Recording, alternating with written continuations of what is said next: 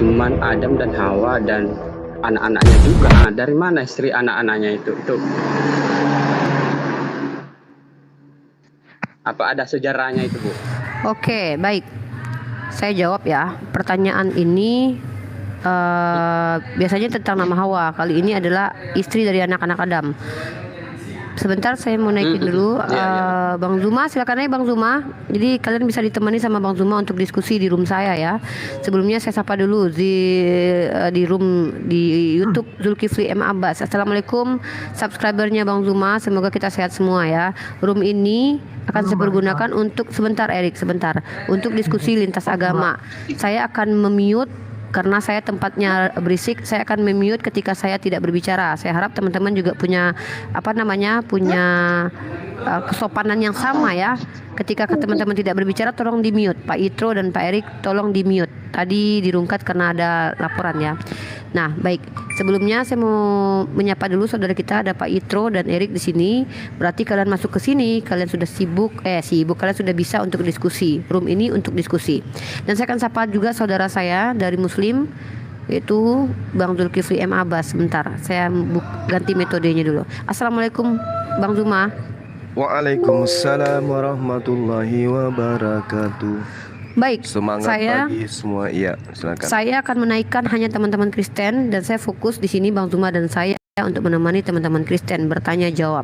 Erik, Pak Itro, selamat datang. Teman-teman Kristen lain silakan naik, saya akan naikkan. Saya akan sering memute karena saya tidak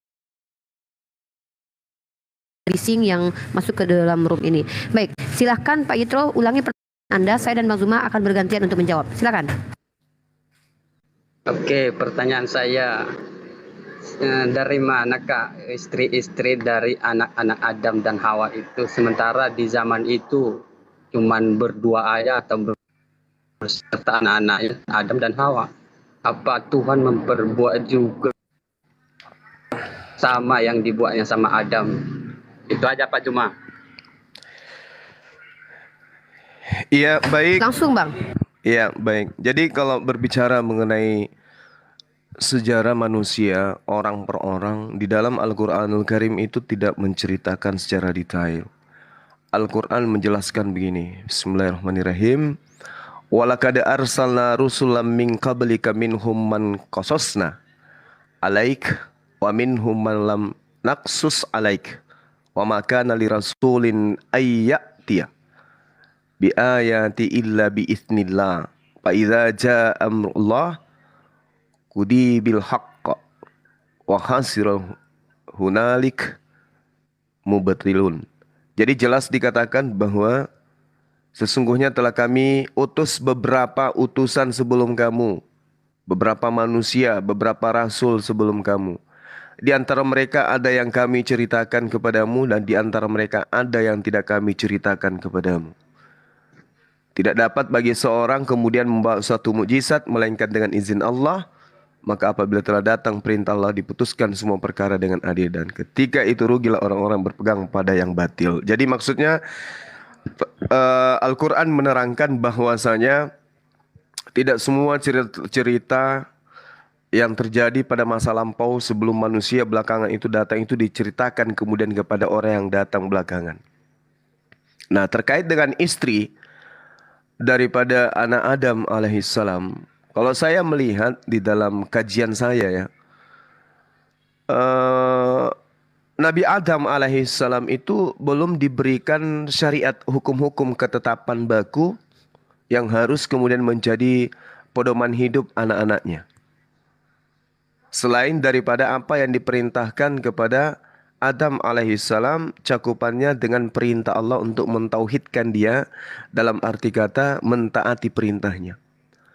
Sedangkan kalau kita melihat yang terjadi di dalam Kejadian 5, misalnya Kejadian 4, Imamat 18 dan seterusnya, sangat boleh jadi mereka ini menikahi atau meniduri ibunya sendiri untuk kemudian memberikan keturunan. Karena pada saat itu belum ada perempuan.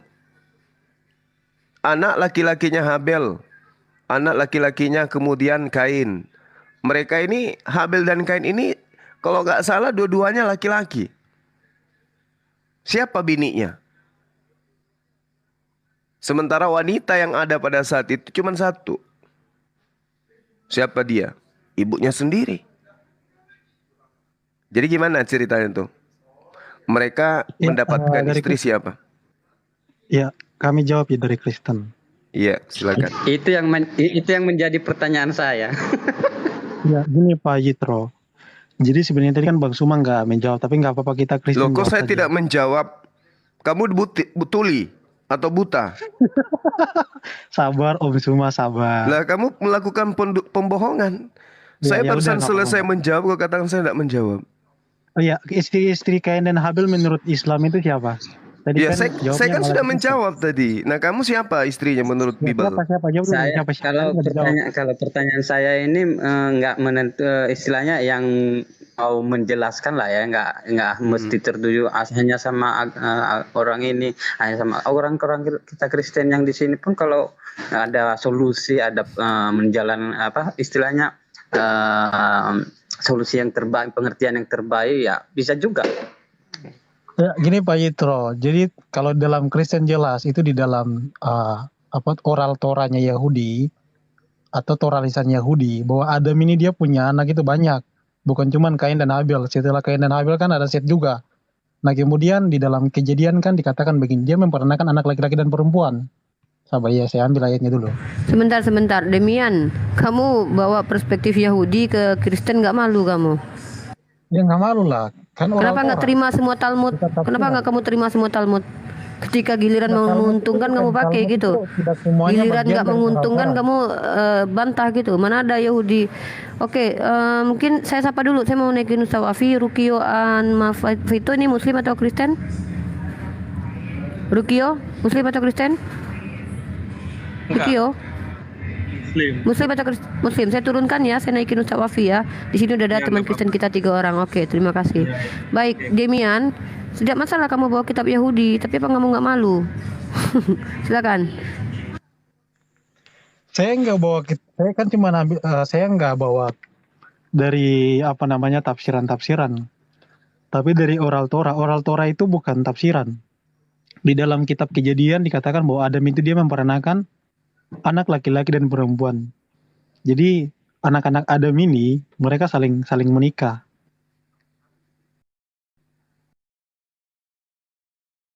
Jadi kalau Assalamualaikum, misalkan Bang Zuma. kawan-kawan Waalaikumsalam warahmatullahi wabarakatuh. Saya serahkan room ini kepada Ustaz Wafi. Di rumah tetap saya pantau sebagai host, menjawab Bang Zuma dan Ustaz Wafi. Silakan teman Kristen Erik, Pak Yitro dan Demian untuk berdiskusi dengan santun. Jangan keluarkan kata-kata hujatan. Jangan berusaha untuk memframing. Karena kalau kalian memframing, kami lebih bisa lagi memframing. Silakan. Assalamualaikum. Nih saya bacakan Waalaikumsalam. ya kitabnya ya, sabar ya. Kejadian 5 ayat 4. Umur Adam setelah memperanakan Set dia 800 tahun. Dan ia memperanakan anak laki-laki dan perempuan. Jadi anak-anak Adam itu bukan cuma laki-laki. Nah, kalau misalkan Bang Sumo mengatakan mungkin saja mereka punya itu sebenarnya penistaan agama gitu loh. Jadi udah menistakan agama Kristen. Coba Anda tunjukkan istri dari Habil siapa? Ya dalam oral Torah itu Kain dan Habil menikah dengan Adam, anak-anak Adam yang lain, yang perempuan, Iya. bukan dengan ibunya. Di mana itu tertulis istrinya Ya, siapa? silakan dibuka oral Torah. Iya, silakan Silakan tunjukkan. Adam. Kenapa saya yang Anda minta Ya, tunjukkan? oral Torah. Iya, silakan Anda tunjukkan. Ya, Siapa sudah, istri? Saya sudah kasih datanya di dalam oral Torah. Buka saja apa? Misnah. Siapa Bukan istrinya? Misnah. Nama istrinya Habil siapa? Buka Misnah, nggak dijelaskan istrinya siapa. Nah, makanya Anda kok Pak ngeyel ditanya. Emang nggak dijelaskan, bahkan di dalam Nah, Quran juga istri Adam makanya aja nggak ada. tadi kamu katakan saya nggak menjawab, ternyata jawabannya sama aja dengan Ya, kau jawabanmu. malah balik ke Kristen masalahnya. Kau nggak jawab di Islam. Lah, kan saya sudah katakan bahwa saya tidak dijelaskan seluruhnya. Di dalam Al-Quran itu bukan Berarti kalian nggak tahu dong. sekarang kamu sendiri saya tanya, siapa istri Habil? Itu udah dijawab. Siapa namanya? Siapa namanya? Loh, kalau namanya emang tidak dijelaskan namanya. Terus apa bedanya dengan saya? Jangankan nama anak-anak perempuan dari Adam. Nah, terus? Nama istri Adam saja nggak ada dalam Quran. Ya itu menurut kamu. Tapi kemudian ketika Anda mengatakan saya tidak menjawab, kamu mengatakan seakan-akan kamu tahu. Begitu kamu ditanya, ternyata kau juga tidak tahu. Kawan yang tadi kan bertanya kan, siapa sih istri-istri anak-anak Adam? Ya kan, karena kan Karena Nah, sekarang kan apa Adam dan jawabanmu? Hawa manusia Sekarang apa pertama. jawabanmu? Dan saya Sekarang mau apa jawab, jawabanmu? istri-istri Adam adalah anak-anak Adam yang lain yang perempuan. Bahwa Adam itu Iya dia bukan siapa? hanya Siapa? sabar. Dia Adam menikahi itu cucunya gitu. Kabel menikahi Adam itu ponakannya. anak Adam itu Kabel dia bukan cuma Kabel itu memperanakan, menikahi ponakannya gitu. Mana cuma menikahi dalilnya? saudaranya Iya sesama siapa anak-anak Adam. saudaranya? Siapa Saling nikah. saudaranya yang dinikahi? Siapa? Loh kalau kau tanya namanya emang nggak ada. Bahkan kalau saya gini ya bro ya, kalau misalkan kau mengatakan begini, siapa namanya? Emang tidak ada namanya. Kirain Lah, kau emang tidak ada bisa namanya. menyebut nama istrinya siapa? Nyata sama aja. Ya bahkan istri Adam aja nggak ada dalam Quran. Istrinya Siapa Adam kan namanya? cuma satu wanita. Emang dua wanita pada saat itu. Siapa namanya? Siapa namanya? Ya kami menyebutkan Hawa. Di mana ayatnya ada kata Hawa? Ya kami dengarkan saya, dengarkan. Ketika berbicara mengenai wanita satu-satunya yang diberikan kan oleh nggak ada. Allah, ya memang nggak ada. Demian bisa teratur nggak? Terus Kalau nggak saya masalahmu turunin loh. apa? Terus masalahmu Kalian contoh kata apa? Hawa dari kitab kami. Kabil Kalian istrinya contoh kata Hawa siapa? dari- Kabil istri yang siapa? Loh, istri Adam aja nggak ada dalam Quran. Ya apa Kalian urusannya denganmu? malah contoh kata Hawa dari kitab kami gitu loh. Apa yang saya terangkan padamu tadi di awal? Dijelaskan sebagian, yang lain tidak dijelaskan. Tidak cukup. Nah sekarang Berarti nggak ada Anda jawaban. Sekarang Anda mengatakan Anda lebih paham. Nah, mana Ya, istrinya makanya Kabil? dijelasin. Siapa? Istrinya Kabil siapa? Di anak-anak Adam yang lain. Ya anak-anak Adam yang lain. Ya samanya juga kalau saya juga bisa mentafsirkan kayak begitu, pasti dia memperistrikan orang lain, anak-anak Adam lain, keturunan Adam yang lain. Karena kita semua ini adalah keturunan Adam. Tuyul. Tadi lu bilang nggak ada, nggak dijelaskan. Sekarang beda lagi. Sekarang kalau Anda mengatakan dijelaskan, siapa istrinya? Coba. Tadi udah dijawab, kok malah muter-muter ya. Siapa? Siapa istrinya? Iya, istrinya banyak anak-anak Adam yang lain. cerita. Emangnya lu Lah, nggak saya dengar juga, ya? saya tanpa pengetahuan pun bisa mengatakan itu. Pasti keturunan Adam yang jadi istrinya. Iya, oke, ya udah nggak apa-apa lah. Kalau jawabannya seperti itu, siapa istri Adam? So tahu. Boleh saya Siapa istri bertanya lagi, Adam? Pak Zuma. Udah sabar Boleh dulu, saya bertanya sabar lagi? dulu Bang. Jangan cuma bertanya. Nanti saya tanya balik Anda juga. Begini, ini saudara Demian, Ya, coba kan? sabar. Saudara Demian dulu, kita tunggu ilmunya. Istrinya Kabil siapa? Iya, sudah saya jawab ya kawan-kawan ya. Istrinya Habel itu adalah anak-anak Adam yang lain. Tapi tidak dijelaskan siapa nama-nama mereka. Iya Karena sama kitab itu aja. menuliskan hal-hal yang penting saja. Kalau misalkan istri Adam- Coba Anda tunjukkan di mana kemudian Kabil mengambil anak keturunan Adam yang lain sebagai istri. Itu tertulis di mana? Iya, ada di dalam Mishnah. Iya, Di bacakan dalam coba. Torah. Enggak, saya Iya, nggak bisa coba. buka. Kalau buka lama lagi. Iya sama kalau Kalau saya mau mengatakan minta- ada di dalam Kalau kitab mau minta kepompong. datanya, bilang aja Bung, si Billy tahu Bung, datanya. saya juga bisa mengatakan ada di dalam kitab Bum. Kalau gitu alasanmu. Banyak bernarasi kayak Saya pernah baca literasi daripada Islam, dan Pak Amir pernah sama itu, dia memperanakan anak-anak yang kembar kemudian saling menikah. Itu dari Pak Amir, bisa tanyakan. Nah itu sebenarnya dicontek dari Mishnah Torahnya dari oral Torahnya orang Yahudi. Emang datanya ada, kalau kau nggak percaya kau ambil, tanya saya sama Ya, Billy. sama Emang dong. ada? Sama dong kalau saya mengatakan bahwasanya di dalam kitab kisah para nabi secara lengkap, kehidupan para nabi sejak Nabi Adam alaihissalam hingga Nabi Isa alaihissalam oleh Ibnu Katsir As-Sadi menceritakan dari Abu Malik Abu Sahih dan dari Ibnu Abbas, dari Muhrah, dari Ibu Mas'ud, dari sebagian sahabat Nabi, bahwa setelah mereka berempat ini sudah balik, anak-anak Adam ini, Allah memerintahkan Adam untuk mengawinkan anak-anaknya yang tidak sekandung. Qabil dinikahkan dengan Labuda dan Habil dinikahkan dengan Iklimah. Lebih lengkap dong kita. Nah berarti itu jangan-jangan diambil dari kitab Torah oral Torahnya orang Yahudi. Nenekmu kiper, saya sudah menceritakan samamu ini kisah para nabi secara lengkap dari nabi sejak Nabi Adam alaihissalam hingga Nabi Isa alaihissalam. Itu apa? Dituliskan, diriwayatkan, diceritakan Ibnu Katsir. Kok jadinya lari ke kitabnya orang Yahudi? Dari mana Ya mereka dapat? itulah hebatnya umat Islam. Nah hebatnya. Bahkan Qabil dinikahkan dengan Labuda, Habil dinikahkan dengan Iklimah. Nah sekarang kamu siapa dinikahkan Qabil dengan siapa? Dengan ibunya. Ya, mereka dapat dari mana? Dari mana? Dapat dari mana? Kok nanya itu?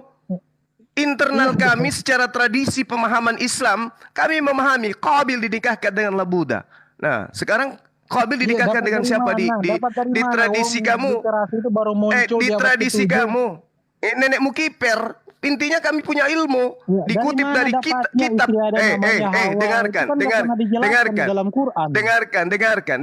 Dengarkan. Hawa melahirkan 2 pasang anak kembar, laki-laki dan perempuan. Diberi Qabil Iklima, Habil dan Labuda. Qabil merupakan saudara kembar dengan Iklima. Itu di dalam internal kami. Kami memahami itu. Nah, sekarang kemudian hal ini disebabkan oleh karena Allah menjaga kemudian keturunan untuk tidak nikah sesama saudara kandung. Oke? Nah, sekarang di internal kamu apa? Kami punya ulama, kami punya Ibnu Katsir. Ibnu Katsir yang menceritakan itu dari Abu Malik. Nah, sekarang Anda sendiri Abu Malik yang dapat dari mana? Gantian, Demian. Dari mana? Anda sendiri dapat ilmunya apa? Sama ketika saya mengatakan, dengarkan, sama ketika saya mengatakan juga Anda menyebutkan bahwa Qabil tidak menikahi ibunya. Ilmu dari mana Anda dapatkan? Enggak, kau kan yang mengatakan itu, seharusnya kan kau yang buktikan gitu loh. Kenapa justru kamu kalang kabut ketika kami sudah mengatakan itu? Nah, itu kan fitnah kalau kau nggak bisa buktikan. Kok fitnah? Qabil dinikahkan dengan Labuda, kok fitnah? Buktikan. Anak-anak Adam menikahi, mengawini ibunya. Nah, sekarang tunjukkan aja siapa istrinya. Ayo. Jawab dulu dong. Jangan istrinya Qabil siapa? Istrinya Qabil siapa? Istrinya Qabil siapa? Ayo. Mana datanya? Iya, pertanyaan yang sama. Saya tanyakan istrinya Adam siapa? Loh, istrinya Adam pasti wanita yang dicipta dari tulang rusuknya. Mau namanya beroncong, mau namanya cendol, mau namanya siapapun. Yang jelas istrinya ya istrinya. Sekarang Qabil istrinya siapa? Istrinya siapa? Ada namanya loh kawan-kawan. Ternyata dengarkan. Ada namanya. Jadi kalau tidak ada istrinya diterangkan dalam Al-Quran secara langsung, dia nggak punya istri gitu. Iya, kalau kau mengatakan Hawa dari mana dapatnya? Kamu cuman mencari data untuk remis. Sekarang istri Qabil itu siapa? Ayo. Nangis. Nggak ada namanya kakak. Nangis. Dari mana para ulamamu itu istri Qabil siapa namanya? Kalau bukan dari Yahudi. Istri Qabil siapa? Istri Qabil siapa? Ya sudah, kalau begitu coba tunjukkan di mana di Yahudi menerangkan Qabil istrinya itu. Coba tunjukkan. Mishnah Torah, silakan dibuka. Mishnah Torah. Nenekmu kiper. Udah, Dinda Ripa kalau bisa diturunkan aja ini orang double kosong nggak ada ilmu. Silakan dibuka Mishnah. Diturunkan. Saya nggak suka orang yang bodoh tapi sok pintar. Bagus. Amankan generasi muda dengan orang bodoh, tolol, bahlul, tapi sombong. Oke, Dinda, Najak mungkin ada yang disampaikan. Yang Bang Zuma tadi tanyakan, Bang, masalah siapa itu Habil menikahi ibunya. Ada loh. Di sana tertulis Habil punya istri, tak? Ya. Tapi tidak disebutin namanya juga gitu ya? Nggak disebutkan nama istrinya. Nyari remis dia berarti. Bahkan banyak yang menuduh bahwa istrinya itu ya ibunya sendiri. Walah. Siap. Lanjut Bang. Silakan Ya, Erik sama Pak Itro bertanya lagi. Oke, tapi jangan lupa tap layar ya guys, yang penonton udah 926, jangan lupa tap layar ya. Jangan saudara juga mengatakan saya tidak jawab ya. Itu juga sombong namanya. Udah jelasin. Sudah dijawab. Sudah dijelaskan. Iya. Lanjut.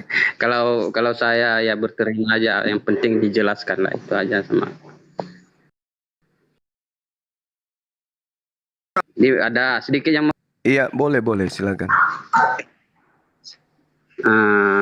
Maaf ya kalau pertanyaan ini nanti, soalnya kurang tahu juga ya kan, apa di dalam orang kita Muslim itu tentang poligami itu disuruh berpoligami atau gimana itu? Maaf ya kalau pertanyaan kurang enak istilahnya kan. Iya. Dinda Najak apa silakan. ada ayatnya? Masuk apa ada ayatnya? Apa ada entah di mana bukunya, entah apa, entah di Al-Quran, entah bermacam-macam Anda lah ini, istilahnya kan? tunggu dulu, Anda dari sekte mana rupanya? Kita Kristen. Oh, Kristen ya. Silakan Dinda Najak, gantian kita. Apa pertanyaannya, Bang? Perintah poligami katanya. Oh, perintah poligami ada di mana gitu tak, Mas Iya, Citro? iya.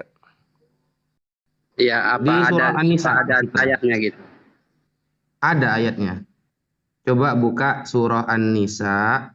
Sampean buka ya surah An-Nisa.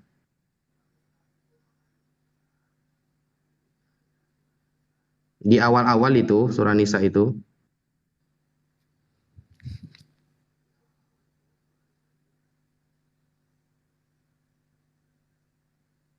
Sudah, Bang. Iya. Ada lagi?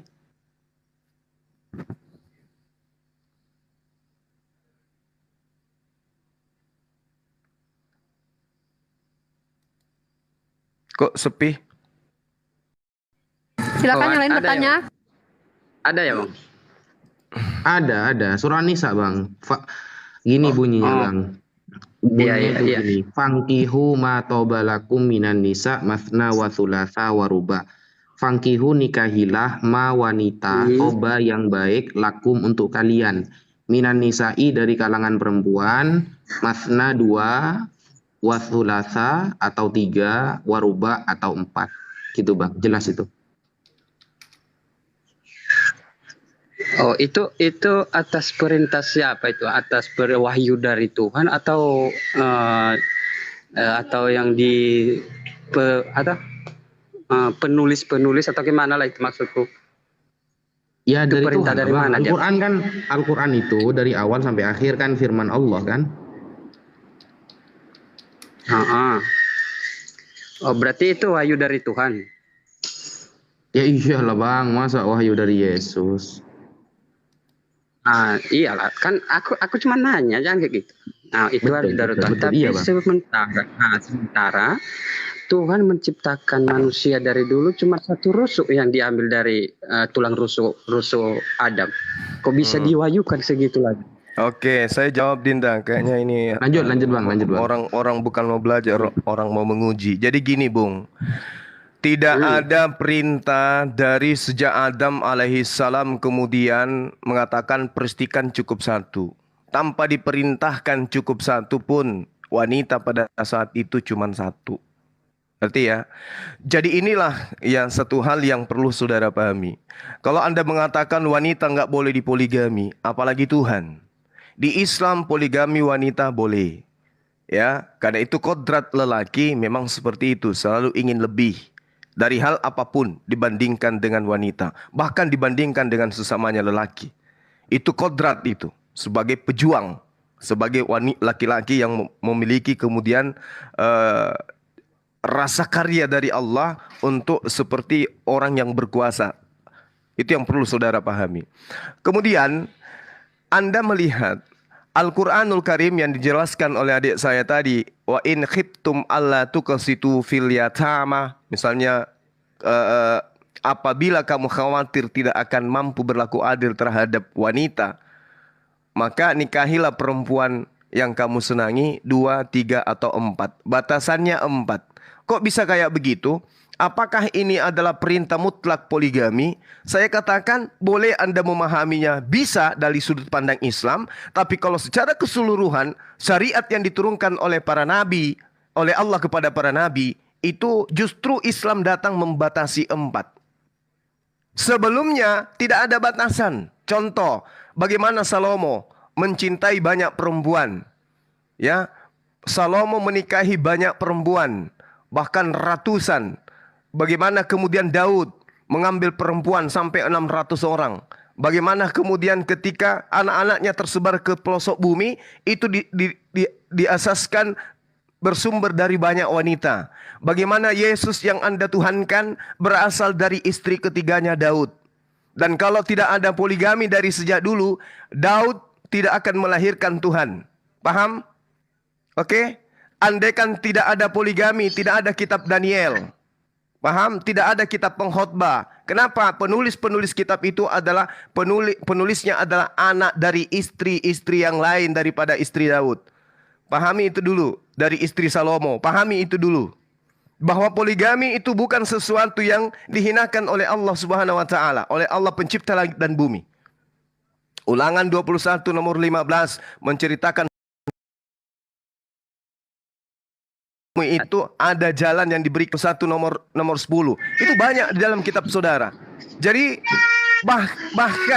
bahkan kalau Anda melihat secara implisit yang ada di dalam Matius 25, Yesus itu kemudian menikah 10 orang bodoh dan juga ada 10 wanita yang cantik. Itu Anda lihat itu, penggambarannya itu sangat jelas. Jadi poligami itu tidak bisa dihujat karena itu solusi dari Tuhan untuk manusia. Adalah sebuah kemunafikan kalau poligami itu dihujat, tapi di dompet penuh dengan kondom. Itu di Islam memberikan solusi. Begitu kemudian laki-laki ini pada posisi yang diharuskan untuk menikah, lebih dari satu, menikah, ada solusi. Nah kalau di Anda, satu istri saja, tapi Anda memiliki sesuatu yang memberi ruang kepada Anda untuk memiliki istri yang lain, wanita lain. Apa yang terjadi? Berzina. Ayo. Yang mana yang dihalalkan oleh Tuhan? Berzina atau menikah? Ya menikah. Tapi dibatasi cukup 4. Tapi di dalam Islam satu-satunya agama yang memerintahkan cukup satu istri, ya hanya Islam. Tidak ada agama di luar Islam mengajarkan cukup satu istri. Saya boleh Anda baptis kalau ada Anda tunjukkan kepada saya. Di dalam kitab saudara cukup satu istri. Terang dikatakan begitu. Nggak ada. Kalau imam boleh satu istri. Imam tidak boleh menikahi janda. Ada di kitab saudara. Tapi kalau dibilang semua orang Kristen cukup satu istri, tunjukkan dalilnya kepada saya. Tidak akan Anda temukan. Jadi poligami itu adalah ajaran para nabi dari dulu-dulu. Ya, dari dulu poligami itu diajarkan, tapi tidak dibatasin. Bahkan kalau tuh Anda lihat di dalam bilangan 31, jelas sekali malah Tuhan minta persembahan perawan. Dia dapat 32 perawan. Gitu loh, ya. Jadi nggak usah ngadi-ngadi Anda membahas tentang poligami. Yang dilarang oleh Allah, yang dilarang oleh Tuhan adalah mempoligamikan Tuhan. Anda satu referensi saya kasih di dalam kitab saudara, satu raja-raja yang Anda ambil dari agama lain, satu Raja-Raja 11 nomor 3. Di sana Salomo memiliki istri 700 istri dari kaum bangsawan dan 300 gundi. Istri-istrinya itu menarik hatinya daripada Tuhan. Oke ya, selesai kita ya. Kalau kami Islam maksimal 4, itu pun harus adil dan tidak akan mungkin bisa adil. Dengan kata lain, dilarang poligami secara tidak langsung. Oke, lanjut.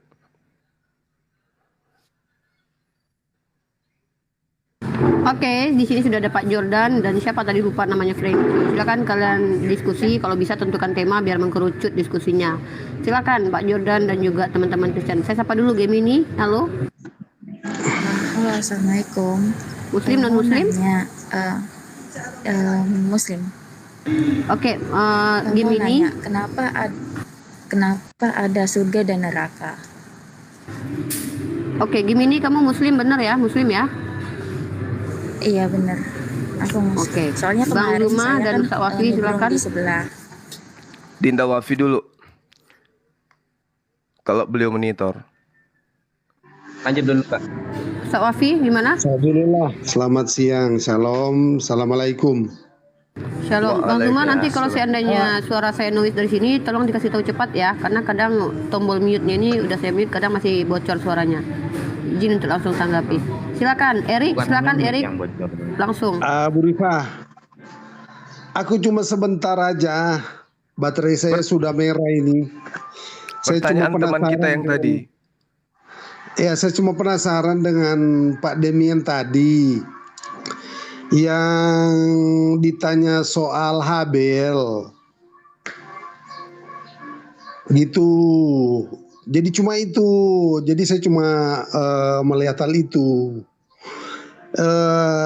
sebenarnya kalau saya baca untuk pemahaman saya, Habil itu tidak memiliki istri, justru dia dibunuh oleh kakaknya saat mereka masih bersama-sama kan. Nah, pada waktu bersama-sama itu peristiwa Kain tidak dijelaskan apakah dia sudah kawin, kan belum, malah dikatakan belum kawin. Nanti ketika dia lari, ya kan, ketika dia lari setelah membunuh, nah itu berada di tempat yang sudah jauh, baru dia menikah.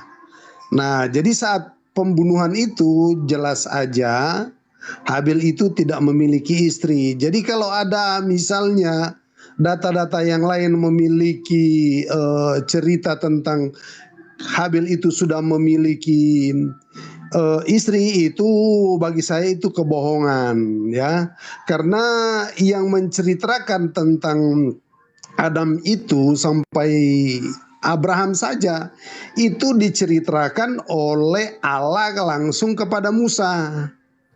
Nah, cerita tentang Adam dan Kain itu tidak ada cerita-cerita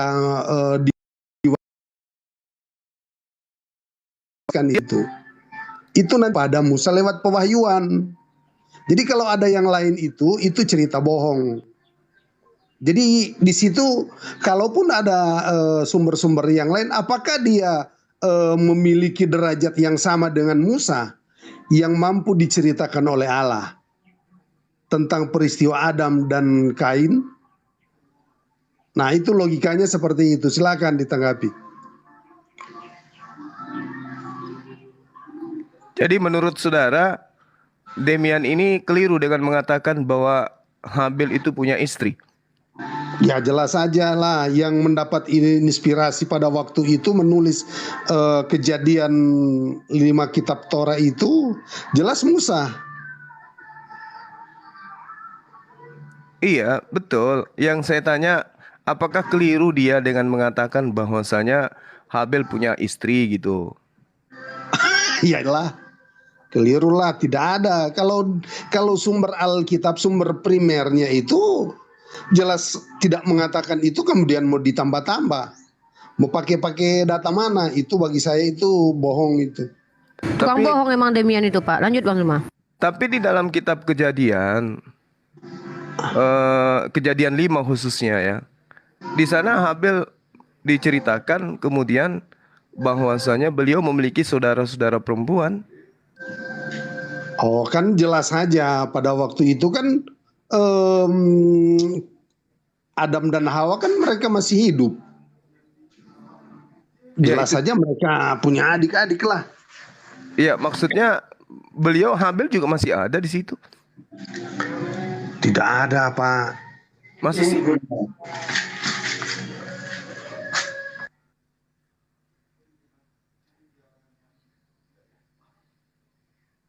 Masa tidak ada cerita-cerita gitu? Saya percaya cuma satu sumber, yaitu Alkitab. Jadi kalau ada sumber lain itu saya katakan bohong. Sebab yang mendapat wahyu cuma Musa. Kalau ada sumber lain, apakah dia memiliki pewahyuan dari Allah sendiri? Jadi kesimpulan Anda, Habil itu tidak punya istri? Iya, karena tidak diceritakan. Dan pada waktu dia dibunuh kan Kain saja belum memiliki istri. Nanti ketika peristiwa pembunuhan baru dijelaskan bahwa Kain itu sudah memiliki istri. Kakak aja belum punya istri, apalagi adik.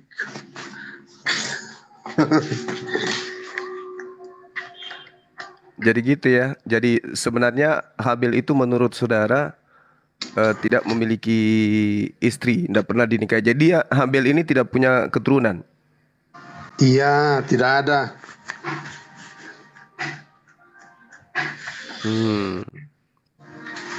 Iya. Ya cuma itu aja ya. Kalau misalnya setuju, saya mau turun karena baterai saya sudah merah. Nanti nggak enak kalau sementara kita diskusi. Pak Jodan, kapan dijadwalkan diskusi dengan kita di room saya? Coba sebentar lah, aku mau masuk. Oke. Dengan Ya, saudara Erik, yang silakan Erik. terbaik, Erik, Bang Zuma. silakan Erik. Dari tadi banyak mau nanya dia nih. Enggak, aku enggak enak kalau sementara diskusi tiba-tiba HP ku mati kan. Aku bilang aja. Udah turun lah Pak Jordan, banyak kali ceritanya. Kita mau cari orang-orang yang mau diskusi ya. Oke, Shalom, Assalamualaikum, mohon maaf. Waalaikum. Sama-sama Pak Jordan. Silakan Erik. Tadi apa yang mau kamu tanya? Mana data yang saya minta bahwa Yesus lahir di kandang domba? Tunjukkan. Kan tadi saya sudah katakan di Lukas 2 ayat 5 dan 17. Mana kandang dombanya di situ?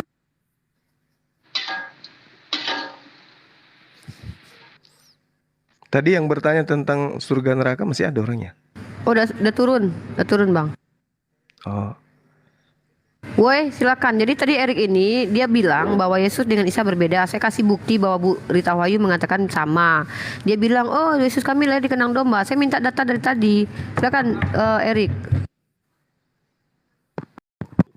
Oke, salam semuanya. Ini saya, oke. Siapa yang mau bertanya? Saya kah atau orang lain? Silakan kalian teman-teman Kristen, silakan bertanya sama Ustaz Wafi sama Bang Zuma. Oh ya, bisa bertanya kah Om Suma? susah napas Anda ini. Assalamualaikum. Waalaikum. Halo. Ya, Piton Muslim Kristen. Muslim, Kak Muslim. Sorry, saya mau niagikan teman-teman Kristen aja ya. Kalau Muslim dari kita sudah ada Bang Zuma sama Ustaz Wafi yang handle ya. Jadi saya memprioritaskan teman-teman Kristen. Islam Oke. turun dulu. Islam. Ya, oke. Turunin aja. Salam kenal Bang Piton. Aku agak kejam Bang Zuma, soalnya aku naikkan yang Kristen aja yang bertanya. Karena kalau yang Muslim kan udah ada Bang Zuma yang jawab sama Ustaz Wafi. Agak kejam memang aku sedikit ya. Teman-teman Kristen naik aja kalian ingin bertanya ya. Ada Bang Zuma sama Ustaz Wafi.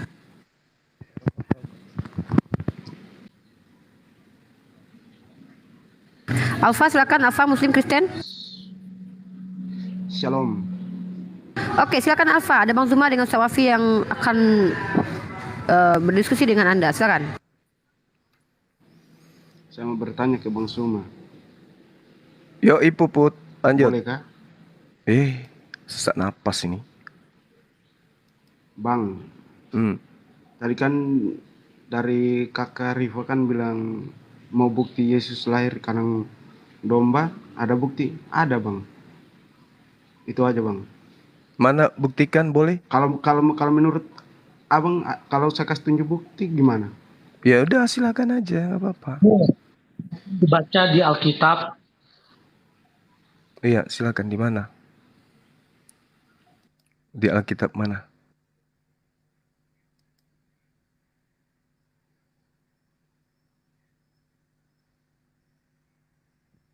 Cek. Ada bang. Mana ini Oten nih? Oten kok pada ini semua?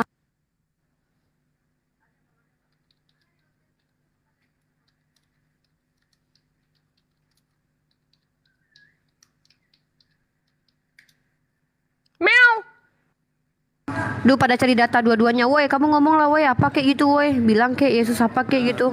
Ini Oten dua-duanya dinaikin malah jeda ini. Saja. Saya mau kan ganti ya. Bisa nggak sih? Tadi kan ditanya mana buktinya. Saya udah kasih bukti nih. Iya, datanya di mana? Tertulis di mana itu? Antri lagi menunggu teman bertanya, baru saya bertanya gitu loh.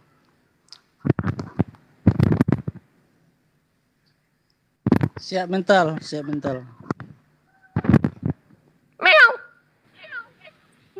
Bang, cari di Lukas 2 ayat 1 sampai 20. Itu semua ada. Ada kucing, rupanya ada kucing ini. Masuk ke room Uniriva, harusnya kalian bawa data dan bawa ilmu. Kalau masuk ke sini kalian tidak bawa data, bawa ilmu, saya tidak menjamin kalian malu di sini. Kalau saya nggak ada ilmu, makanya saya mau bertanya ini. Tunggu dulu, teman kita dulu yang satu. Itu kan Oh, iya. coba Siapa namanya? Si Rifa coba baca Alkitab di Mika 4 ayat 8.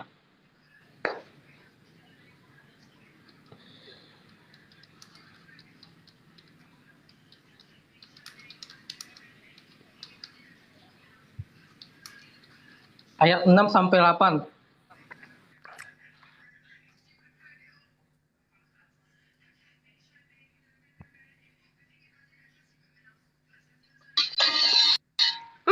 Mana itu kandang domba di situ? Maksudnya apa itu Mika itu? Itu ayat Alkitab Mika 4 ayat 6.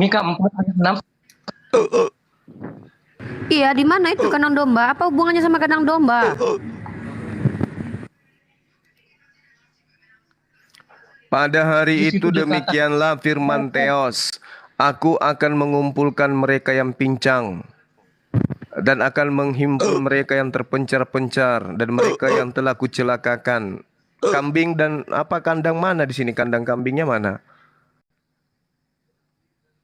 baca ayat Mereka yang 8, ayat 8. Baca terus dong. dan Gimana engkau sih? hai menara kawanan domba, hai bukit putri Sion, Tuh, kawanan kepadamu domba, paham? Kawanan domba, anak domba situ dikatakan dengarkan. jelas. Dan engkau hai menara kawanan domba, hai bukit putri Sion, kepadamu akan datang dan akan kembali pemerintahan yang dahulu, kerajaan atas putri Yerusalem.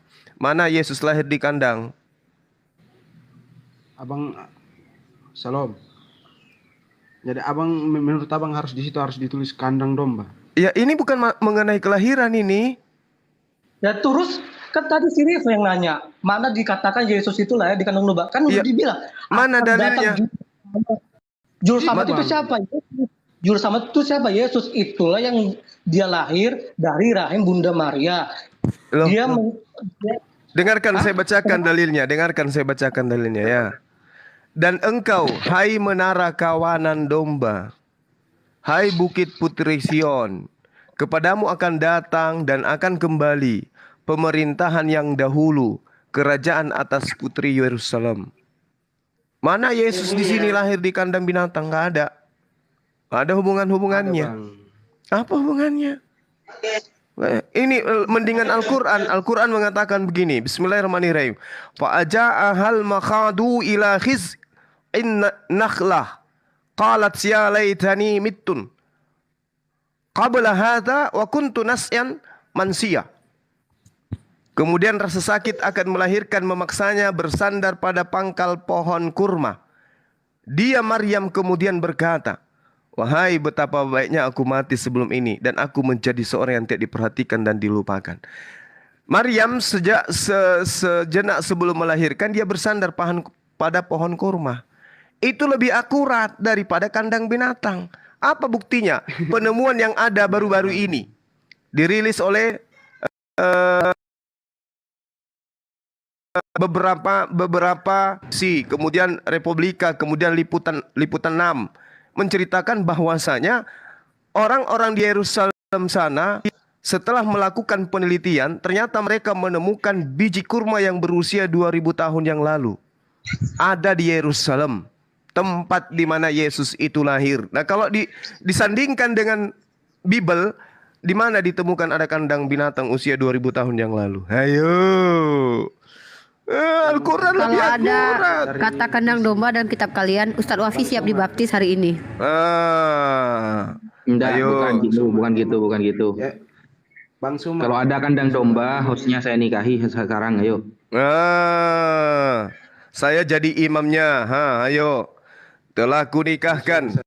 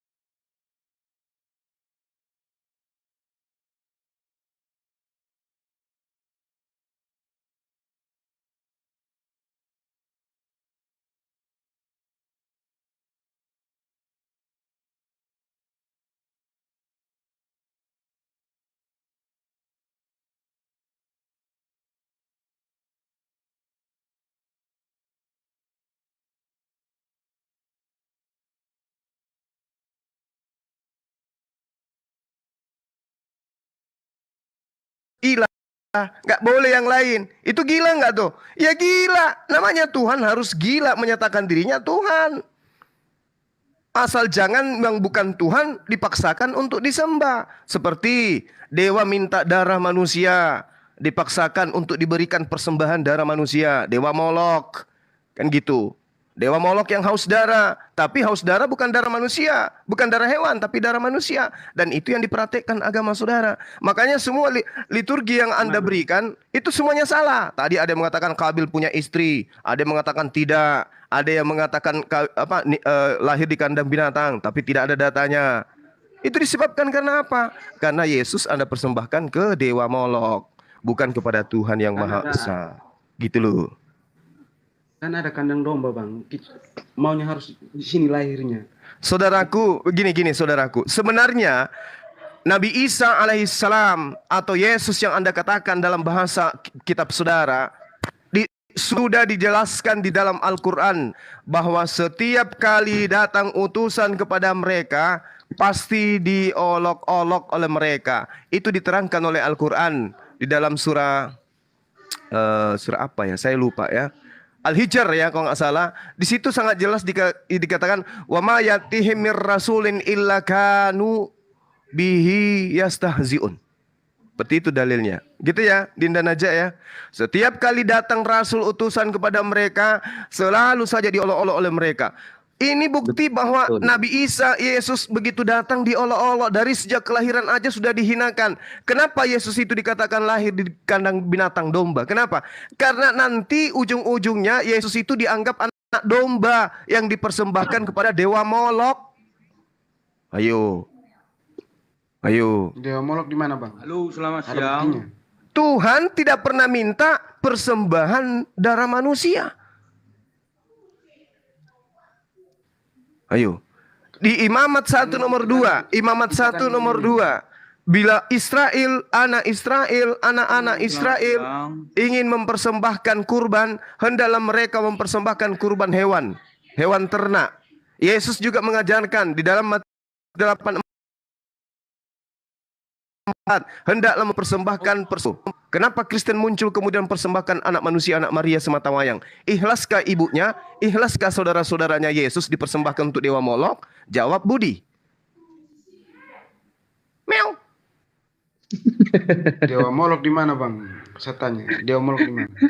Selatan Banten, Bang. Tercatat di Alkitab. Dengarkan, saya bacakan dalilnya kepada saudara ya. Biar saudara itu ini kita Saya berikan. percaya Yesus Kristus yang ada di sorga. Kalau Anda percaya Yesus Kristus, Matius 8 nomor 4, persembahkanlah persembahan yang diperintahkan oleh Musa. Apa ya persembahan yang diperintahkan oleh Musa? Manusia atau hewan?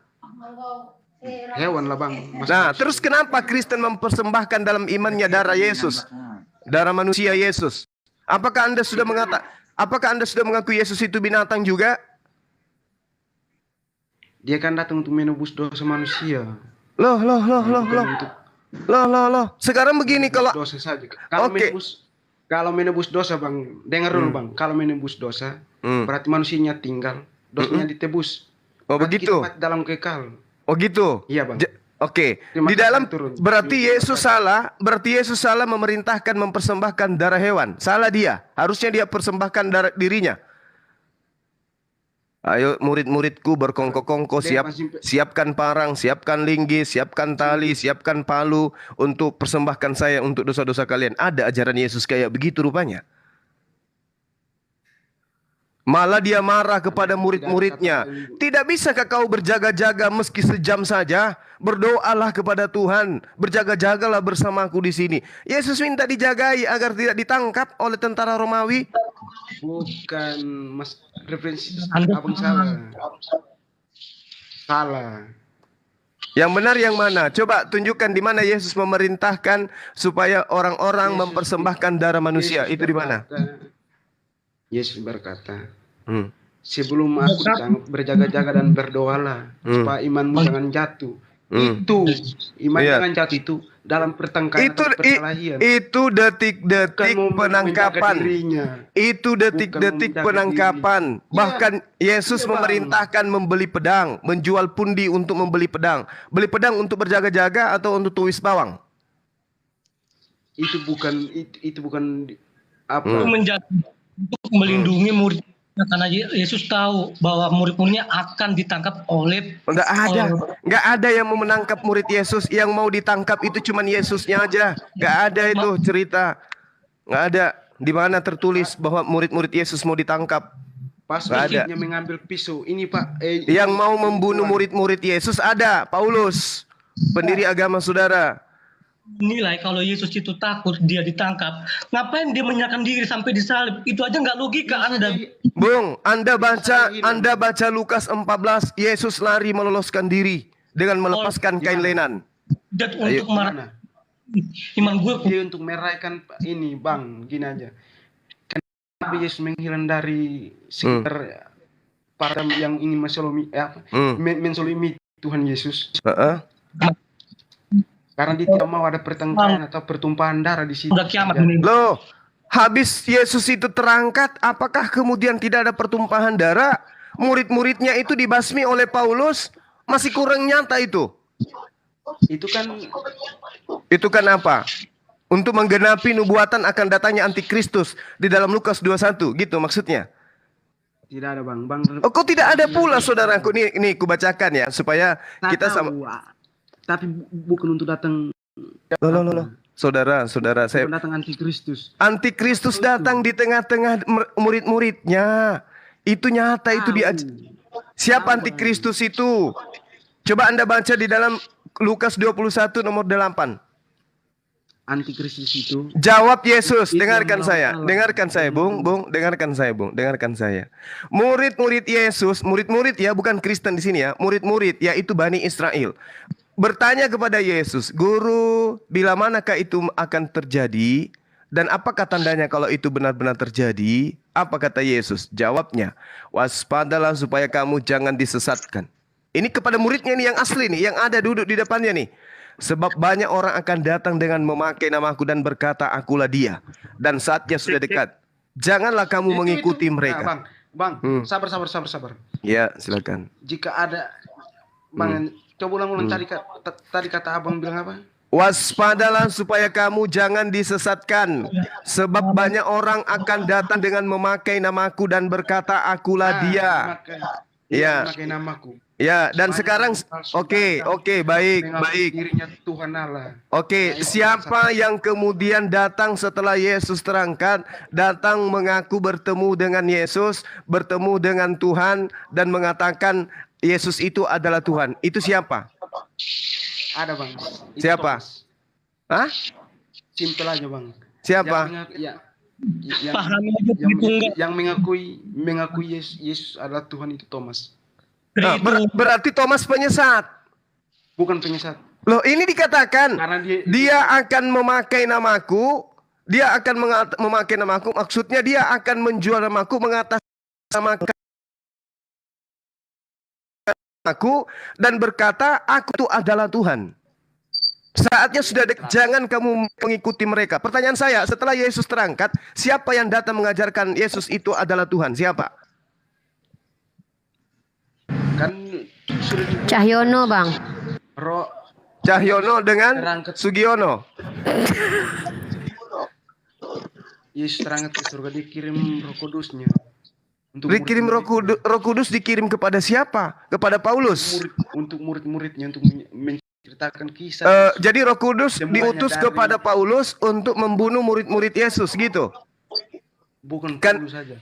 Bung, di data nomor 12-nya di Lukas 21 ini mengatakan, tetapi sebelum semua itu terjadi, kamu terlebih dahulu ditangkap dan dianiaya. Kamu akan diserahkan ke rumah-rumah ibadat dan penjara-penjara, dan kamu akan dihadapkan kepada raja-raja dan penguasa-penguasa oleh karena namaku. Iya, simpel aja Bang. Tuhan kok sebelum naik ke surga udah tahu. Itu aja. Maksudnya? Maksud gini. Kenapa Tuhan berkata, kenapa Yesus berkata?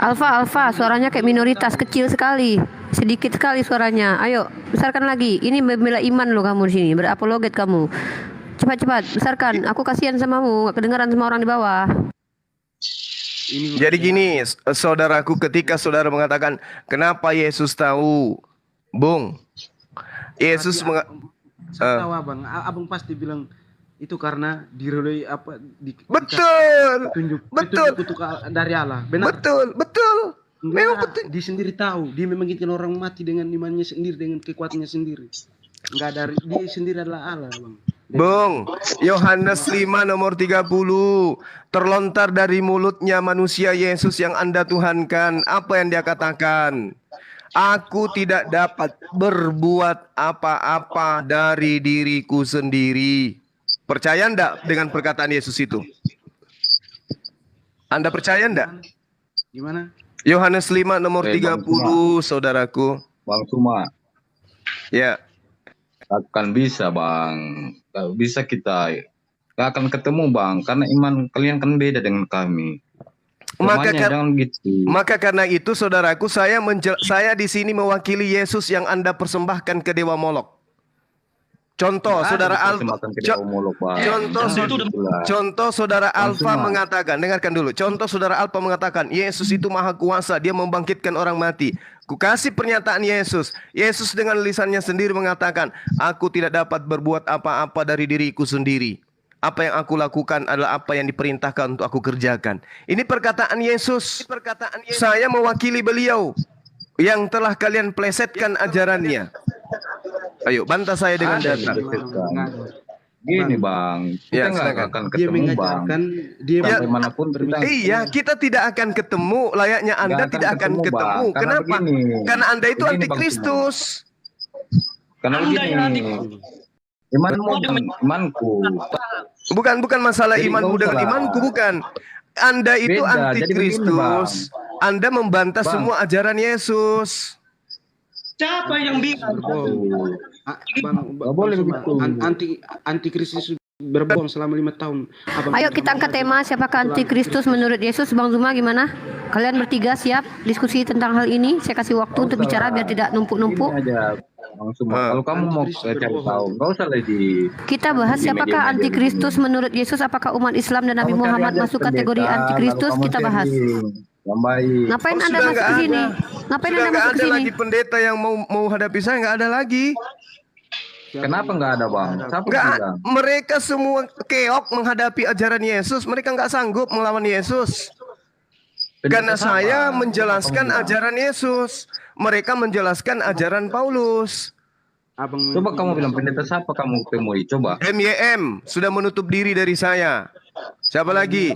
Esra Soru sudah terpingkal-pingkal lari. Siapa lagi? Ada datanya nggak? Mana datanya? Mana datanya kamu bilang gitu? Mana? Coba kamu buktikan. Nonton channel saya, YouTube kita. Channel kita ada. Lihat, Bung.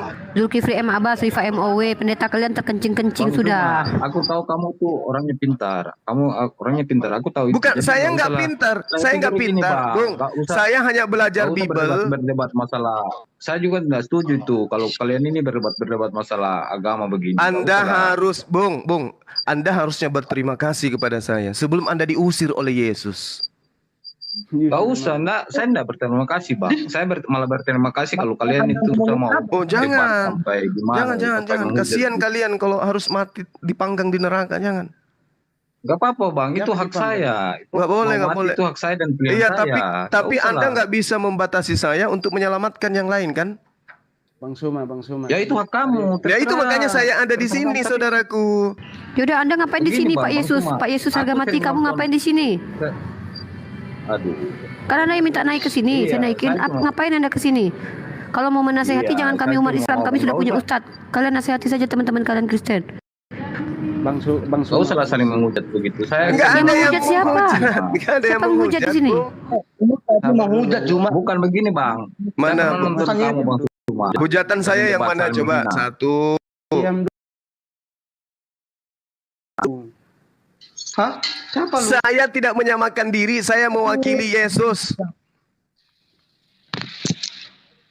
Oke? Saya utusan Yesus, Sejak kapan kau utusan Yesus? Aduh. Yesus berkata, Bung, Yesus berkata di dalam Yohanes 16, Dia akan memuliakan aku. Sebab dia akan memberitahukan kepadamu apa yang diajarkan, apa yang kuberitahukan kepadamu. Itu di dalam Yohanes 16 nomor 14. Oke?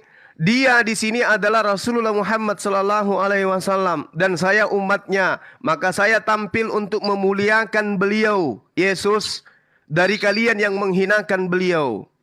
Paham? Apa menghinakan? Bagaimana itu, Bang? Sekarang saya tanya, apakah Yesus itu manusia terkutuk menurut saudara atau menurut Al-Quran beliau itu adalah manusia mulia? Mana yang Anda ikuti? Manusia suci lah. Kalau manusia suci, kenapa di ajaran kalian diajarkan dia manusia terkutuk di atas tiang salib? Itu bukan kepada dirinya itu, Bang. Loh kok bukan pada diri mereka. Galatia 3, makanya aku bilang saudara, Baca kitab kalian, kita woi. butuh belajar untuk menyadarkan itu semua. Kitab Anda yang mengatakan itu. Yesus telah menebus kita dari hukum Taurat dengan jalan menjadi terkutuk karena kita. Yang terkutuk itu bukan Yesus. Iya, terkutuk karena manusia. Nah, itu terkutuk dia. Enak kali. Tetanggamu yang memperkosa, tetanggamu yang merampok, Yesus yang menanggung gitu. Orang pintar. Perbuatan manusia, Bang. Enggak, saya tanya, tetanggamu yang merampok, tetanggamu yang membunuh, Yesus yang nanggung gitu maksudnya. Jangan kamu sangkut pautkan kepada Tuhan Yesus. Loh, ini apa? Galatia 3 nomor 13. Dia datang untuk menghapus, Bang. Menghapus? Menyelamatkan umat manusia. Ah, itu tuh. Coba. Ini fitnahan. Yesus mengatakan, aku datang bukan untuk menghapus Taurat, tapi untuk menggenapi. Menggenapi itu melengkapi, menyempurnakan. Menyelamatkan, bro. Menyelamatkan dengan cara apa? Dengan mempersembahkan darahnya ke dewa Molok. Nggak ada itu, Bang, bersembahkan ke dewa Molok. Lalu Yesus menebus kalian kemana? Yang lama, ya. Setelah Yesus datang ke dunia, itu artinya menggenapi, dia merubah. Makanya dibuat Yesus yang lama sama perjanjian baru. Nah, bangsa Yahudi itu menggunakan perjanjian lama. Udah. Dengarkan saya. Yesus di dalam kitab saudara dengan mulut, dengarkan. Saudaraku dengarkan. Yesus berkata di dalam Yohanes 7 nomor 49. Orang banyak ini yang tidak mengenal hukum Taurat, terkutuklah mereka. Hayo. Matius 21 nomor 1 nomor 2 Yesus mengatakan, jangan engkau mengikuti ahli Taurat, sebab mereka berkata tentang Taurat, tetapi mereka tidak melakukan. Sekarang Anda melakukan Taurat. Mereka tidak melakukan, Bang. Ya, Anda melakukan Taurat. Lalu ya Zuma. Iya. Jangan hanya baca satu nas. Lah, kalau Anda melakukan Taurat, kenapa Anda menuhankan Yesus? Paham. Kalau lu cuma mau Yesus. lu nggak bisa Kenapa nyampe. Anda menuhankan Yesus? Kenapa kalau Anda menjalankan Taurat? Kenapa Anda menuhankan manusia? Ayo. Karena Yesus berkata sebelum Abraham jadi aku telah ada. Loh, Adam lebih ada lebih dulu. Abraham Dua kali.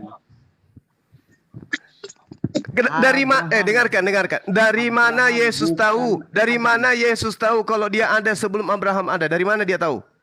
Pasti abang semua bilang Allah yang Tadi juga bilang Tritunggal, tahu nggak sih Tritunggal? Dari mana Yesus? Dari mana Yesus tahu? Dengarkan. Adik-adikku dengarkan saya. Dari mana Yesus tahu kalau dia ada sebelum Abraham ada? Dari mana Yesus tahu? Putus-putus suaranya, putus-putus. Kan gue bilang tadi Bapa yang di surga. Dari mana Yesus tahu? Manusia. Dari mana Yesus tahu kalau dia ada sebelum Abraham ada? Jawab ini dulu. Gue mau jawab, dia ngomong-ngomong kayak, aduh. Ya, dengarkan pertanyaan saya. Bung, dengarkan pertanyaan saya. Dari mana Yesus tahu dia ada sebelum Abraham ada? Dari mana dia tahu? Ini gue jawab ya. Yesus tahu dari sebelum dia lahir. Kan udah bilang Tritunggal. Tritunggal itu apa? Bapa, Tuhan, Roh Kudus. Tuhan Yesus dah sebelum dia lahir. Dia mengatakan seperti itu. Kenapa? Karena dia itu Bapa. Dia Bapa. Jadi dari tahu semua segala hal. Jadi dia tahu bahwa dirinya ada sebelum Abraham ada karena dia adalah Bapa itu sendiri gitu. Dia? Iya. Kenapa dia tidak tahu kapan hari kiamat? Siapa bilang? Aduh, Siapa bilang? dia Kenapa tidak tahu, Bang? Aduh. Bang Suma, Anda salah sekali. Aduh, Bang Suma, kamu pikirannya gimana kamu ini? Namanya Jadi Tuhan gimana? Yesus tahu Masa hari tidak kiamat. tahu? Yesus tahu hari kiamat gitu. Mau bukti? Tahu. Mau bukti? Tahu lah, kenapa Baca tidak tahu? baca Bang coba. Zuma. Matius 24 nomor 36. Coba Anda baca. Saya bukakan datanya ya. Iya. Matius 2436. 2436.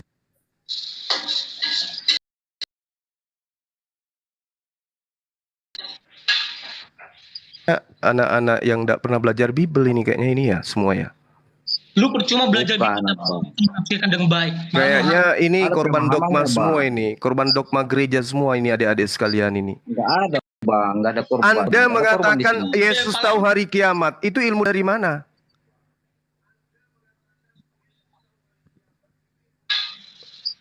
Karena dia maha tahu, Bang. Siapa yang mau baca? Tolong baca Itu, Yesus baca harga mati, tuh, tolong baca. Maha Yesus tahu harga mati. apanya, maha tahu. Tolong maha Yesus tahu. harga mati baca atau Erik Simatupang. Ayo baca. Yesus yang tahu. Kita tidak bisa menafsirkan. Erik baca Erik. Jangan Erik kamu baca, tafsir, Erik, jangan baca. ditafsir, baca pengakuan Yesus. Yesus sendiri yang berkata dari mulutnya. Ini saya sedang mewakili beliau. Silakan. Tetapi tentang hari dan saat itu tidak seorang pun yang tahu. Malaikat-malaikat di sorga tidak tahu juga. Dan anak pun tidak tahu juga. Hanya Bapak sendiri, saudara. Iya, Bapak sendiri yang tahu kan. Loh, Bapak itu Yesus. tahu. Anak itu siapa? Aduh, Bodoh. kalian Atau kau menyimak. salah menafsirkan kalian ini, Bang. Anak itu siapa? Salah Anak itu pemahaman. siapa? Anak itu siapa? Kalau itu tidak anak itu aku, Allah, Bapa, Roh Kudus, Nah, apalagi. Berarti aku yang adalah Yesus tidak tahu hari kiamat. Yang tahu hanya Bapa. Memang nggak nyambung. Astaga. Lu kok astaga? Saya tanya dulu, anak di sini. kau semua. Anak ini siapa? Anak ini siapa? Coba tampilkan ayat Alkitab yang tadi biasa ya, jelaskan ya.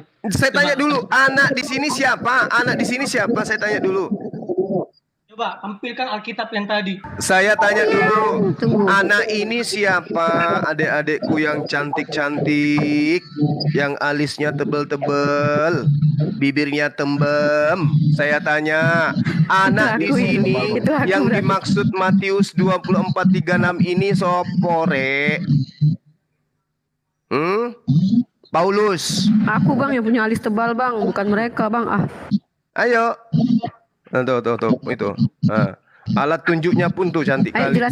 jelaskan Erik, biar tebal alismu kayak aku. Ayo cepat. Jelasin. Nah, Bapak itu jelas. Bapa, Tuhan Yesus, Roh Kudus. Dah. Nah, terus anak ini siapa? Anak tiri. Anak itu yang dimaksud Apa? Anak ini yang dimaksud siapa? enggak manusia. No.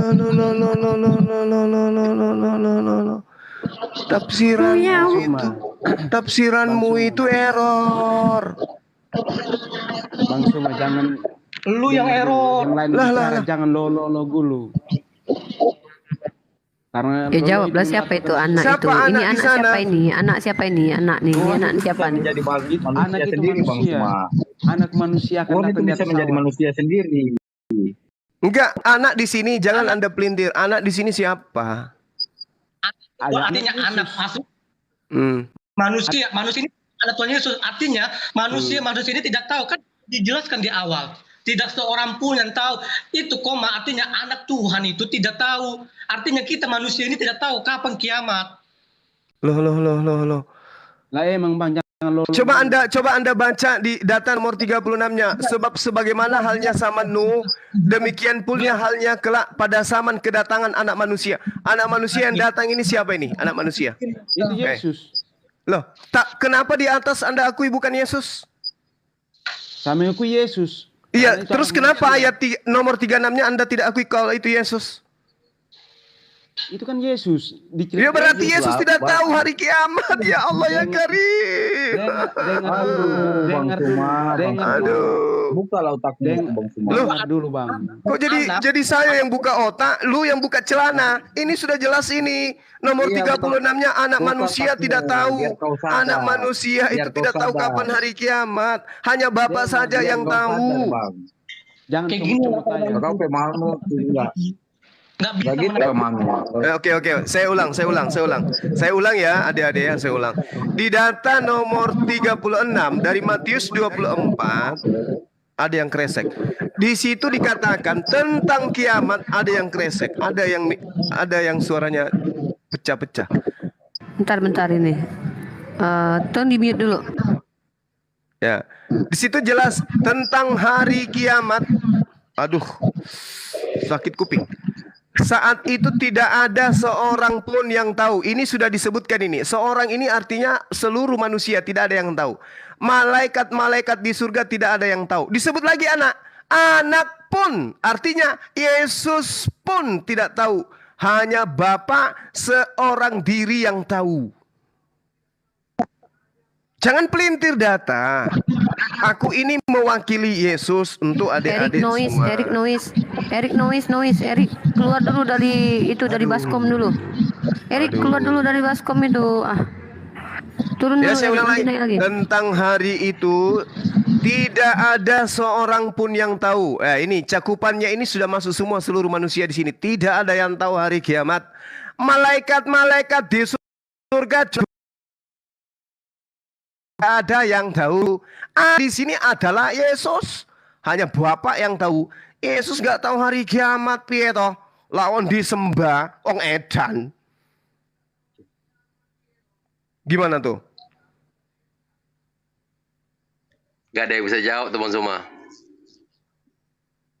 Iya, makanya kita Daniel nih Muslim ya? Muslim. Oke, saya turunkan ya. Saya carikan Nonis ya. Salam kenal ya saudaraku dari Dahnia. Maaf ya, Uni Rifanya agak kejam. Kalau Jelas kenal, sekali diterangkan di dalam kitab saudara sendiri Yohanes 16 nomor 14. Ia akan memuliakan aku. Sekarang siapa yang memuliakan Yesus? Paulus atau baginda Rasulullah Muhammad sallallahu alaihi wasallam. Ingat di dalam Yohanes 16 dari data 7 sampai data nomor 15 jelas sekali dikatakan roh penolong lain, roh penghibur yang akan datang setelah aku adalah oknum yang memuliakan aku. Yang memuliakan Yesus di sini siapa?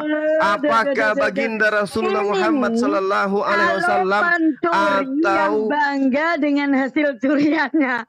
Nggak tahu apa-apa tapi sok keluar-keluar. Pencuri yang bangga kalau bisa nanti menjawab pertanyaan Bang Zuma dinikahi sama Ustadz Wafi ya.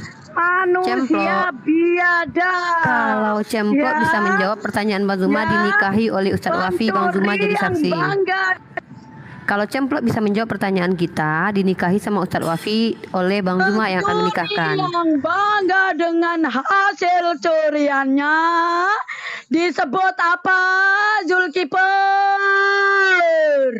Ya, pencuri yang bangga dengan hasil curiannya disebut apa? Zulkifler. Manusia biadab. Ya, manusia biadab. Ya, ini nih ya. Oke, saya itu jelaskan. tadi adalah intermezzo pertunjukan tentang aktualisasi iman. Saya jelaskan siapa yang mencuri di sini. Pertama, Perjanjian Lama kitabnya orang Yahudi. Itu yang pertama dulu, kitabnya orang Yahudi yang diambil oleh Kristen. Oke. Di dalam kitabnya orang Yahudi dikatakan Yehezkiel 44 nomor 9. Haram hukumnya orang Kristen masuk ke bait suciku. Itu satu. Jadi mencuri. Ya. Kedua, perjanjian baru. Perjanjian baru. Dan itu mencuri. Anda itu salah, itu fatal itu. Nah, dari mana Anda mendapatkan perjanjian baru lama? Kitabnya siapa itu? Itu kitab Yahudi ya. Pada kenapa masuk ke dalam zona Kristen? jelasin lu ngoceh-ngoceh. Kenapa masuk ke dalam zona kitabmu? Kenapa? Suma. Coba tunjukkan legalitas kitab perjanjian lama itu untuk non Yahudi itu tertulis di mana? Tunjukkan Halo, saya. selamat pagi semua. Ayo. Halo, assalamualaikum warahmatullahi wabarakatuh. Iya, ini muslim non muslim? Adonai menjawab. Ya Adonai ya pasti Kristen dong. Oke, Eva. Oke. Mungkin Anda bisa Karena begini, tadi saya sudah bisa mewakili yang lain. Coba Adonai menjawab. Saya tanya sama Anda. Tunjukkan legalitas kitabnya para nabi Yahudi untuk non Yahudi. Di mana itu tertulis? Legalitas kitabnya apa Pak? Mohon maaf pelan-pelan Pak, pelan-pelan. Legalitas kitabnya Yahudi itu bisa digunakan oleh orang-orang kafir. Itu di mana tertulis? Orang-orang kafir nih siapa dulu nih Pak? Orang-orang kafir adalah orang-orang yang tidak bersunat. Galatia 2 nomor 14. Oh begitu, saya bersunat sih Pak, jadi saya nggak bisa. Berarti Anda melanggar aturan Paulus. Enggak Pak, karena kalau bersunat Yesus tidak berguna bagimu jika kau menyunatkan dirimu. Galatia 5 nomor 2. Ayo, bingung itu dia kalau bagi dua. dimaknai sebagai penebus.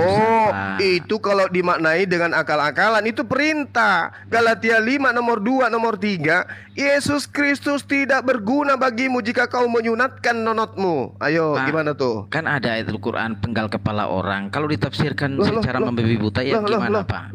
Kenapa larinya? Ini berbicara mengenai sunat. Coba kamu jelaskan. Iya Pak. Coba kamu jelaskan ke saya. Coba. Harus menerima penjelasan orang lain Coba juga. kau jelaskan apa maksud Galatia 5 nomor 2 nomor 3. Silakan. Maksudnya kan Bapak juga harus menerima penjelasan orang. Ya silakan Anda jelaskan. Kan saya bersunat. Ya kan saya bersunat.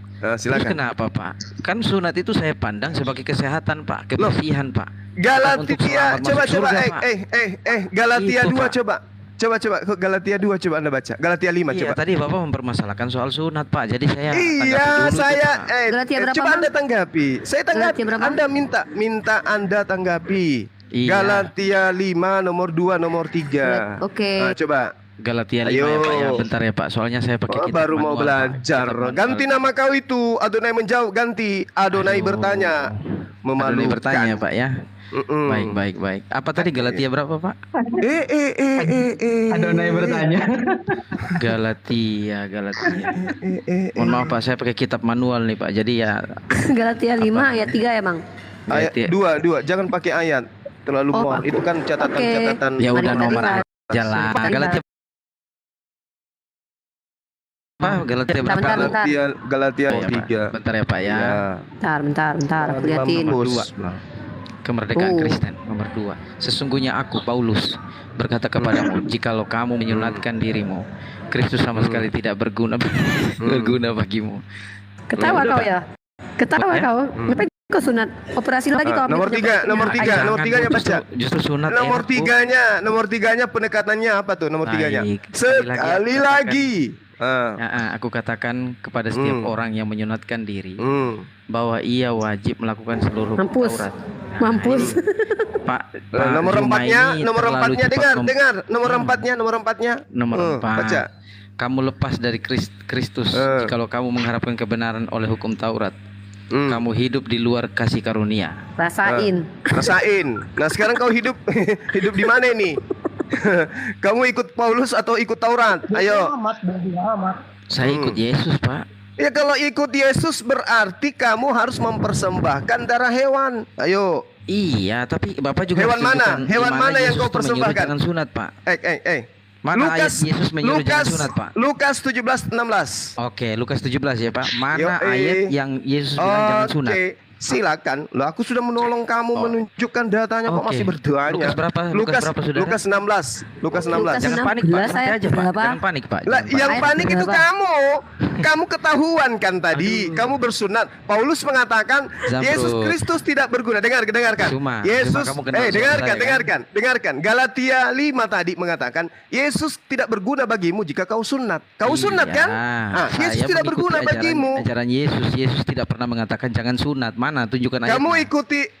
Kau ikuti Paulus atau ikuti Yesus? Yesus.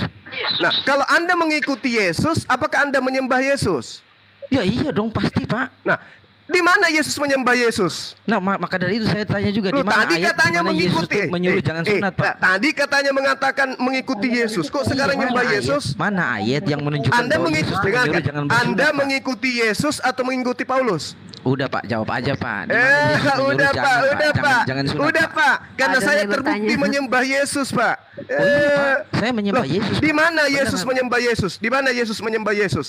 Loh, iya saya yang menyembah Pak. Kalau Yesus menyembah Loh, Yesus ya nggak mungkin berarti lah, Pak. kalau Anda dengarkan.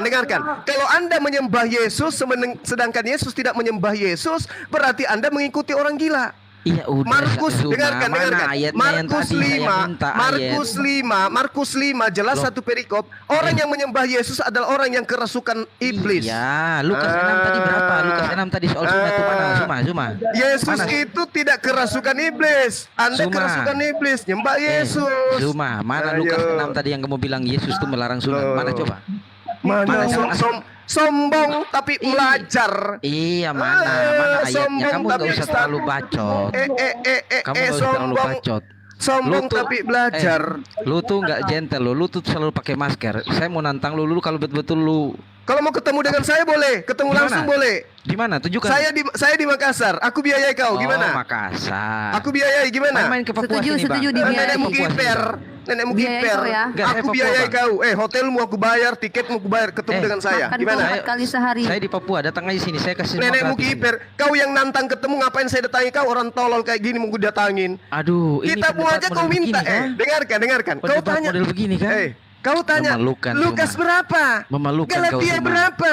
Habis itu Zuma. saya yang datangi kamu. Tadi kau Gitu. yang menyebutkan Lukas 16. Nenekmu Jadi kiper. saya tanya, Lukas 16 itu yang berapa? Yang Yesus mengatakan Nah, jangan ini sunat? yang saya mau datangi ke Papua. Yang masih bertanya ke saya gitu.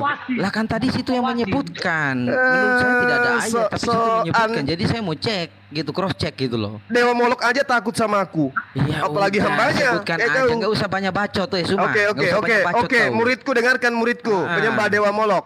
Lukas 16 nomor 17. Yesus memerintahkan sunat. Paham? Saya baca ya, saya baca ya. Lukas Baca kalau 16 perlu bakar debunya kau telan. Lukas 16 ayat 17. Lebih mudah langit dan bumi lenyap pada satu titik daripada hukum Taurat batal. Mana? Mana Yesus mengatakan suruh sunat? Nomor 17, di dalam Lukas 16 nomor 17, lebih mudah langit dan bumi lenyap daripada satu titik Oke. dari hukum Taurat batal. Oke? Ya terus masalahnya di mana? Tidak ada. Masalahnya di mana? Kejadian 17 nomor 7. Lari lagi ke sana.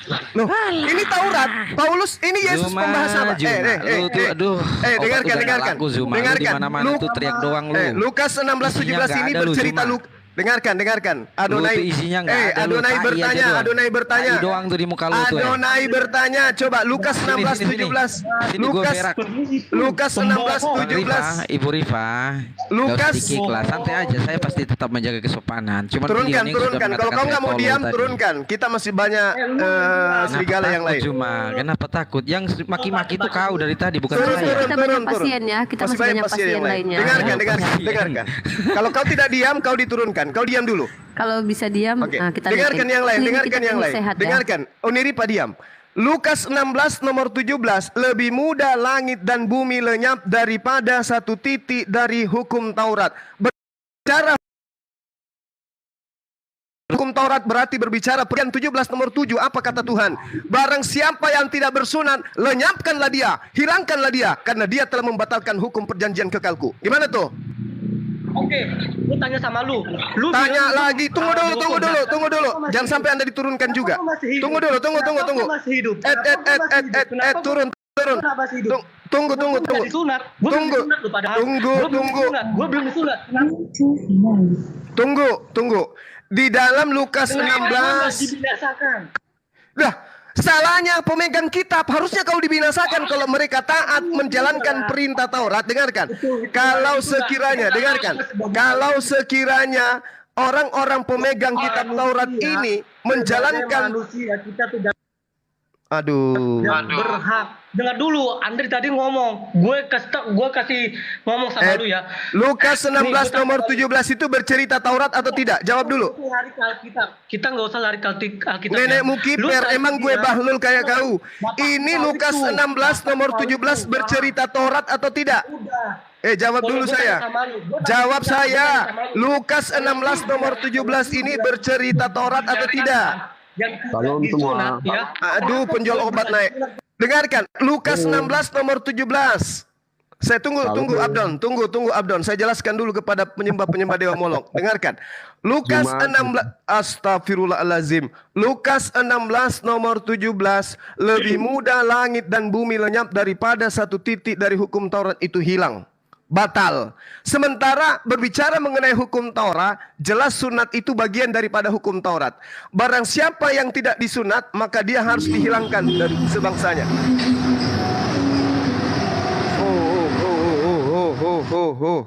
Tadi si bocil itu mengatakan, saya masih hidup, padahal saya tidak sunat. Itu karena Anda bukan Bani Israel. Kalau Bani Israel, semua sunat. Lah kamu Bani Kampret, siapa yang mau nyunat kamu? Enak kali. Saya masih hidup, saya tidak disunat. Lah, memang hukum Taurat itu bukan untuk kalian, tuyul. Itu untuk Bani Israel. Makanya tadi Anda menuduh kami merampok. Terbukti kalian merampok kitabnya orang. Tapi yang suka-suka Anda pakai. Yang Anda tidak suka Anda nggak pakai. Perintahnya imamat, jelas. Perintahnya Musa, jelas. Perintahnya Yesus, jelas. Persembahkanlah persembahan yang diperintahkan Musa. Apa itu? Hewan kurban. Kalian mempersembahkan anak Maria. Kepada siapa kalian persembahkan anak Maria ini? Tuhan gak mau. Tuhan kami gak mau. Darah Yesus menebus kalian kepada siapa? Dewa Molok. Kalian itu penyembah Dewa Molok. Paham itu? Lanjut. Halo. Ya, kita sapa dulu. Assalamualaikum Bang Ali, Shalom Pak Tema dan Rich Michelle. Pak Tema, suara Anda noise sekali. Jadi nanti kalau tidak berbicara tolong di mute ya. Oke, kita sapa dulu Pak Tema dan Rich Michelle. Silahkan, mau mengangkat tema atau mau bertanya? Silahkan.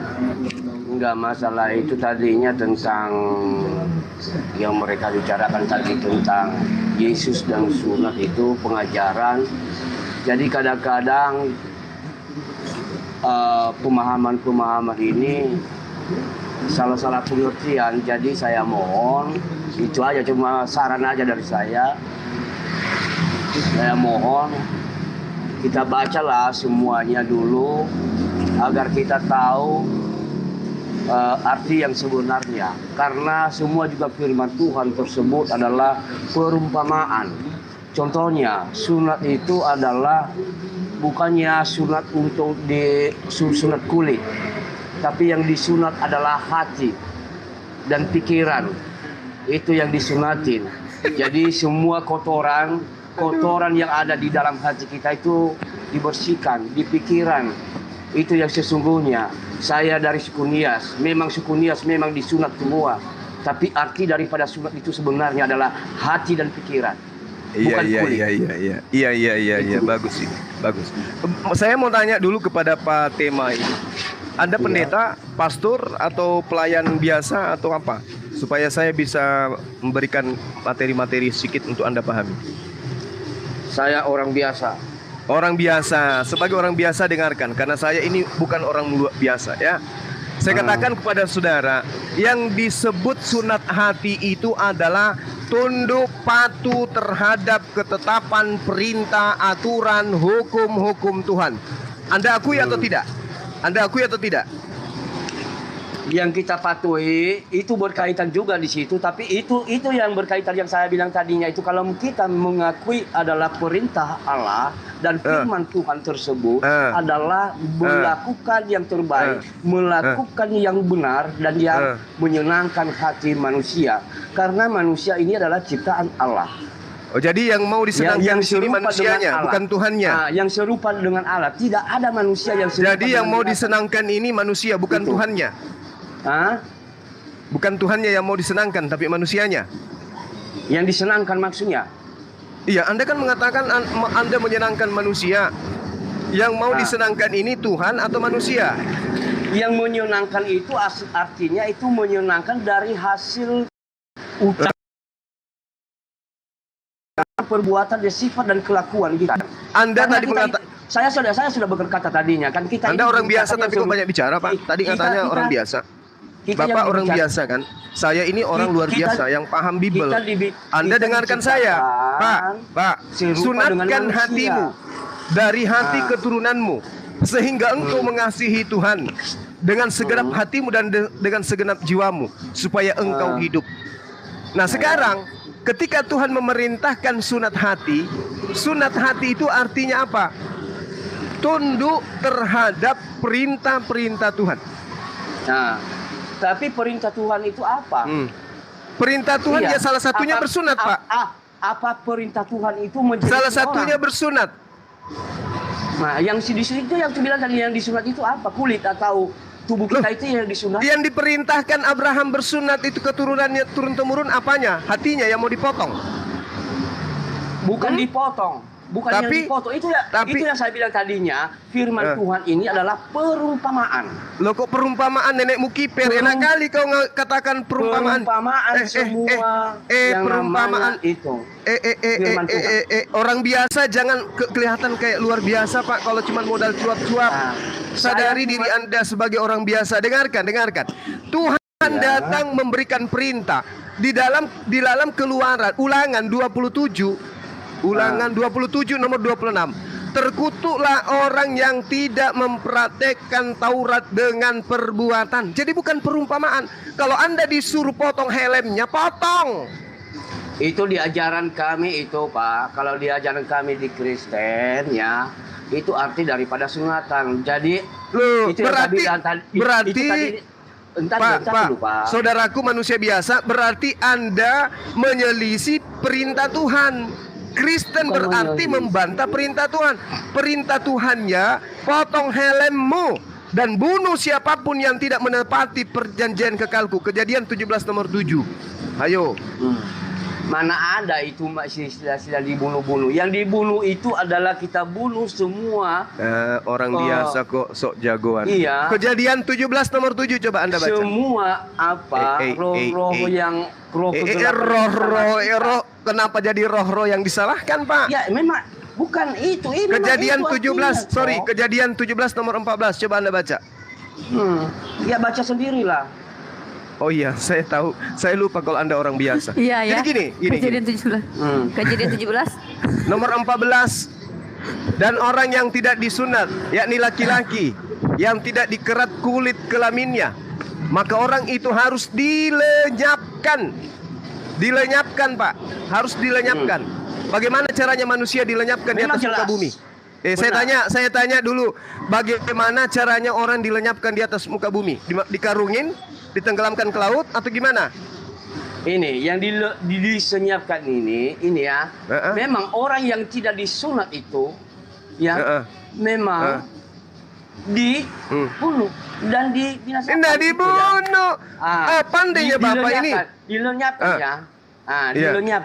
Dilenyapkan itu istilahnya yang tidak disunat itu dilenyapkan. Itu hati yang kotor, hati yang tidak baik itu dilenyapkan itu. Nenekmu kiper, Pak. Aduh, Bapak inilah banyak cerita.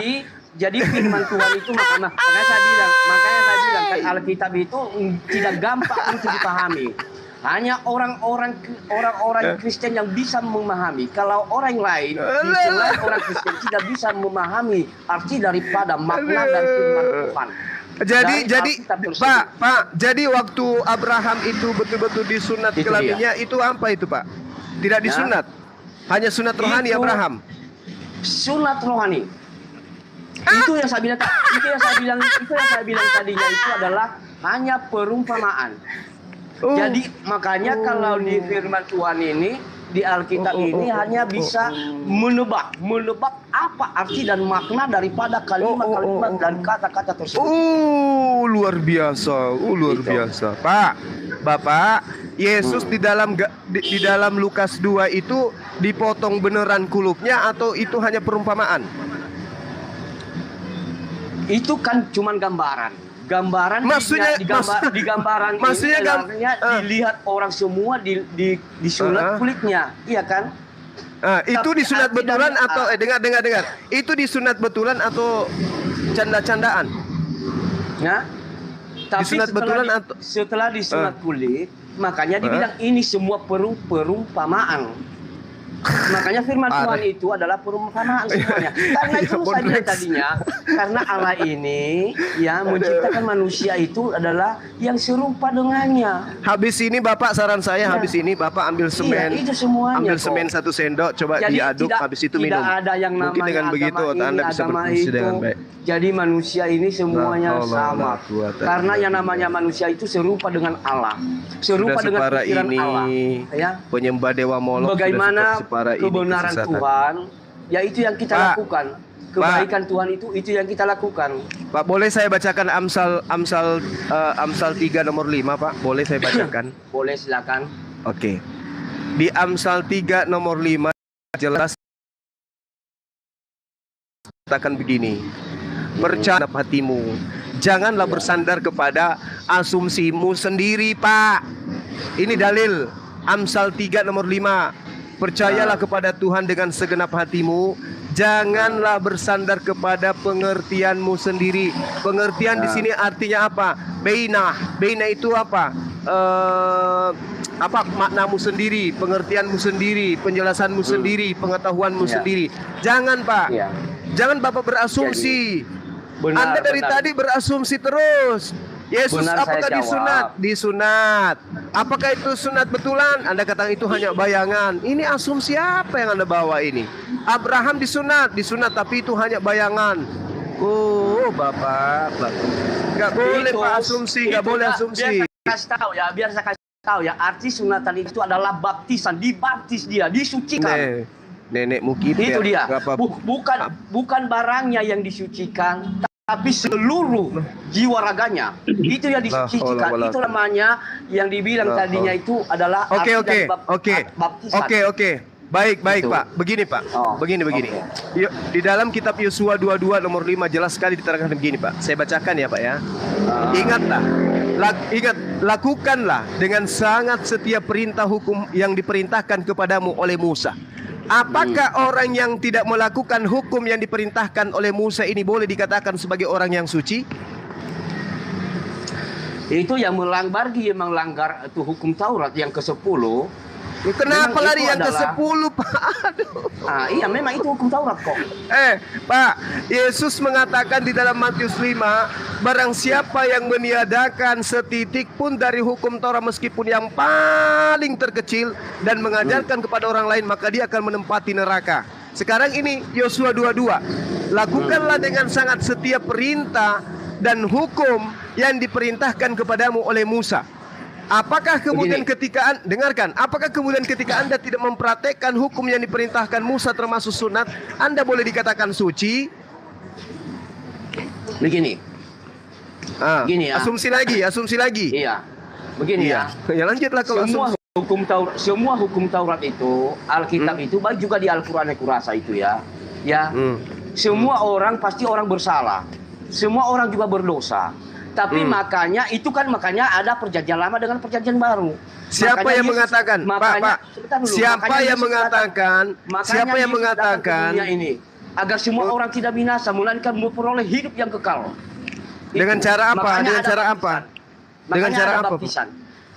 Nah, setelah Yesus baru ada baptisan, dihapus semua, disucikan.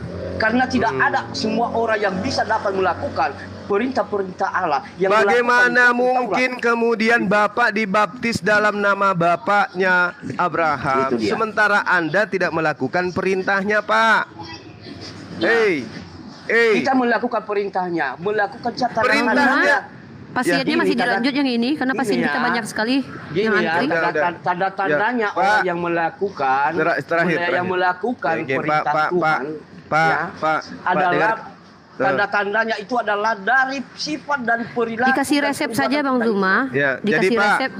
Bapak, ini saya kasih resep ya Pak. Di dalam Yosua 22 nomor 5, lakukanlah dengan setiap perintah dan hukum yang diperintahkan kepadamu oleh Musa, hamba Tuhan itu, yakni mengasihi Tuhan hidup menurut segala jalan yang ditunjukkannya, hidup mengikuti perintahnya, hidup terpaut padanya, hidup berbakti kepadanya dengan segenap hati dan dengan segenap jiwa. Itu baru bisa selamat. Kalau Anda tidak mengikuti ketetapannya, tidak hidup menurut jalan yang ditunjukkannya, Anda hanya bermimpi, Anda hanya berhalusinasi. Oke, kuncinya di sini Pak dari Pak Tema, izin Pak Tema. Nggak ada kunci, nggak ada kunci. Pak Tema, mohon maaf. Suster Ajaran Rifa dogma ingin bicara. gereja tidak Suster laku Rifa di mau sini. bicara. Jadi pasien kita sangat banyak sekali di bawah. Sudah ada sekitar 250 orang yang antri. Jadi Pak Tema kita tidak mau buang-buang waktu karena dokter-dokter kita ini punya banyak urusan. Satu Pak lagi Tema. pembahasan itu hanya satu aja. Ini Oke. Ya nanti tolong diminum obatnya 3 kali sehari ya. Silakan Pak Tema. Boleh. Silakan Dokter Zuma. Gini, kalau kita mengasihi Allah, bagaimana cara kita untuk mengasihi Allah itu adalah harus kita mengasihi sesama juga kita manusia. Ya, itu dia. Kalau Jadi Anda dengarkan kalau Pak, kita dengar tidak mengasihi sesama manusia, berarti sama aja artinya tidak mengasihi Allah. Bapak, kalau Anda mengasihi istri dan jangan orang lain dulu, istri dan anak-anak Anda dulu. Kalau Anda mengasihi anak istri Anda akan mengajarkan mereka untuk taat kepada hukum Taurat. Selesai, udah selesai. Jadi hanya Udah. istri sama anak. Orang lain boleh kita Jangan kasihi. ke orang lain dulu, ke anak aja dulu. Kalau Anda sudah sudah pasti kok. Memang sudah pasti kalau keluarga itu memang kita kasihi. Apakah Anda memerintahkan anak Anda untuk bersunat? Nah, ya diajari. Apakah mereka bersunat sementara bapaknya enggak? Bersunat Bapak sendiri bersunat. Makanya kalau saya tanya sana, kalau di keluarga Bapak saya sendiri bersunat. Semua. Kenapa saya bilang sudah disunat? Sudah disunat hatinya, sudah disunat pikirannya. Nenek Mukiper udah turunin. Nanti Bapak masuk ke surga rohani aja ya. Pak, tolong diminum obatnya 3 kali sehari ya. Semoga lekas sembuh. Baik, kita masih banyak pasien lainnya dan saya harap pasien-pasien kalau kalian tidak bisa sembuh, kami hanya berikhtiar. Kesembuhan hanya datang dari Allah. Baik, silakan pasien selanjutnya.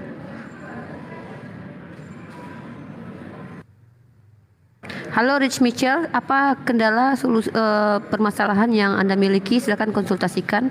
Ada 3 dokter yang praktik pada siang kali ini. Ada Dokter Zuma, Dokter Ali, dan Dokter Wafi. Dinda Wafi dan juga Bang Ali, minta tolong Dinda, saya 10 menit di sini udah azan. Tolong dokter yang lain jangan malas-malasan ya. Kalian nanti saya potong gaji nanti. Silakan dilanjut. Saya tetap monitor, saya ibadah dulu sebentar. Oke, silakan Rich Mitchell dikonsultasikan penyakit dalam atau penyakit luar Anda kepada dokter kita yang sedang praktik. Ada Dokter Bang Ali, Dokter Bang Zuma, dan Dokter Wafi. Tapi Dokter Zuma sedang beribadah. Bang Zuma ini tipe dokter THT dia unik. Bagian yang budek-budek sama ngeyel-ngeyel. Baik, silakan. Kita sapa dulu Thomas. Anda adalah Muslim atau non Muslim? Dari nama Christianable banget sih, Thomas. Muslim dan Muslim, jangan takut-takut bertanya di klinik kita karena dokter kita adalah dokter yang sudah profesional. Thomas, tidak akan ada malpraktek di sini. Thomas, halo. Oke, silakan. Siapa dulu? Sorry, Anda antrian yang kedua ya. Sebelumnya ada Rich Michelle. Silakan Rich Michelle. Halo. Bacanya gimana namanya itu? Rich Michelle. Ya jangan diperkosa tuh nama tuh. Apa jadinya Rich Michael? Silakan Rich Michael. Biasa aja. Oke Rich, silakan dikonsultasikan apa ya keluhan-keluhan Anda baik luar dan dalam. Silakan kepada Dokter Ali atau Dokter Wafi. Ini dokter apa ini, saya nggak paham kata-katanya. Dokter apa Ustaz? Dokter jiwa, dokter jiwa dan dokter rohani. Silakan. Rich Michelle. Kalau dokter gila berarti yang nonton orang gila semua nih. Masa kalau dokter Ustaz Ali bukan dokter beliau khusus sunat hati. Oke, dokter sunat hati. Silakan Rich Michelle, jikalau Anda ingin membahas tentang teknis dan sarkas di sini, saya rasa buang-buang waktu. Silakan masuk ke ranah konsultasi saja. Silakan, ada yang ditanyakan? Boleh nggak kalau saya bertanya tentang Al-Quran ini? Monggo, akan sangat senang sekali hati kita karena kita memang adalah dokter rohani. Silakan. Oke, jadi saya mau coba bertanya.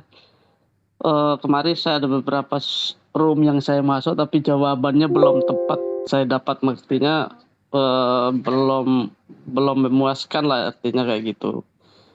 Pertanyaan saya yang pertama, sesuai perdebatan yang ada di ini ya, saya nonton di Buya ya, Buya Sakir ya, kalau nggak salah ya. Apakah benar Siapa di itu dalam Buya Sakir? Iya, Ustaz kalau nggak kiai ya? Jangan dibaca Jer, Syakur. Oh, Syakur ya, iya Syakur. Tadi nama saya aja dipelintir, saya nggak masalah. Itu ya, Buya itu ya. Apakah benar sesuai dengan pernyataannya beliau di dalam Ka'bah itu ada gambar Maria yang menggendong Yesus? Itu aja dulu. Silakan dokter yang berpraktek, jangan malas-malasan ya. Nanti gaji saya potong. Ustaz Ali, Fatul Ustaz Ali, bagian sunat hati ini Ustaz Ali. Banali, dokter Banali, monitor. Dokter Banali, oke. Diganti dulu, Ustadz Wafi dulu. Wah, ini malas-malasan dokter satu ini ya. Aslinya saya bagian dokter hewan, khusus domba gitu, tapi tidak apa-apa. Jadi kalau ditanyakan di Mekah, Mas Rich ya, di Mekah apakah ada gambar itu hoax, bohong. Kita bisa buktikan sekarang ada apa enggak, hoax, bohong itu. Itu jawabannya, Mas Rich. Oke, jadi mungkin saya dipertunjukkan hoaxnya karena itu saya terus terang ya, saya belajar juga sih, cuman belum terlalu paham. Jadi mungkin teman-teman yang Islam di sini juga berikan jawaban yang tepat, karena takutnya saya salah mendengar di YouTube, terus saya menjadi asumsi nanti yang melebar kemana-mana.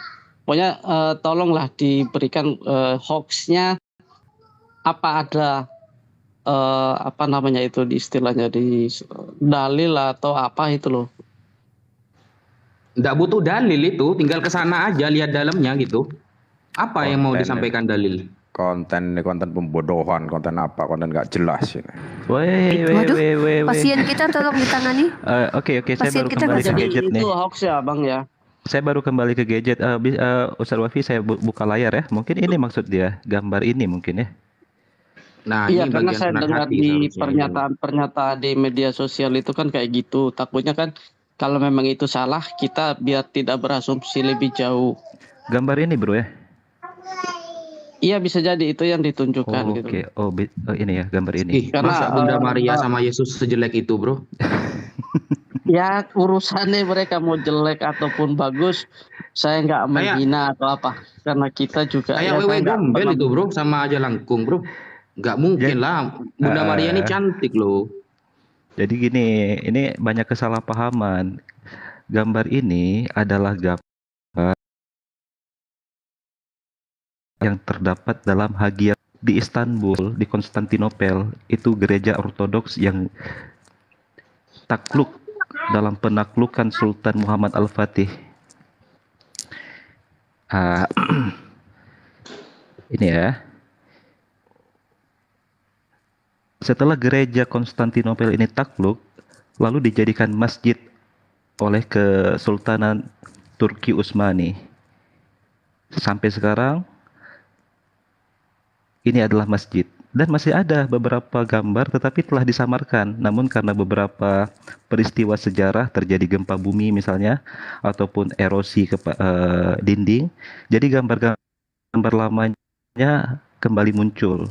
Jadi beberapa orang salah melihat seakan-akan ketika ada Allah, ada kata Muhammad, mereka kirain ini gambar dalam Ka'bah.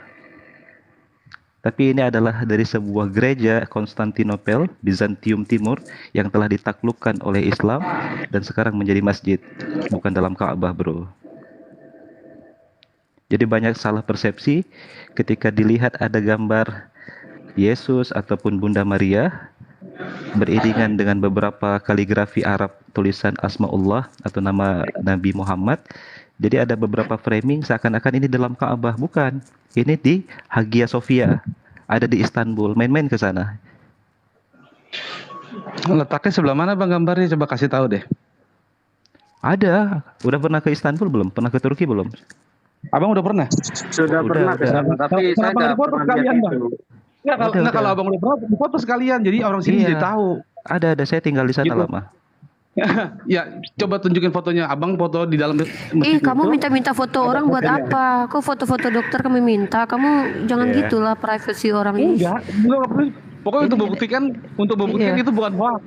Jadi membawa Kamu hoax datang dengan aja lo ke data sana gitu. kalau kamu gini loh, Bre, kita sini dokter, kita memberikan Kalau dokter diagnosa. memberi alasan dengan asumsi, Kok asumsi? Buat Itu udah apa? foto Oke. jelas gitu. Nggak ada isinya. Untungnya saya lupa waktu sampai ke sana dulu foto ya. Ini fotonya nih. Ini fotonya di ruangan ini baru. Michael, di sini ada 2 Michael ya. Tolong di sini Anda. Biar nanti. Ya oke, Michael, tolong Anda bertanya saja karena ini adalah klinik akal sehat. Jangan tantrum. Kita punya dokter anestesi. Ada yang bawa obat ini nggak? Bius nggak? Tolong dong. Silakan Michael. Oke, jadi kemarin saya dengarnya itu beliau ada membawa hadis gitu loh. Berarti Ini, bro, memang bro. hadis kita tidak 100% untuk mempercayakan hadis yang dibaca sama Buya Sakur itu ya. Kalau Ini memang gambar itu benar hoax gambar ya. Bunda Maria dengan Yesus baby. Tapi ini bukan di dalam Ka'bah, ini di Kubah Hagia Sophia. Hagia Sophia itu adanya di Istanbul dan dulu memang Ka'bah itu adalah itu gereja. bentuknya kotak, bukan blunder kayak gitu. Nah, Iya. maksud saya begini, ini kan fakta sejarah ya. Kita fakta sejarah mungkin saja memang ada di situ dan juga mungkin memang ada di dalam Ka'bah itu. Mana Ada faktanya? dalam Ka'bah. Itu, makanya yang pengen gila saya kamu. tahu berarti kita nggak percaya sama hadis yang dibacakan sama Hadis Buya itu apa? tadi ya. Hadis apa? Dia ada Itu bicara saya hadis lupa. itu loh. Wah, ini Hadisnya. Udah Buya pasien- Sakur itu pasien udah lain dong. bicara hadis. Dia cuma cerita itu, makanya nonton YouTube itu sambil disimak, dicatat gitu loh. Oke, silakan Oke. dokter disiapkan resepnya. Diagnosa sudah selesai, silakan resepnya. Terus saya mau bertanya lagi, boleh nggak ya? Silakan, masih boleh. Pertanyaan yang anu lah, nggak usah nanya gambar-gambar lah, nanya apa Pertanyaan gitu. yang sulit gitu ya, tolong pertanyaannya sulit. Di satu sisi kan saya tidak pernah menjelekan agama manapun. Saya kepingin belajar dan cari tahu karena takut salah ngomong nanti kan nggak bagus juga. Kayak tadi kayak Bang Suma itu kan dikatakan kita orang Kristen ini kan menyembah apa tadi dewa apa tadi kata Bang Suma itu? Dewa Molok. Dewa Molok. Saya juga nggak tahu itu Dewa Molok. Iya, gimana. karena cuman Dewa Molok yang menginginkan darah manusia. Oh memang ada ya. Ada. Nah, itulah asumsi Bang Suma karena itu kita punya keimanan janganlah beritakan kayak gitu itu nggak bagus Dewa lah, Molok nggak itu Islam menyukai darah manusia, pengorbanan anak manusia. Nah, Tuhan kamu sama, menyukai persembahan manusia juga. enggak lah. Buktinya yang dikorbankan buat dosa kalian anak manusia atau anak apa? Itu teman-teman di Islam ini kan ya karena mungkin ada kebencian akhirnya. Oke, silakan dalam kamu persepsi- konsultasi kepada dokter-dokter yang sedang praktik. Saya hanya Iya. suster di sini mengarahkan saja. Karena di sini adalah tempat kalian bertanya, jangan curhat. Ini bukan curhat, saya kan tadi bertanya toh, makanya tadi saya bertanya itu tadi yang saya info. Terus pertanyaan saya sekarang mengenai poligami kalau boleh. Boleh. Itu spesialnya itu ada Ustadz Wafi, Dokter Wafi ya. Silakan Iya, tanya iya, poligami karena- sepuasnya kepada beliau. Tolong mungkin saya minta penjelasan tentang poligami ini kan seperti yang kita ketahui sekarang ini kan banyak sekali perdebatan poligami diperbolehkan di dalam Islam. Ya silakan Dokter Wafi untuk menjelaskan tentang poligami ini. Sekali yang jomblo diam dulu ya, yang poligami dulu jawab ya. Monggo ya. Jadi gini, poligami itu hukumnya boleh. Boleh itu bahasa Arabnya jaiz. Tidak sunnah, tidak makruh, tidak wajib. Boleh. Seperti apa contohnya? Seperti makan. Makan itu hukumnya boleh, kan begitu. Jadi poligami itu boleh. Dan ayat yang sangat jelas menerangkan tentang poligami dan wajib satu kalau takut tidak adil itu hanya ada di Islam.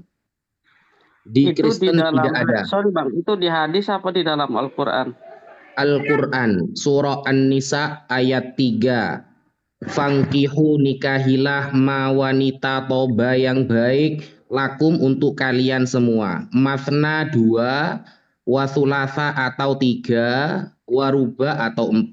Tetapi wa in khiftum alla ta'dilu, kalau kalian takut gak adil, fawahidah, maka cukup beristri satu saja. Gitu saudara yang terkasih, semoga Anda dijamah oleh Tuhan. Oke, terus kemudian lanjutannya Bang ya. Kalau memang itu ada di dalam Al-Quran ya, diperbolehkan berpoligami. Artinya kalau seperti yang kita ketahui, saya boleh tanya saja, saya nggak tahu benar apa nggak. Boleh nggak saya tanya berapa sih istrinya Nabi Muhammad? Istri Nabi Muhammad Sallallahu Alaihi Wasallam niku kathah banyak, Mas. Banyak. Aish, iya. Nah, lebih dari 4. Itu Bang, apakah benar itu Nabi Muhammad, benar apa salah? Biar saya tidak salah memahami, biar bukan saya mau ini ya. Apakah benar beliau menikah yang umur 9 tahun itu? Benar apa salah itu? Iya, Bang. Iya, betul. Benar ya? Kenapa rupanya? Oh, enggak masalah. Cuma saya mau memastikan saja. Karena itu kan saya dengar di YouTube. Kalau dari dokter-dokter ini memang menyatakan iya, saya terima kasih banget. Berarti itu memang benar. Iya. Di Bible Ishak menikahi Rifqah aja umur 3 tahun loh. Iya, di Kejadian itu ada ayatnya. Oke ya. Jadi itu saja pertanyaan saya sementara. Terus mungkin dilanjut sama Mas Michael dulu. Bang, semuanya masih kalau boleh saya bertanya, Mas. Kalau boleh saya bertanya balik, kira-kira di Bible ada nggak sih aturan menikah itu harus umur berapa? Ada nggak? Nggak ada sih. Cuman kan kalau kita di dalam itu kan mungkin budaya atau sejarah dulu ya. Kalau mungkin sekarang kayak di Indonesia kan mungkin kayak poligami dulu kan sempat tidak diperbolehkan. Cuman karena memang para ulama ini sepakat untuk ya diperbolehkan mungkin ya, makanya terjadi sampai sekarang poligami. Masya Allah. Jadi kalau nggak ada ketentuan umur, baru lahir langsung nikah nggak apa-apa toh? Bebas kok, tergantung ya toh. Kan tadi udah dibilang tuh. Bebas. Iya. Kan tadi udah dibilang kalau memang adil ya monggo, kalau merasa tidak mampu ya nggak usah, kan gitu aja beres toh. Iya. Pertanyaannya itu kan nggak ada ketentuan umur di dalam Bible. Kalau di Islam kan lengkap tuh, ada rukun-rukunnya, syarat-syaratnya, batal-batalnya, umurnya harus balik itu umur berapa, haid umur berapa. Nah, di Bible kan nggak ada ketentuan umur, berarti langsung baru lahir langsung nikah boleh itu toh? Mungkin terkadang gini Bang, perbedaan kitab-kitab ini memang penjelasannya kan beda-beda ya. Contoh kayak cerita di dalam Kejadian saja isinya berbeda, walaupun isi ceritanya hampir sama tuh. Isi cerita Kejadian waktu Adam dan Hawa jatuh dalam dosa, nama buahnya aja berbeda. Buah kuldi kalau di Islam ya, kalau kita berbeda. Buah durian. Padahal ceritanya hampir sama itu kan. Sama juga kayak cerita Kain dan Habel itu, kalau di Kristen mereka saling berbunuh saudara itu perampasan tanah. Kalau di Islam mungkin masalah perempuan. Jadi kita juga bingung nih sama kitab-kitab ini. Saya nggak mau framing kitab saya yang paling benar atau kitab Islam yang paling benar. Jadi saya cuma mau belajar. Dr. Wafi, boleh saya tambahkan bagaimana dalam literasi Yahudi tentang pernikahan anak-anak? Oh oke. Monggo Ustaz Ali, meskipun jomblo, monggo bagi saya yang poligami tak izinin. Selagi masih sanggup ajar Bang, nggak masalah. Jadi cuma saya bertanya aja. Tolong Dokter Riva dipindahkan dulu, itu mengganggu monitor kita sepertinya. Jadi ini gimana ini kok ganggu dokter ini? Tulisannya dulu. Baik, suster ngesot. Bro Michael, coba kita baca sama-sama ya. Pernah istilah katana nggak, Bro Michael?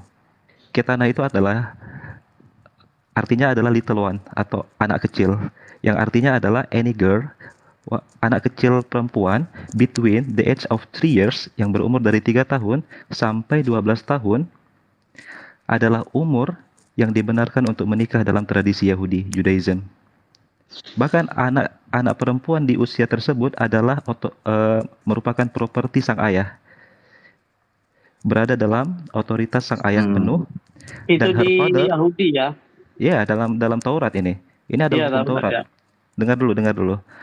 Her father could arrange a marriage for her without her agreement. Bahkan sang ayah boleh menikahkan putrinya tersebut tanpa persetujuan si putri. Ini adalah tradisi dan Selamat datang di hukum kebenaran. Yahudi. Ini hukum Yahudi, bro. Bahkan di usia 3 tahun telah boleh dinikahkan. Jadi Yesus Yahudi bukan? Mungkin itu ya dijodohkan paling ya. Masa langsung dijodohkan? dipakai umur 3 tahun mati itu anak manusia ya. Awalnya itu pacaran, bro. Lah, maksudku gitu loh, dalam logika kita sebagai manusia kan kita juga, ini kan isi kitab nih kan, itu zaman dulu banget ya toh. Tapi logika berpikir kita anak umur 3 tahun dikendu itu iso dah. makanya ketika kita melihat Justru persoalan kadang-kadang sejarah, saya juga bukan mau saya bela saya punya agama, enggak. Jadi kalau memang nggak masuk di logika saya juga ya gimana gitu loh. Itu ngomong apa barusan itu? Ya kan umur 3 tahun terus dinikahin, umur 9 tahun dinikahin. Ya itu yang kadang makanya saya terus bertanya-tanya gitu loh. tidak dalam Islam bukan umur batasannya, tapi dalam hukum Anda umur itu jelas tadi ya, 3 sampai 12 tahun itu adalah usia yang boleh dinikahi dalam hukum Taurat Anda. Itulah, Tapi makanya, dalam Islam bukan umur. Hukum Islam menentukan perempuan boleh dinikahi itu adalah tanda-tanda biologis kedewasaannya. Misalnya dia telah balik, telah menstruasi, iya, bukan angka umur, bro. Jadi kita beda, nggak boleh disamakan. Nah, jadi umur Bunda segitu Maria, kalau sudah menstruasi sudah boleh ya, saudara ya. Bunda Maria waktu nikah sama Pak Yusuf umurnya piro, bro? Bunda Maria. Enggak roh aku, bro. Aku wong Indonesia. Nah, kan di dalam fakta sejarah Pak Yusuf waktu itu umurnya 90.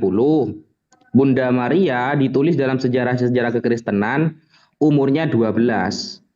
Jadi waktu itu Bunda Maria masih kelas 1 SMP, bro, di MTS Sunan Giri. Jadi iya paling apa ya? Sekolah paling dulu ya. Nggak tahu sekolah apa nggak ada nggak dulu ya kira-kira ya. Ya itu berarti kan Bunda Maria umur 12, Pak Yusuf umur 90. Nah, ini kalau juga saiki. Nah, lek saiki kan mek kakek Sugiono sing wani ngono, bro. Oke. Artinya begini, saudara, itu kan kejadian-kejadian di zaman dahulu ya. Orang-orang dulu kan memang orang-orangnya pada luar biasa semua itu ya. Nah, di situasi kondisi sekarang, ya toh. Kalau secara logika saya sih enggak masuk di akal saya sih kalau umur di bawah 9 tahun itu kalau dinikahin bahkan 3 tahun kan di dalam isi kitab-kitab itu ya. Enggak masuk di akal saya sih. Itu tradisi dari tradisi zaman itu Yahudi, tradisi kan? dari di dalam Yahudi. hukum Taurat. Makanya itu Yesus Kristus yang kita percaya ini kan dia datang Yesus untuk orang Yahudi, Rich. menggenapi. Ya. Yesus Ya, orang benar, Yahudi. ya. Jadi dia mengikuti Ya. tradisi itu. Ya, itu Karena kan dia tidak menghilangkan tradisi-tradisi orang Yahudi Iya. sama sekali. Itulah tradisi. Jadi lupa tadi apa lagi saya mau ngomong. Artinya gini, ketika dalam hukum Taurat Yesus Kristus itulah yang kita percaya ini dia datang untuk penggenapan hukum Taurat gitu loh.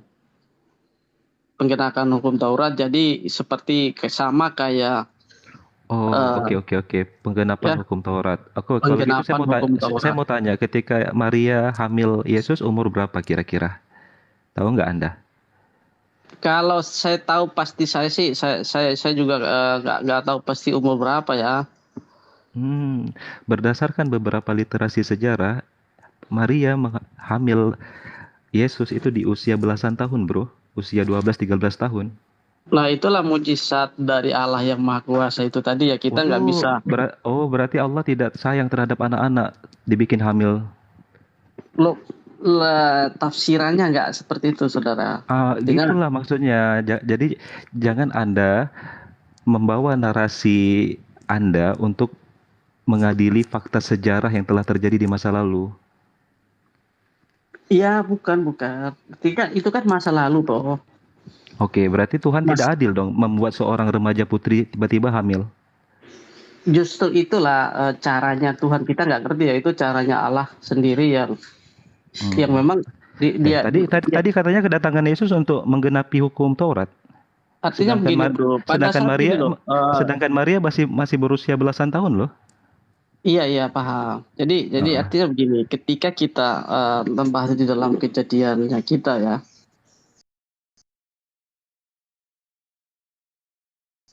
manusia ini kan benar-benar, jadi artinya hubungan manusia dengan Allah ini terputus kalau di kita ya. Udah. Framing terhadap usia pernikahan itu nggak akan mempan ketika Anda mengetahui fakta bahwa Bunda Maria hamil Yesus di usia dini. Ketika Anda tahu narasi-narasi Alkitab Anda menjelaskan pernikahan dini, bahkan Ribka dinikahi di usia 3 tahun. Jadi nggak usah angkat lagi itu. Itu adalah hal yang terdapat dalam Alkitab Anda sendiri. Benar, makanya itu Bang. Saya nggak juga mau. Maaf Bang, saya potong Bang. Saya dari tadi penasaran. Ribka di usia 3 tahun dinikahi itu dasarnya dari mana Bang ya? Coba. Karena di Alkitab sendiri saya tidak tertulis. Tidak tertulis gitu loh. Jadi kalau memang saudara-saudara lihat itu, entah itu cerita orang atau gimana, itulah ya, biarkan saja. Gitu. Silakan dokter spesialis objin, Dokter Wafi. Makanya tadi saya bilang itu Isa Masih atau Yesus Kristus ini kan penggenapan. Saya cerita dulu sedikit ya. Saya bisa tunjukin dalilnya ya. Oke. Jadi makanya tadi saya bilang ketika manusia jatuh dalam dosa, kan hubungan manusia umat ciptaannya ini kan rusak dengan Allah itu sendiri. Makanya itu untuk menggenapi hukum Taurat, terjadilah mujizat itu tadi di dalam kandungan Maria Yesus, kan tanpa ada perkawinan, dan itu juga kan diakui sama teman-teman di Islam toh. Itu tadi loh, pemahaman itu. Makanya saya tidak pernah membenci agama Islam, agama yang lain, saya cuma tambah pengetahuan. Bentar, saya tunjukin ya data Ishak itu menikahi Ribka umur 3 tahun ya. Ishak. Tapi bersabar ya. Maksudnya sabar ya. Oke, mau. Karena kan kadang-kadang nama ini berbeda-beda itu loh. Padahal manusianya satu, namanya beda-beda kadang. Oke, ada pertanyaan lain dari Rich Michael untuk Al-Quran, hadis atau Islam? Masih di seputaran situ tadi Bang. Jadi tambah dengan tadi masalah sunat itulah sama bahkan gini ya, ketika kami menelusuri usia pernikahan Sayyidah Aisyah dengan Nabi Muhammad SAW, ada beberapa riwayat pembandingnya, sehingga riwayat yang mengatakan usia 9 tahun itu adalah riwayat yang bisa kita bandingkan dengan beberapa hadis yang menyebutkan usia yang berbeda. Dan itu juga akhirnya menjadi sebuah kajian tersendiri dalam ilmu hadis, mengkaji matan namanya. Karena Sayyidah Aisyah radhiyallahu anha pernah berkata, ketika diturunkan surat Al-Qamar itu turun tahun 8 sebelum hijrah. Artinya 9 tahun sebelum dia menikah. Dia telah mengatakan dia adalah seorang fityah, seorang remaja putri. Kita katakan di usia 11-12 tahun. Maka 9 tahun kemudian dia baru menikah dengan Rasulullah, tahun 1 hijrah. 9 tahun sebelumnya turun surat Al-Qamar dan dia mengatakan dirinya adalah seorang remaja putri fityah. Oleh karena itu beberapa ulama mengatakan usia yang paling rajih terhadap usia pernikahan Aisyah adalah di usia 19 sampai 20 tahun berdasarkan beberapa perbandingan matan hadis. Bagi kami itu bukan suatu masalah karena usia pernikahan adalah dilihat dari faktor atau indikator menstruasinya, bukan pada angka umur. Begitu, Bro. Nah, masalah Ishak yang menikahi Ribkah umur 3 tahun itu, coba kita hitung, Bro. Sampean baca Kejadian 17 ya, itu baca harus satu perikop, jangan comot-comot. Di Kejadian 17 di sana dikatakan bahwa Abraham ya, lalu tertunduklah Abraham dan tertawa serta berkata dalam hatinya, mungkinkah bagi seorang yang berumur 100 tahun dilahirkan seorang anak, dan mungkinkah Sarah yang telah berumur 90 tahun itu melahirkan seorang anak. Jadi Abraham sempat tidak percaya kalau Sarah istrinya yang umur 90 tahun akan bisa memiliki anak. Itu awalnya. Lalu kita baca sampai Kejadian 17:21-nya.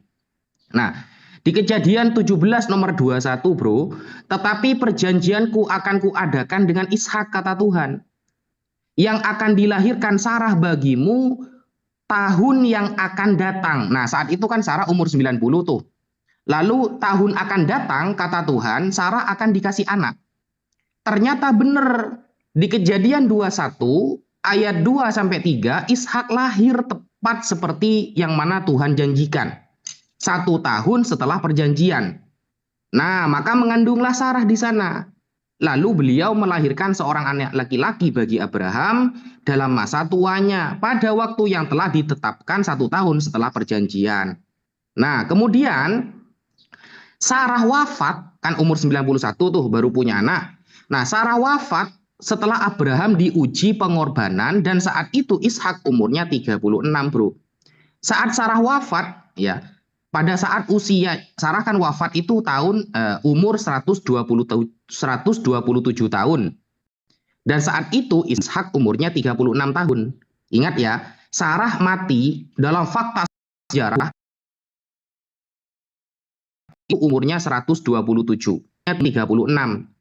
Di Kejadian 23 dikatakan bro, bahwa Sarah hidup 127 tahun lamanya, itulah umur Sarah, itu dalilnya. Kemudian matilah Sarah di Kiryat Arba, yaitu Hebron, di tanah Kanaan, lalu Abraham datang meratapi dan menangisinya.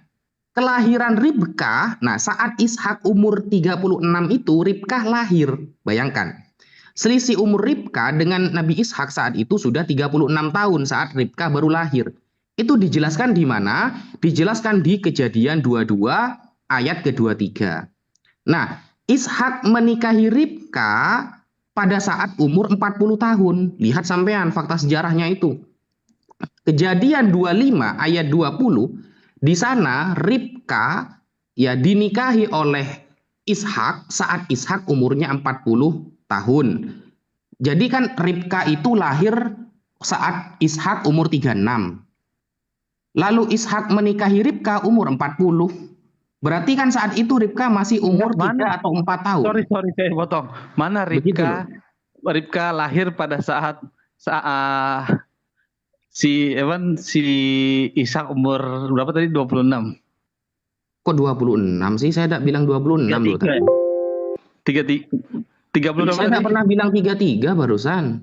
Berapa umur? Oh, enggak, biar mempersingkat aja waktunya. Berapa umur Ribkah saat berapa umur Ishak saat Ribkah dilahirkan? Saat umur 36, bro. Coba lihat di Kejadian 22 ayat ke-23. Bentar. Dan Betul memperanakkan Ribkah, ya. Dan Betul memperanakkan Ribkah. Ke-8 orang inilah dilahirkan Milka bagi Nahor, saudara Abraham itu. Iya. Nah, di saat itu apa namanya itu, siapa itu? Sarah sudah meninggal apa enggak waktu Ribkah lahir? Enggak dijelaskan di situ.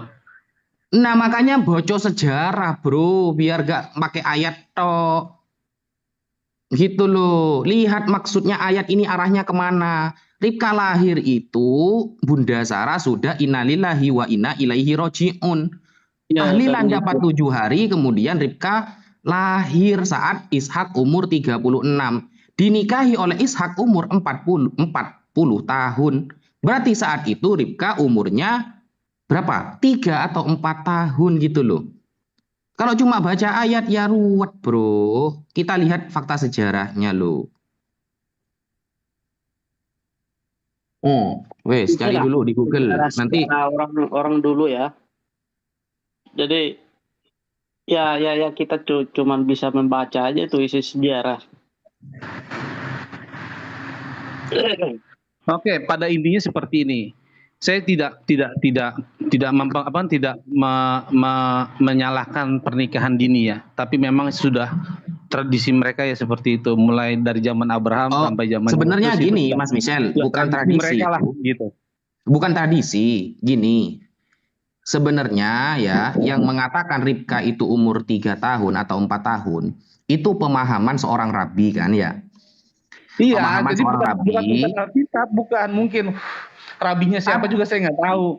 Apakah itu benar dia rabi dapat pemahaman dari mana kita juga nggak tahu. Tetapi yang mau saya sampaikan di sini adalah kalian melarang orang berbicara atas dasar asumsi. Fakta sejarah tertulis di dalam Alkitab, kalian membuatnya menjadi suatu asumsi. Nah, untuk apple to apple jangan melakukan itu. Gitu. Saya tidak membawa asumsi saya untuk masuk ke dalam ranah teologi ini. Ini pemahaman para rabi loh. Coba sampean buka di Sefaria ya. Sampean buka di Sefaria, pemahaman Rabi Rashi.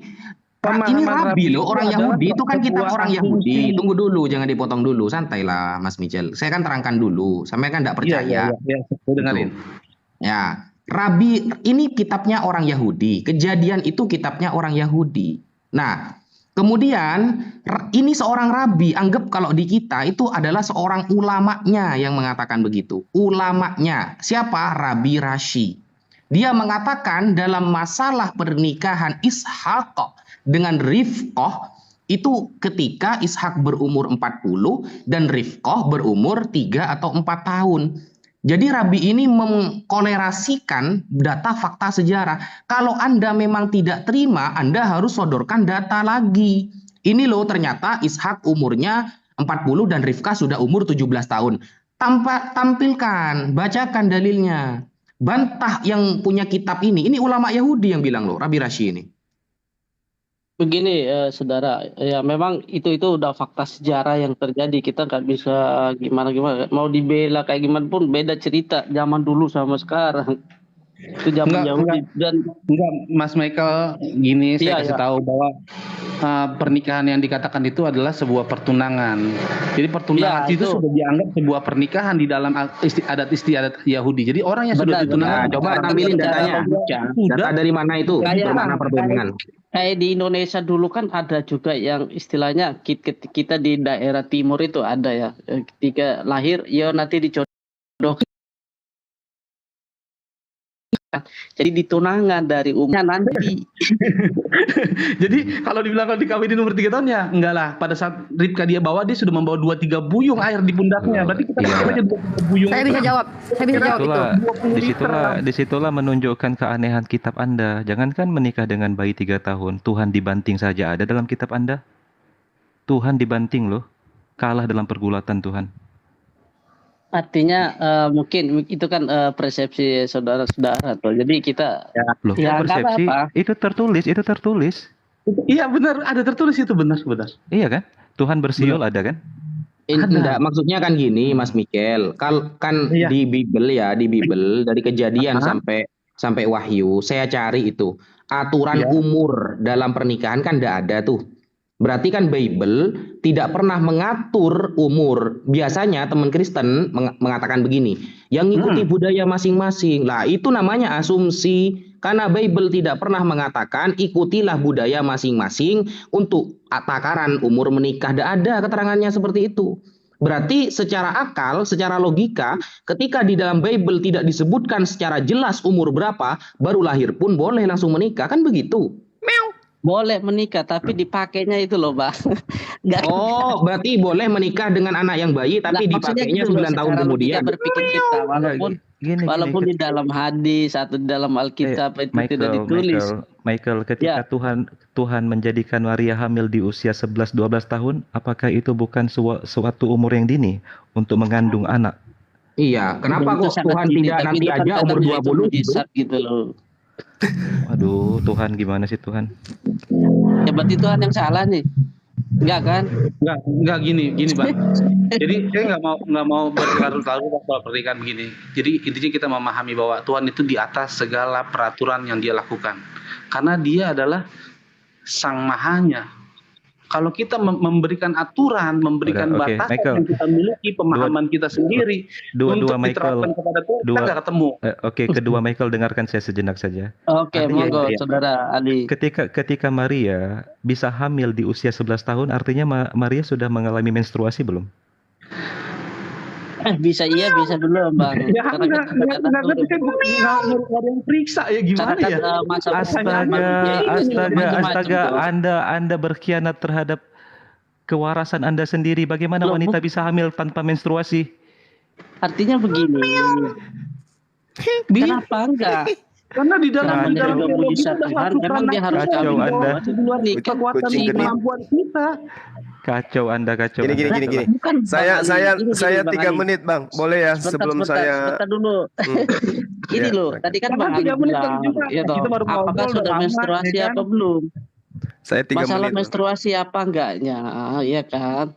Kan kita nggak tahu, makanya itu mujizat Tuhan itu kok bisa hamil loh. Kayaknya Bapak Mikir nggak tahu tuh bahwa Yesus pernah mimpi basah. Tahu nggak? Ayo. Astaga. Ya namanya juga manusia pasti mengalami. Pasti. Ya sudah kalau gitu. Ya pasti alami secara manusia karena nanti lebih panjang lagi perdebatannya nanti itu secara manusia, secara akal sehat pasti dia mengalami sebagai manusia normal ya. Kira-kira Yesus mimpi apa itu kok sampai bisa mimpi basah ya? Mimpi apa waktu itu ya? Menurut Abang mimpi ketemu siapa tuh biasanya? Ya kan kita nggak tahu juga isi mimpi apa. Kalau ditanya ke situ kan udah nggak, nanti di luar nalar kita nanti ya. Itu makanya saya bilang tadi itu mujizat yang terjadi lah. Makanya si Maria ini hamil, kita nggak tahu memang dia udah mens atau belum. Kalau secara logika dia udah umur gitu bisa saja udah menstruasi. Jangan si Maria, Muslim aja panggil dengan hormat Bunda Maria. Masa si Maria? Aduh. Ya enggak masalah kok. Yang penting kita percaya ya toh. Berarti wajar ya Yesus menikah, wajar ya, kan manusia. Iya, menurut Abang kan Yesus menikah. Menurut kita kan enggak. Tapi wajar gak sih? Kan dia manusia, wajar kan? Kalau secara lahir ya, secara manusia, ya dia datang sini kan sebagai Tuhan juru selamatnya kita, seluruh umat manusia menurut orang Kristen. Tapi kan yang lain pasti nggak terima itu. Dipersembahkan kepada siapa?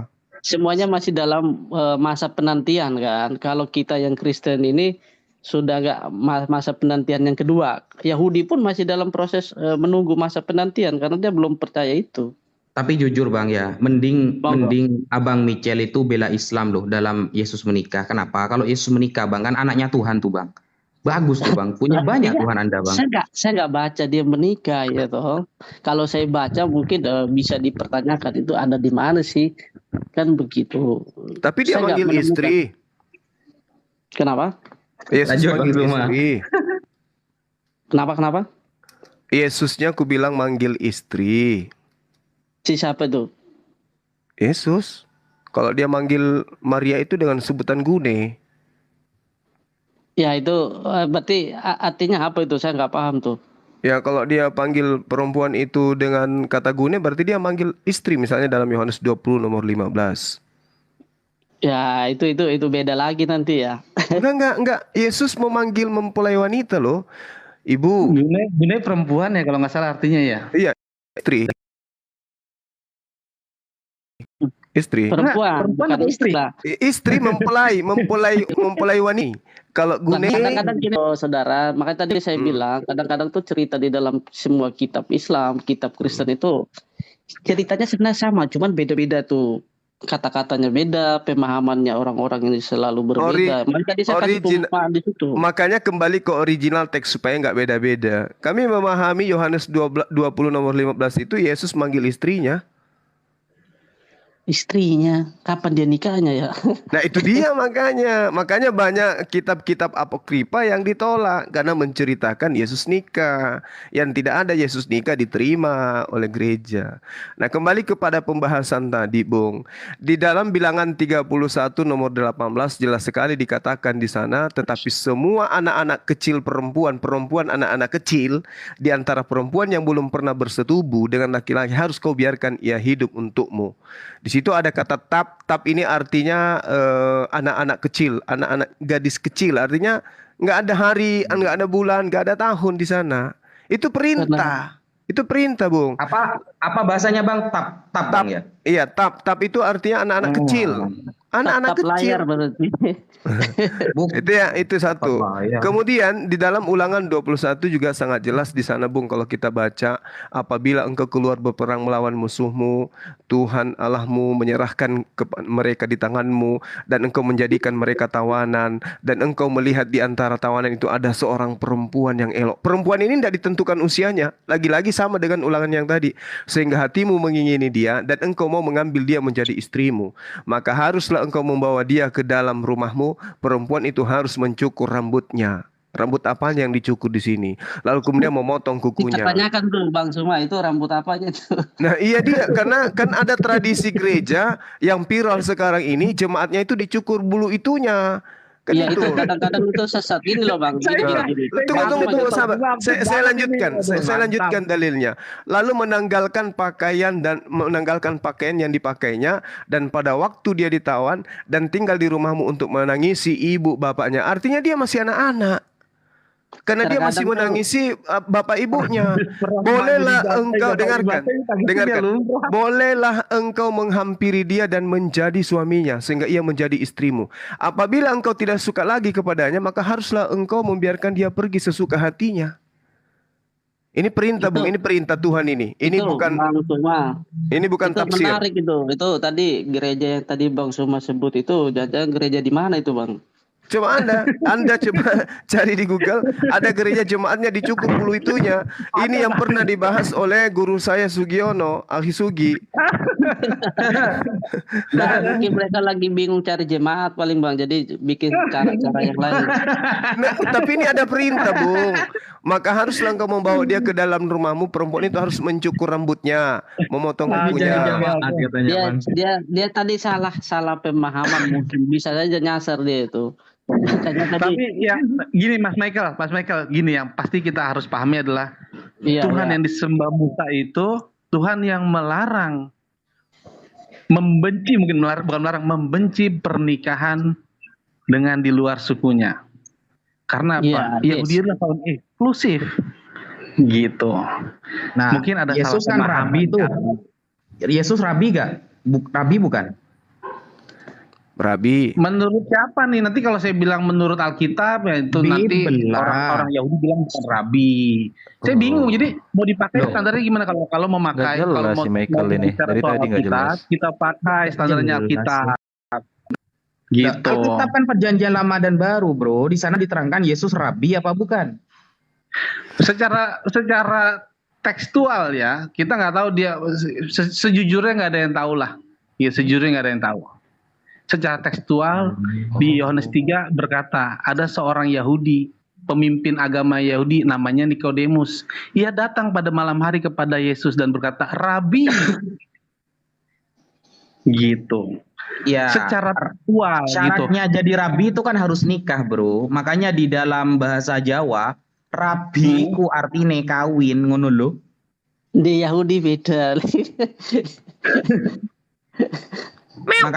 Makanya ada lagu ya tabatab wadalla Yesus nikah lagi kan gitu loh.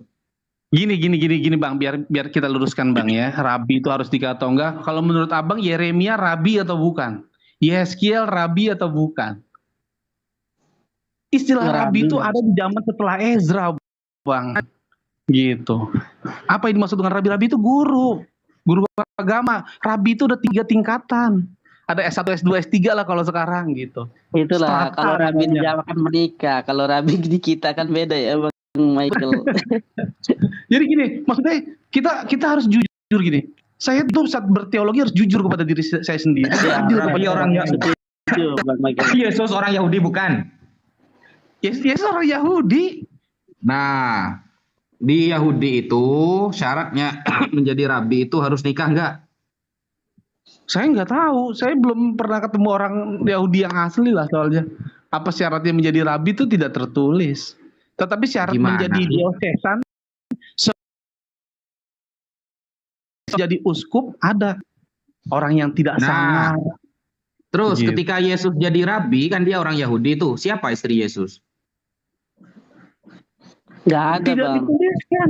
Bayangan sesuatu Tadi yang kan tidak sudah ada, dijelaskan Yohanes sudah 20:15 sesuatu Yesus yang manggil tidak istri. ada, kamu ada-adakan.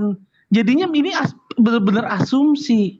Di dalam asumsi tidak ada kebenaran, yang ada kesukaan. Mana yang menyukakan hatimu, itu yang kamu pegang. Mana yang membuat kamu diuntungkan, itu yang kamu pegang sebagai kebenaran. Itu bukan kebenaran, itu kesukaan. Kamu menyukai hal itu. Begitu juga penerjemah kitab saudara. Bila Begitu juga sebuah lembaga teori kitab sesuai Indonesia. dengan kata. Yang dia Apa suka ya teori seperti yang itu di mana terjemahannya. tertulis, berikan datanya kepada saya. Pandai, Bahwa pandai, Yesus saudara saya ini menikah, pandai. siapa yang dinikahinya, Begitu juga umur berapa lembaga dia kitab menikah. Indonesia. Lalu berikan datanya Yang dia kepada sukai saya, itu yang baru saya bisa dituliskan. memahami hal itu sebagai kebenaran. Original Bukan teksnya kesukaan. gunaika, diartikan Tidak usah ibu. berbicara dengan original teks yang Loh. yang menerjemahkan. Yang menerjemahkan Alkitab adalah orang-orang yang ahli, yang lebih ahli. Ahli percayalah. ahli Lebih apa? ahli dari kamu. Lah kalau gune Gune. apa artinya dalam Yang bahasa kamu Yunani? katakan Gune hanya dalam bahasa sebagai Indonesia asumsi apa artinya? Juma. Dengarkan saya. Juma Dengarkan harus saya. juga memahami perbedaan antara kesukaan dengan kebenaran. Jangan Dulu, kamu Bang, menyukai sebentar, suatu Bang, pemahaman Michael. lalu kamu pegang dan kamu sebarluaskan. Gitu. Dan kamu memelintir kebenaran. Loh kok jadi saya yang memelintir? Original teksnya tertulis gune. Guna itu artinya perempuan. Ya, perempuan tapi wanita yang sudah punya suami. Waduh. Istri itu. Itu penghormatan. Lah penghormatan. Nah, itu baru Penyebutan asumsi namanya. Itu baru asumsi. Bukan asumsi. Loh. Bukan asumsi. Kalau perempuan ibu dipanggil ibu. Bukan ibu, salah. beda. Kalau Ini. ibu itu mater. Kita buktikan saja ya. Kita buktikan saja ya. Iya, Bang, Ini Bang, Google Bang Translate Michael, ya. Bang Suma. Indonesia ke Yunani. Apa saya nimbul Kita tulis pertanyaan kata juga nih. istri. Kita tulis kata Oh, istri. Apa yang keluar ini?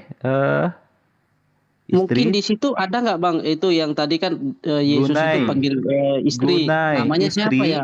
Istri dalam bahasa Yunaninya gunai. Ya. Kalau perempuan?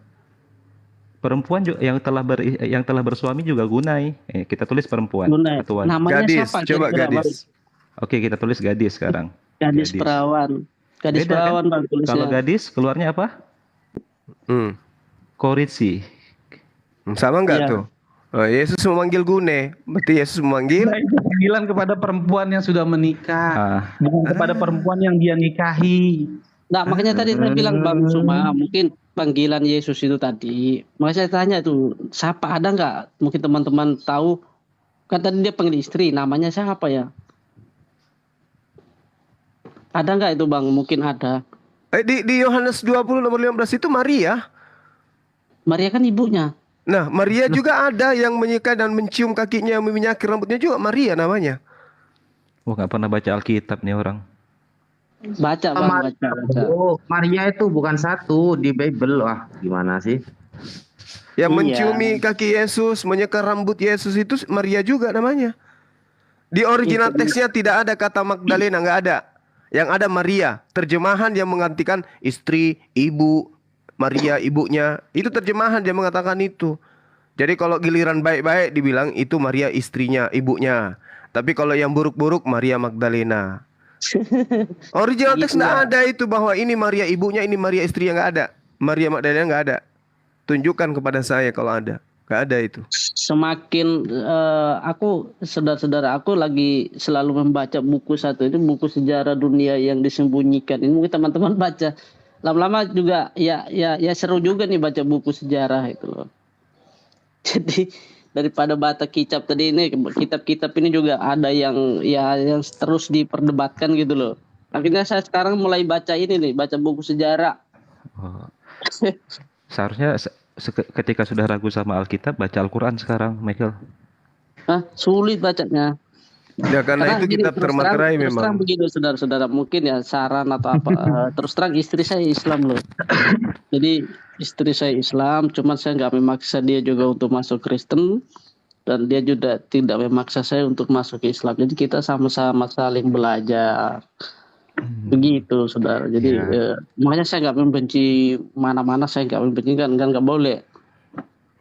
Ya, mantap. Pertama kita juga di keluarga banyak Islam bang. Sudah dapat resepnya. Iya, istri saya orang Islam.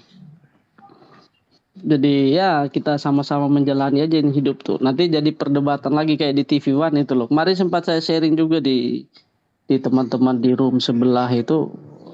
Ya saya harus bagaimana kan begitu. Iya, kelihatannya Mas Michael yang di bawah ini yang bawang putih ya, yang di atas bawang merah ini. Maksudnya gimana gitu. Oke, semuanya makasih ya. Kebetulan ada teman nih, ada yang meninggal habis zuhur di makamin, jadi saya harus ikut. Terima kasih semuanya buat waktunya. Michael, Bang Michael yang meninggal tuh semoga amal dan badannya diterima di sisinya. Kan banyak di sisinya, kenapa nggak di depan aja ya? Di belakang enak, boncengin. Ya, semua pada di sisi loh. Ya. Bangga, salam saudara ya. Salam alaihim. Iya, salam alaihim. Jadi kalau istri Anda itu Islam, iya Islam Bang. Sementara Anda Kristen ya neraka tempatnya istri Anda itu nanti. Kalau dia nggak bertaubat. Semoga enggak lah ya toh. Loh, nggak bisa enggak.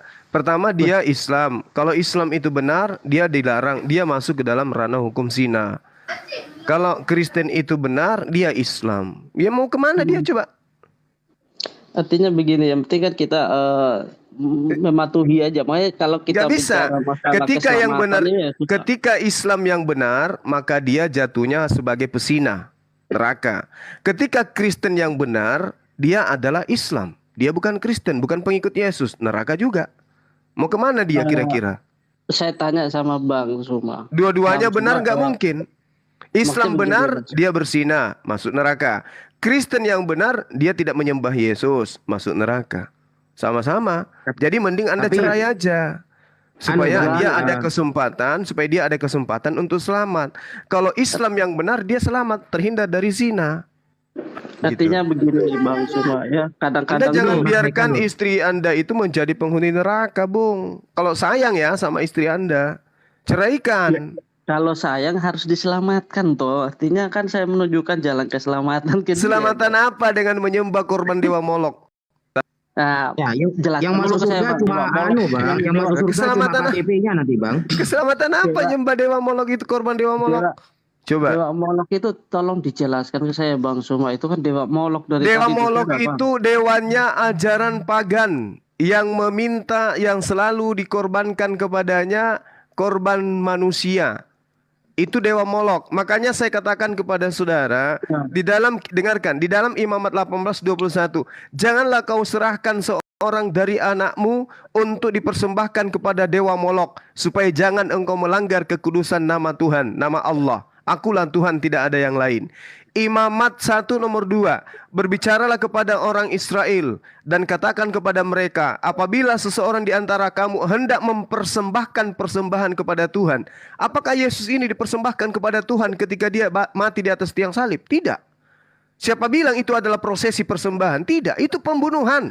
Pembunuhan yang terjadi, dan setelahnya Paulus panen dengan kejadian itu. Dengan apa? Menjajakan bahwa Yesus itu mati untuk menebus dosa orang Kristen. Oke, kata Bang Suma tadi kan begitu ya. Berarti Bang Suma ini udah yakin masuk surga nih. Saya katakan kepada saudara, Allah Subhanahu wa Ta'ala menjanjikan kepada kami jannah, surga. Dan ketika pencipta langit dan bumi itu berjanji, mustahil ingkar. Apa itu? Mungkin ada hadis Al-Quranul Karim, Al-Mu'min. Al-Mu'min jelas dikatakan itu. Jelas tuh, ya toh. Waliman khafa maqama rabbihi jannatan. Dan barang siapa yang takut akan saat menghadap kepada Allah, ada baginya 2 surga. 2 surga. Kebalikannya kemudian diterangkan dalam Al-Quran, walladzina kafaru lahum naru jahannam. Dan orang-orang yang kafir, bagi mereka neraka jahanam. Jelas itu. Itu dua surga. Iya, 2 surga. Kenapa? Karena sejatinya surga yang diciptakan, yang diberikan oleh Allah kepada makhluknya manusia, mereka tolak, mereka lebih pilih ke neraka. Makanya mereka mendapatkan neraka itu 2 kali lipat. Al-Quran menjelaskan seperti itu, Bung. Orang-orang Kristen itu mendapatkan nerakanya itu berkali lipat. Dijelaskan dalam Al-Quran, qala likullin di'fun walakin la ta'lamun. Masing-masing orang-orang kafir ini mendapatkan siksaan yang berlipat ganda. Kenapa berlipat ganda? Karena tadinya neraka yang harusnya dimasuki oleh orang-orang lain selain Anda, umat Islam misalnya, Allah tebus itu semua. Allah hapuskan dosa-dosa mereka yang mohon ampun. Dan nerakanya kemudian diberikan kepada Anda. Makanya neraka Anda itu 2 kali lipat. Berarti di dalam gini Bang Michel, berarti menurut di dalam surah Al-Fatih, coba buka Bang Michel ya, surah Al-Fatih ayat 5. Di sana sangat jelas ya, dikatakan liyudkhilal mu'minina wal mu'minat jannatin tajri min tahtihal anhar. Allah menjanjikan kepada orang-orang mukmin, baik laki-laki ataupun perempuan, akan diberikan surga. Jadi kalau Mas Michel Islam, istrinya Kristen yang masuk surga, KTP-nya Bang, bukan orangnya. Oke, gini Bang.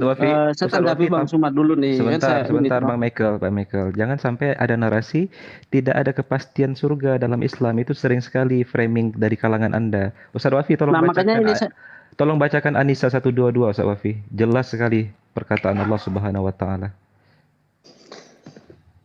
Cuma saya mau bilang begini, tadi kan kata Bang Suma kan ya seperti Islam ini paling benar toh. Oh jelas itu. Jelas. Ya udah jamin ada keselamatan. Berarti Islam ini kan muncul di abad keberapa sih? Loh, kok jadi kayak gitu? Nah sekarang gimana? Manusia yang sebelum ada di Islam. Neraka semua itu manusia. Oh enggak, Al-Quran, orang Yahudi, orang Nasrani, orang Sabiin, siapapun di antara mereka itu yang apa yang dikatakan kafir, Bung? Kafir itu adalah satu orang yang ingkar terhadap apa yang Tuhan berikan kepada para nabi. Orang yang menolak, menutup diri loh. Yesus mengajarkan, dengarkan. Kita uji. Yesus mengajarkan di dalam Matius 8 nomor 4 untuk mempersembahkan persembahan Nabi Musa. Apakah Anda ingkar? Saya nggak ingkar kok. Loh, Anda mengorbankan hewan apa? Nggak ada yang dikorbankan. Nah itu dia, berarti Anda ingkar terhadap perintah Yesus. Beda zaman. Berarti Anda kafir terhadap perintah Yesus. Dengarkan. Di dalam Galatia 2 nomor 14, Paulus mengatakan orang yang tidak bersunat adalah orang yang hidup secara kafir. Anda bersunat? Oke. Kenapa? Anda bersunat? Saya sunat. Berarti kalau Anda bersunat, Yesus Kristus tidak berguna bagi Anda. Artinya begini, Bro, ya. Masalah saya sunat itu saya tidak diwajibkan sama gereja saya untuk bersunat. Nah itu dia, makanya ku katakan Anda bukan pengikut. Artinya saya pun sunat ya wes kebersihan saja. Pengen lebih bagus saja, lebih tampilan ganteng gitu loh. Anda bukan pengikut. Dan kalau Anda sunat menurut Paulus di dalam Galatia 5, kalau Anda sunat, Yesus tidak berguna bagi Anda. Karena kan kita tidak diwajibkan Bang untuk bersunat. Wajib. Gitu. Kalau pengikut Yesus hukumnya wajib bersunat. Dan itu kan juga tidak menjamin keselamatan kita. Atau sunat ya sunat. Gak bisa. Dia bisa masuk surga, Bang. Bung, jangankan masuk surga, masuk ke dalam bait suci Tuhan aja nggak boleh kalau nggak bersunat. Baca Yehezkiel 44 nomor 9. Nggak boleh. Saya bilang ke saudara. Oleh sebab itu, beginilah firman Tuhan Elohim. Tidak seorang pun dari orang asing yang hatinya dan dagingnya tidak bersunat boleh masuk dalam ke tempat kudusku. Ya, setiap orang asing yang ada di tengah-tengah Bani Israel. Jadi tempat kudus Tuhan itu ada 2, bait suci dan surga. Gak boleh orang yang tidak sunat masuk surga. Ini dalilnya, Bung. Yehezkiel 44 nomor 9. Nah, Anda mau kemana kalau tidak sunat? Nah, kalaupun Anda sunat, makanya itu kan perjanjian lama tuh, saudara. Perjanjian lama itu yang mengatakan perjanjiannya orang Yahudi itu perjanjian lama itu kan gereja. Sedangkan Tuhan sendiri mengatakan di dalam Yeremia 31 nomor 33, perjanjian kalau orang gereja perjanjian kan dianggap kayak di Islam kan ulama toh. Saudara percaya ulama apa enggak? loh, ulama apa di gereja? Nah, kalau tadi kan saudara bilang bukti itu kan orang-orang gereja. Kalau orang-orang gereja yang zaman dulu Nah, bisa aja kayak sekarang kita bilang Anda wali percaya songo kah, firman atau Tuhannya ulama kah? atau tokoh-tokoh agama Anda yang Anda percaya? Di dalam kitabnya orang Yahudi, Yehezkiel 44 nomor 9, Berarti tidak kalau boleh orang Bang yang Suma tidak ngomong bersunat. begitu berarti nggak percaya para ulama atau wali songo dong. Apa yang kami tidak percaya kepada ulama selama mereka berkesesuaian dengan kitab suci kami? Apa? Nah, maksud saya gitu. Seperti Berarti ulama kita yang nggak Anda boleh dong sebutkan percaya tadi. wali songo, Ulama siapa? Kiai para Sakur. ulama, Dia mengatakan sesuatu para yang tidak tua-tua berkesesuaian dengan gereja. Islam. Kami nggak percaya. Meskipun dia dikatakan ulama, bahkan disebut wali pun kami nggak percaya. Kenapa? Bertentangan dengan akidah kami. Oh, Itu. berarti tidak semua berarti ya kita percaya ulama ataupun Ya, ulama mana wali yang songo juga. ulama mana yang melakukan penyimpangan dari Al-Quran? Kami nggak terima ulamanya. Mana tahu ulama air. Ataupun hadis-hadis yang seperti di Buya itu juga tidak semua ya Ya Bang. kami kita tidak bisa percaya kalau selama itu bertentangan dengan akidah kami, mau dia ulama, mau dia wali, bahkan malaikat sekalipun kami tidak percaya. Bahkan jangankan malaikat, Tuhan yang dituhankan orang Kristen dan orang di luar Islam kami nggak percaya. Oke. Level Tuhan loh. Tapi Habib Rizik kita tolak Apalagi nih. cuman sekedar ulama. Ayo. Ya Bang. Habib Rizik Pedoman kita kami tolak ya. Al-Quran, Bung. Gimana? Habib Rizik kita tolak nih. Kenapa Habib Rizik? Apa yang dia lakukan yang berkaitan dengan akidah, yang melanggar akidah kami? Iya, dia Sebutkan. kan Melarang sholat Jumat. Selalu mengkafir-kafirkan orang, selalu mengucapkan kata-kata yang tidak sepantasnya. Siapa yang sebagai dikafirkan seorang oleh ulama, beliau? Nggak usah bawa-bawa fitnah ke sini Michael, bahaya itu narasi. Oke, lanjut yang lain lah Bang. Aduh. Wis, lanjut yang lain yo. Tadi aku bilang. Jadi jangankan kembali Habib lagi. Rizik, dengarkan, jangankan Habib Rizik. Seorang nabi sekalipun kalau datang ke Indonesia mengecaukan negara ini kami tolak. Negara ini harga mati, asal Anda tahu. Ya, yang pasti kalau mau kiamat pasti akan ada nabi-nabi palsu ya, itu saudara. Itu yang Jangankan kita harus hari kiamat, cerdas. pada saat Yesus berkhotbah pun nabi-nabi palsu itu datang setelah dia. Nabi palsu itu mengaku bertemu Mesias. Siapa nabi palsu yang pernah bertemu dengan Mesias? Siapa? Siapa di antara Islam dan Kristen yang pernah mengaku bertemu dengan Mesias? Islam atau Kristen? Bertaburan di agama Anda orang bersaksi bertemu Mesias. Sementara Yesus mengatakan jika ada yang berkata ada Mesias di sini, ada Mesias di sana, jangan kau percaya. Makanya saya nggak percaya kalian. Karena itu nasihat Yesus. Jangan percaya kepada Kristen. Itu nasihat Yesus itu jelas itu. Karena hanya Kristen yang mengajarkan bertemu dengan Mesias. Artinya begini saudara, bukan semua Kristen, semua kecuali yang sudah mu'alaf, semua. Kenapa? Di dalam Matius 23, dengarkan saya Bu. Dengarkan. Matius 23 nomor 15, Yesus mengatakan apa? Celakalah engkau wahai ahli Taurat, wahai orang Farisi, wahai orang munafik, engkau menjelajahi daratan, menyeberangi lautan untuk mentobatkan orang masuk ke dalam agamamu menjadi orang neraka. Jadi siapa yang mengikuti agama Farisi yang didirikan oleh Paulus, maka dia menjadi orang neraka. Baca kitab saudara. Paulus orang Farisi, Kisah Para Rasul 23 nomor 6. Akulah orang Farisi. Dia orang munafik. Kepada orang Yahudi dia ngaku Yahudi. Kepada orang Roma dia ngaku Roma. Munafik. Dia mengatakan, barang siapa yang menyunatkan dirinya, Yesus Kristus tidak berguna baginya. Dia malah menyunatkan Timotius. Munafik. Munafik dia. Menyeberangi lautan, dia sampai ke Kiliki. Menjelajahi daratan, dia sampai ke Arab. Mentobatkan orang masuk menjadi pengikutnya. Menjadi orang neraka. Dan 2 kali lebih jahat daripada ahli Taurat itu sendiri. Maka tadi itu Bang Suma, terima kasih nih banyak sekali yang dibaca. Maka tadi sebelum munculnya Islam di dunia, maka tadi saya tanya Bang Suma dulu nih, Islam muncul di abad keberapa nih? Islam itu ada sejak Adam alaihissalam itu dicipta oleh Allah. Oh, seperti sudah ada, bukan muncul di abad kesekian ya? Betul. Islam itu kaidah, hukum-hukum. Islam itu hukum-hukum. Yang mentaati hukum-hukum Berarti itu kalau muslim dia namanya. sudah ada dari sebelum-sebelumnya, berarti dia tidak dikatakan sebagai kitab penyempurna dong. Loh, jelas justru di Al-Quran dijelaskan Al-Ma'idah ayat 3 telah kusempurnakan. Itu jelas itu. Artinya Nah, sebelumnya, sebelum Islam itu datang sebagai agama resmi, agama Islam itu sudah ada sebelumnya, sempurna pada zamannya, sempurna zaman Adam untuk hukum-hukum bagi Adam, sempurna Bang. bagi anak-anaknya, sempurna bagi Musa, sempurna bagi umatnya. Sudah sempurna hukum Islam itu bagi setuju. mereka. Artinya begini, tadi kan abang bilang, ya wes itu kan Al-Quran itu kan dia hadir untuk menyempurnakan kitab-kitab yang ada kan.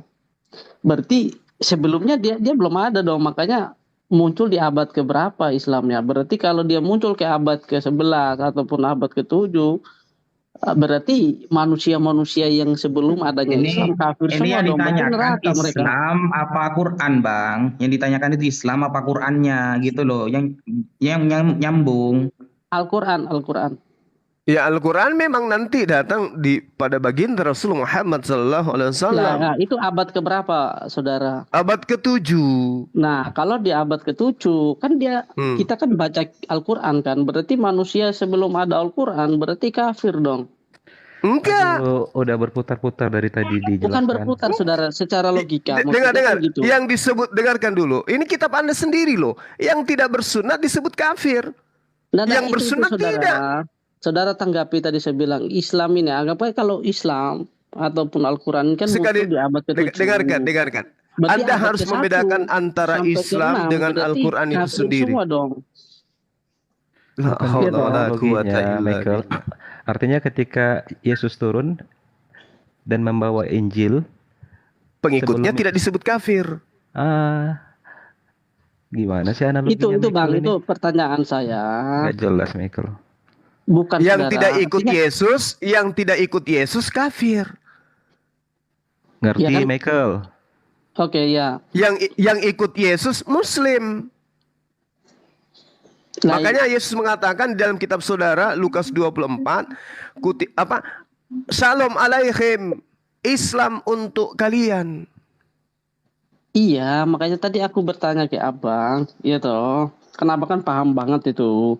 Kan muncul di abad ke-7, berarti sebelum adanya Al-Quran itu kan berarti Islamnya belum ada toh. Islam sudah ada. Kan belum ada Islam itu. Al-Quran itu penyempurna daripada keislaman, ajaran keselamatan, ajaran damai apa isi sejahtera. kitabnya sebelum Al-Quran, Bang? Maksudnya ketetapannya sudah ada, kata Islamnya yang belum ada. Tapi ketetapannya sudah ada, maksudnya seperti itu. Nah, Ya sudah, tidak usah itu loh dipaksa yang lagi, jadi Bang Michael. pertanyaan saya.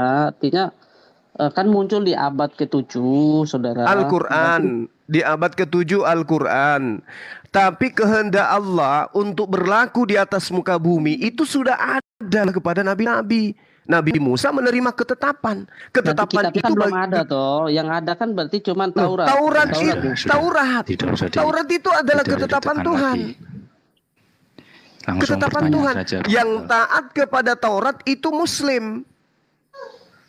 Yang ingkar kepada Taurat itu kafir. Jelas itu.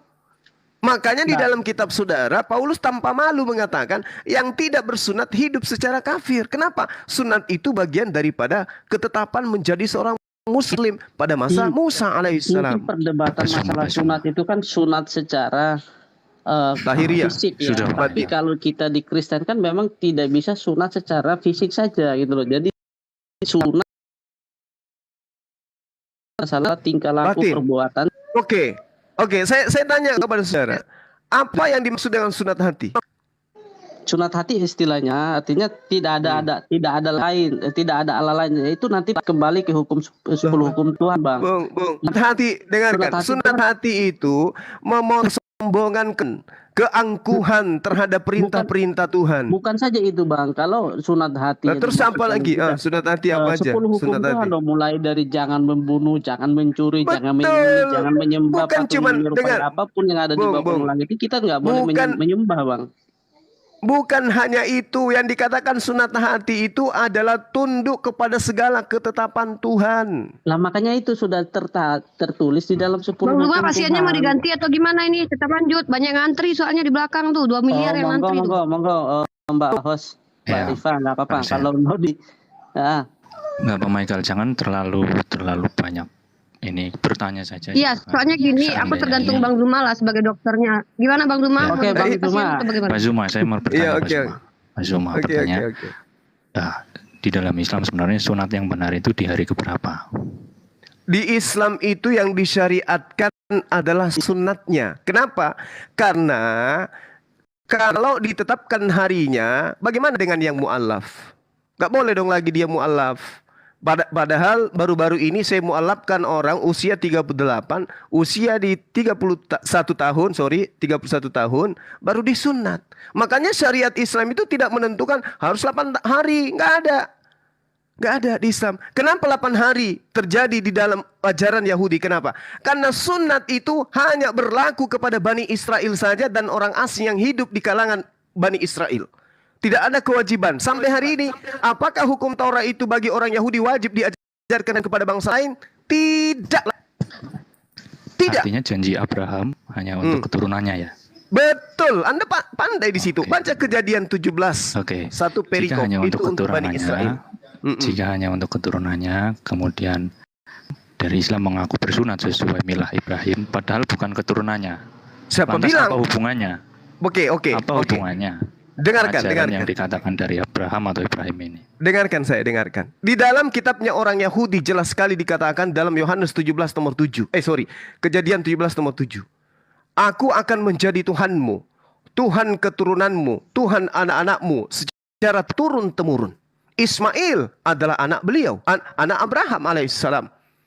Keturunan Ismail semuanya bersunat. Makanya ketika baginda Rasulullah Muhammad SAW datang mengajarkan Islam, nggak ada sunat massal, nggak ada. Kenapa? Semua orang-orang Quraisy pada masa itu sunat semua karena mereka menjadikan itu adalah tradisi dari nenek moyang mereka. Keturunan Ismail semua kudu wajib bersunat. Nggak ada itu Anda cerita begitu Abu Bakar masuk Islam disunat, begitu Umar masuk Islam disunat, nggak ada. Mereka semua sudah bersunat sama seperti orang Yahudi. Mereka lahir sunat mereka itu. Jadi kalau Anda mengatakan nggak ada hubungan, ada hubungannya. Itu perjanjian kekal Tuhan. Dan juga di dalam Al-Quran surah An-Nahl ayat 123 jelas kok dikatakan di sana. Ikutilah ajaran Nabi Ibrahim yang lurus. Beliau bukan orang musyrik. Nah, ketika kemudian kedudukan perintah ini datang kepada Abraham untuk bersunat, perintah ini juga datang kepada baginda Rasulullah Muhammad SAW untuk bersunat. Dan itu diajarkan kemudian kepada umatnya. Siapa umatnya? Litubayyina linnas ma nuzzila ilaihim wal'allahum yatafakkarun. Rasulullah Muhammad SAW diutus untuk seluruh umat manusia. Yesus diutus hanya untuk Bani Israel saja. Maka sejatinya ketika Anda menggunakan akal sehat, Anda jadi Muslim, menjadi Islam Anda. Kenapa? Pak Zuma. Silakan. Ya. Seandainya dikatakan itu adalah perjanjian kekal, artinya waktu yang ditentukan pun harus sesuai 8 hari seperti tertulis dalam Kejadian. Makanya saya bertanya, bagaimana milah Ibrahim itu sebenarnya? Apakah sama dengan Abraham? Abraham disunat di usia rentah. Bukan 8 hari. Itulah. Apa kita harus menunggu usia 80 baru kita sunat? Sesuai dengan kejadian. Di kitab Kejadian dikatakan disunat pada perjanjian kekalnya apa dulu? Perjanjian kekalnya apa? Sunat kan? Seperti. Makanya sunat, saya bilang ada nggak waktunya? Harus 8 hari atau tidak? Di Islam itu tidak ditentukan harus wajib 8 hari. Nggak ada. Nggak ada. Jika tidak, maka saya ingin membacakan pesan Rasul Paulus. Silakan. Dalam Filipi 3 ayat 2. Hati-hatilah terhadap anjing-anjing, hati-hatilah terhadap pekerja-pekerja yang jahat, hati-hatilah terhadap penyunat yang palsu. Yang mengajarkan sunat bukan di hari ke-8. Itu menurut saya.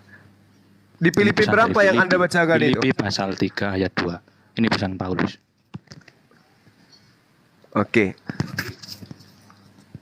Ya, kira-kira itu saja dari saya. Terima kasih Pak Zuma. Jadi Paulus mengajarkan kemudian untuk berhati-hati kepada penyunat-penyunat palsu. Betul? Benar ya? Anda, dengarkan. Anda kemudian membawa pernyataan daripada Paulus agar berhati-hati kepada, tapi Anda tidak mengindahkan nasihat Yesus agar waspada kepada pengajar-pengajar palsu. Ayo Pak. Oke, pengajar palsu yang mana? Pengajar palsu yang mengajarkan mempersembahkan manusia ke dewa Molok.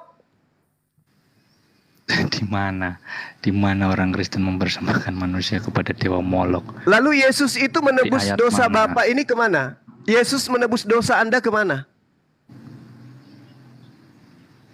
Kepada Bapa. Dia menyerahkan nyawa kepada Bapa. Bapak yang Anda maksud itu tidak membutuhkan darah manusia.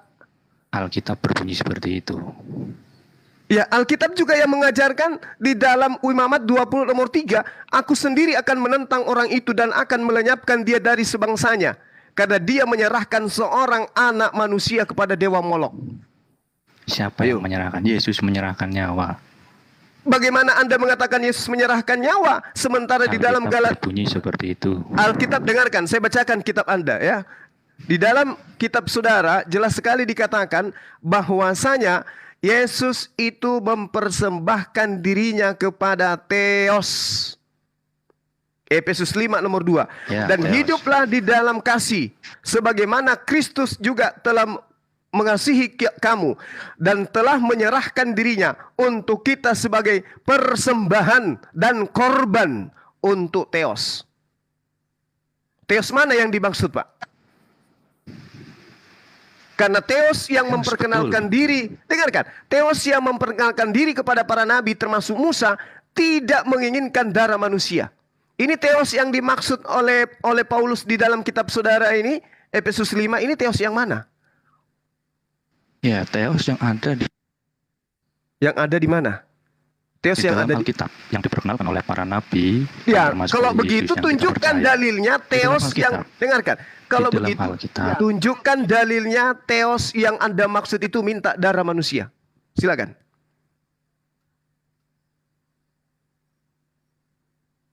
Mana ada minta darah manusia? Loh, karena tidak ada, justru itu fitnahan Paulus. Dengarkan Pak, dengarkan. Karena tidak ada Tuhan yang benar minta darah manusia, berarti Paulus melalui Efesus 5 memfitnah Theosnya para nabi meminta darah persembahan manusia. Ayo, gimana tuh? Yang mempersembahkan manusia itu siapa? Jangan membuat framing yang Efesus 5 nomor 2, Pak. Untuk kita sebagai persembahan yang palsu. Wa la haula wala quwata illa billah. Di dalam Efesus 5 nomor 2 jelas dikatakan Yesus menyerahkan dirinya untuk kita, untuk Kristen. Yesus mempersembahkan dirinya untuk Kristen kepada Theos. Kata Paulus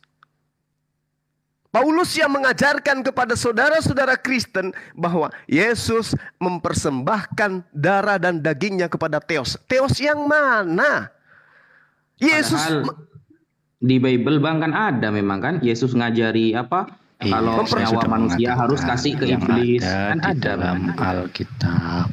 La haula wala quwata illa billah. Di dalam Alkitab Allah yang diperkenalkan di dalam Alkitab, bukan di dalam kitab-kitab lain. Ini kitab saudara Efesus 5 nomor 2. Yesus, Paulus mengatakan Yesus mempersembahkan dirinya untuk Theos. Di mana Theos yang diperkenalkan oleh para nabi meminta persembahan darah anak manusia? Di mana? Paulus ini memfitnah kalau Theos itu minta, kalau Yesus itu mempersembahkan darahnya. Paulus sedang memfitnah. Sedangkan Yesus, Pak, di dalam kitab saudara sendiri, di dalam Matius 8 nomor 4, Yesus memerintahkan pengikutnya yang asli, bukan penyamar-penyamar kayak kalian, agar mempersembahkan persembahan seperti yang diperintahkan oleh Nabi Musa alaihissalam. Baca Matius 8 nomor 4, baca Lukas 5 nomor 14. Paulus beda cerita dia. Karena kenapa beda cerita? Memang Paulus mengakui bahwasanya dia ditolak oleh pengikut-pengikut Yesus. Maka dia lari kemana? Lari ke bangsa lain. Di mana tertulis itu pengakuannya Paulus? Di dalam Galatia 1 nomor 16. Dia mengatakan gini, berkenan menyatakan anaknya di dalam aku, supaya aku memberitakan dia di antara bangsa-bangsa bukan Yahudi. Maka sesaat pun aku tidak minta pertimbangan kepada manusia. Galatia 1 nomor 17. Juga aku tidak pergi ke Yerusalem mendapatkan mereka yang telah menjadi rasul sebelum aku, tetapi aku berangkat ke tanah Arab dan dari situ kembali lagi ke Damsyik. Galatia 2 nomor 8. Karena ia yang telah memberikan kekuatan kepada Petrus untuk menjadi rasul bagi orang-orang bersunat, dia juga memberikan kekuatan kepadaku untuk menjadi rasul untuk orang-orang yang tidak bersunat. Itu kata siapa? Paulus. Paulus mengajarkan teosnya Bani Israel meminta darah manusia. Itu fitnah. Ayo bantah saya dengan dalil. Begitu Pak, ketika Paulus terlalu mengkultuskan penyalipan gitu memang. Ya, kita sapa dulu pasien selanjutnya ini di I Promise non muslim. Salam. Next ya. Baik, silakan bergantian ya karena banyak sekali yang antri, sekitar 350 jiwa yang harus diobati. Silakan dilanjut. Saya 30 menit lagi Dinda, 30 sampai 40 menit. Siap, dokter. Bang Zuma izin. Iya, gimana? Iya, silakan aku saudara. Boleh nggak Bang Zuma bersyahadat terus aku ikutin? Boleh? Boleh. Boleh. Iya. Oke, bismillahirrahmanirrahim. Asyhadu. Bentar, bismillahirrahmanirrahim. Asyhadu. Asyhadu. Allah. Bukan Allah, Allah. Ilaha. Illallah. Wa ashhadu. Anna. Muhammad. Rasulullah. Rasulullah. Ya. Terima kasih. Gimana saudara? Terima kasih. Cuma izin. Ya, Terima kasih. bentar. Ini pasien pernah rawat jalan atau memang baru sembuh? Oke, terima kasih. Nggak apa-apa. Minum obatnya secara teratur biar sehatnya tidak menyebabkan sakit lagi ya. Oke, pasien selanjutnya. Atau ada yang ingin disampaikan pengalaman berobat di rumah sakit kita di I Promise mungkin? No, cukup. Terima kasih. Oke, Masya Allah. Oke, selamat datang di kebenaran ya. Anda menjadi Silakan, seorang muslim sekarang. La haula wala quwata illa billah. Baik, pasien selanjutnya ya, pasien selanjutnya. Langsung ada yang bersyahadat. Ya, Ayo Bang, asyhadu. Silakan Bang Albertus diikuti minum obat secara teratur 3 kali sehari. Asyhadu. Ya, Aku terima bersaksi kasih. tidak ada Tuhan selain Tuhan yang diperkenalkan oleh Yesus. Dan bersaksi bahwa Yesus adalah utusan Tuhan. Udah, selesai. Ya, oke. Ya, Saya lanjut. silakan Mas. dilanjut. Mungkin saya lanjut pertanyaan saja. Ya, Silakan lanjut berobatnya.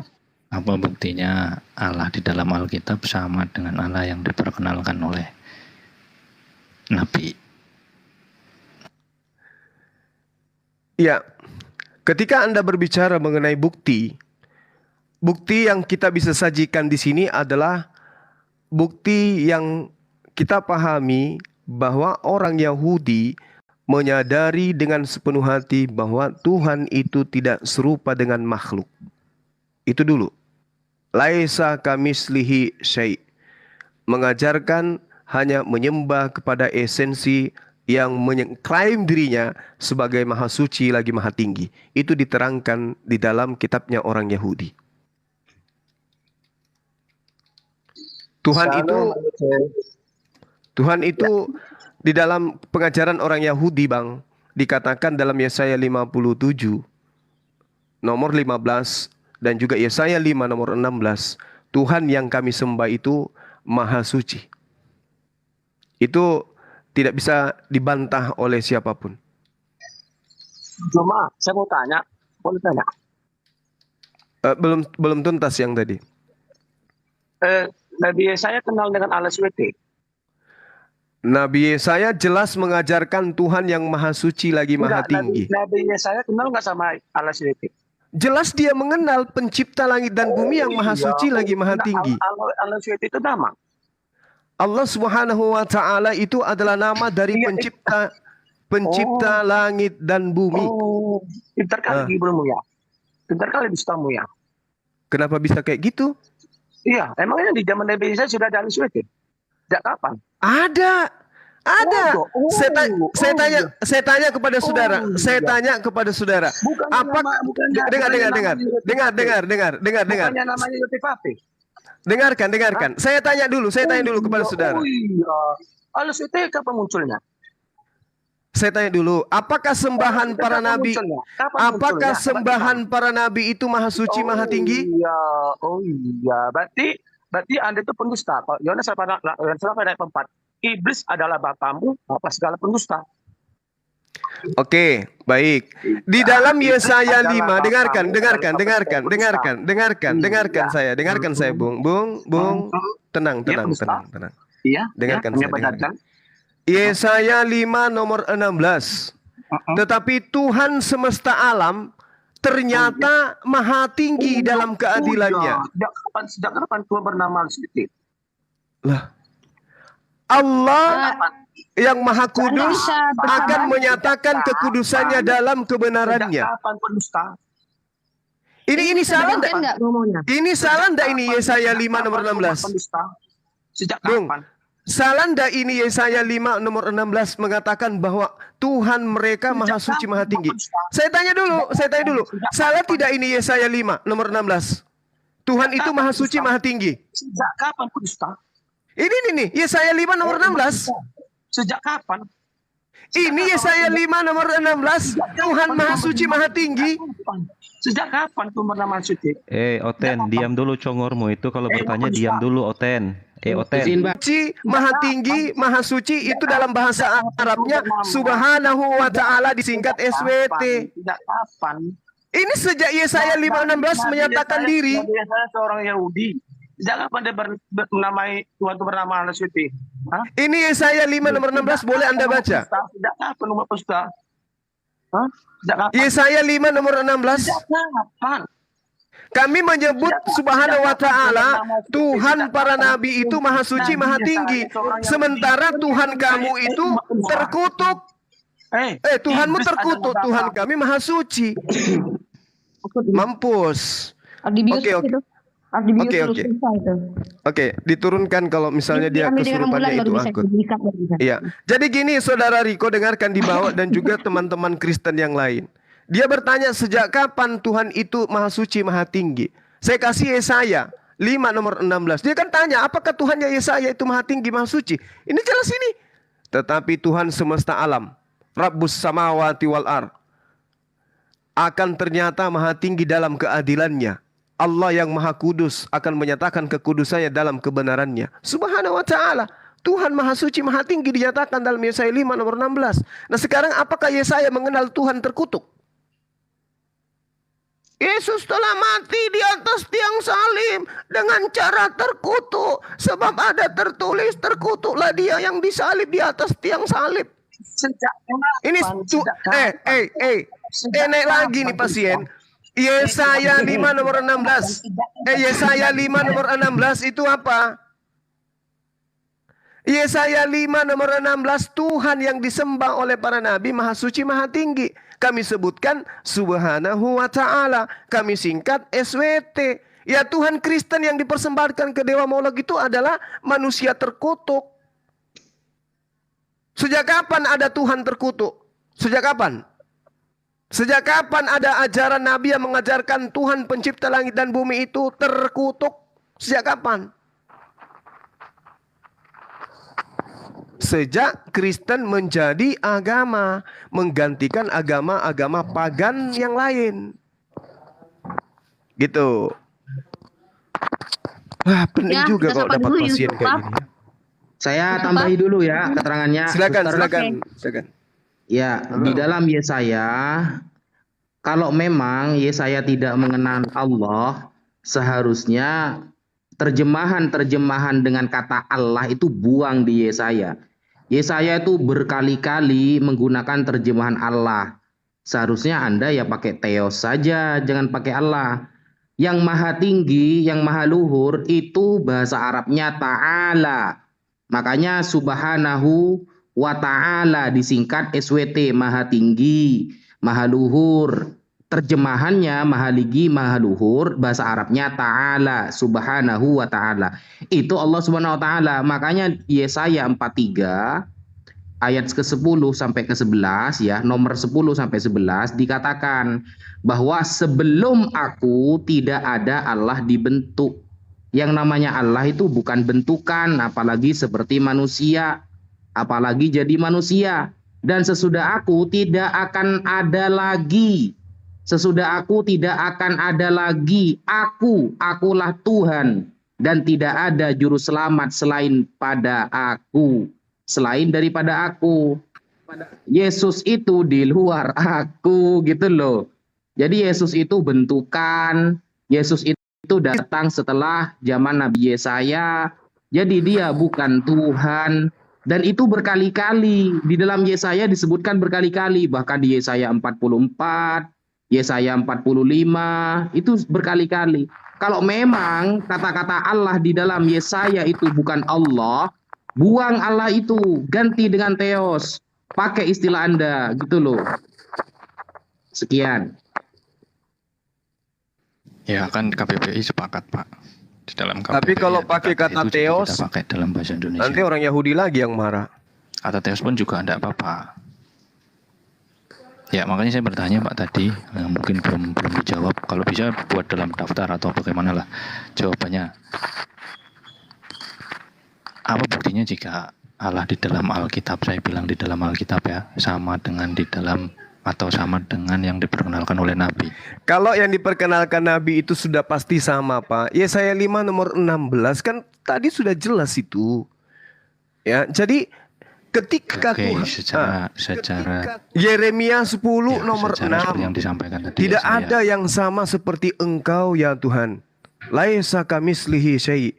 1 Tawarik 17 nomor 20. Ya Tuhan, tidak ada yang sama dengan Engkau, tidak ada yang seperti Engkau, tidak ada yang serupa dengan Engkau sejak dahulu sampai selama-lamanya. 2 Samuel 7 nomor 22. Sebab itu Engkau maha besar ya Allah. Sebab tidak ada yang sama seperti Engkau. Dan tidak ada Tuhan selain Engkau. Menurut segala yang kami tangkap dengan telinga kami. Laisa kamislihi syai'. Sedangkan Tuhannya saudara, Yesus itu sama seperti manusia. Dan dia memang manusia. Tuhan Anda nggak lolos uji. Sementara lolos uji, kenapa? Laisa kamislihi syai', tidak ada yang serupa dengan dia. Ulangan 2 Samuel 7:22, 1 Tawarik 17:20, Yeremia 10 nomor 6. Laisa kamislihi syai'. Lolos kami punya Tuhan sama. Oke, Pak Zuma. Gitu loh, Pak. Menurut Yunani, Zeus juga dikatakan maha perkasa, maha kuasa, dan maha tinggi. Betul. Apakah artinya sama? Betul. Dengan yang di dalam Alkitab? Betul. Bahkan jangan sama? Dengar dulu Pak. Bahkan jangankan Yunani Bapak, orang-orang yang menisbahkan kepercayaannya kepada pohon, dewa, batu dan semuanya, mereka mengakui bahwa sembahan mereka maha besar, sembahan mereka maha kuasa. Tapi sayangnya semua itu adalah makhluk. Coba, kalau Anda berbicara mengenai Tuhannya Yunani, pernyataan itu, dengarkan Pak, dengarkan. Pernyataan itu tidak membuktikan sama. Oh tunggu dulu. Tuhannya orang Yunani itu minta persembahan darah manusia. Tuhan kami tidak. Gitu loh Pak. Tuhannya orang Yunani tidak punya kitab suci. Tuhan kami punya. Tuhannya orang Yunani tidak mengutus utusan berupa nabi dan rasul. Tuhan kami punya. Yang mengajarkan manusia tentang Tuhan yang benar itu mereka diutus. Tuhan, makanya kami beriman kepada para nabi yang mengajarkan dirinya sebagai utusan Tuhan untuk mengajarkan umatnya masing-masing menyembah kepada Tuhan yang satu. Dan ada syariat di situ. Syariat Tuhan kami minta persembahan kurban hewan, bukan kurban manusia. Tuhannya Yunani minta persembahan darah manusia, sama seperti Tuhan Anda. Makanya yang tadinya Yesua berubah menjadi Yesus untuk mendudukkan perkara Zeus masih ada di dalam aura-aura Kristen.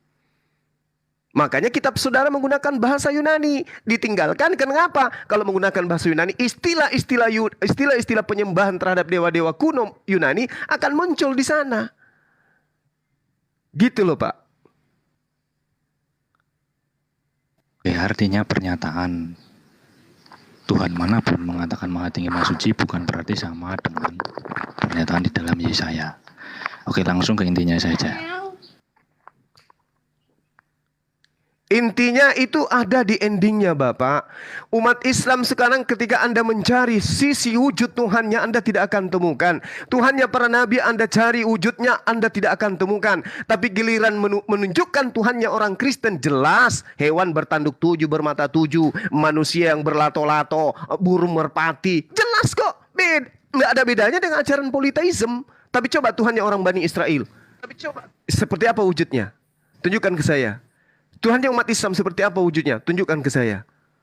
Tidak akan Anda pernah temukan. Tapi Tuhannya orang Kristen, wow, jangan dibilang. Inilah yang kita bahas. Yesus Kristus dipersembahkan ke dewa siapa? Ya. Gitu loh, Pak.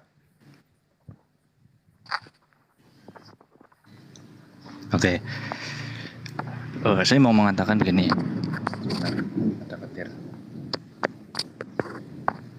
Di dalam Alkitab dijelaskan bahwa Allah ini tidak anti dengan istilah anak, bahkan mengakui anak.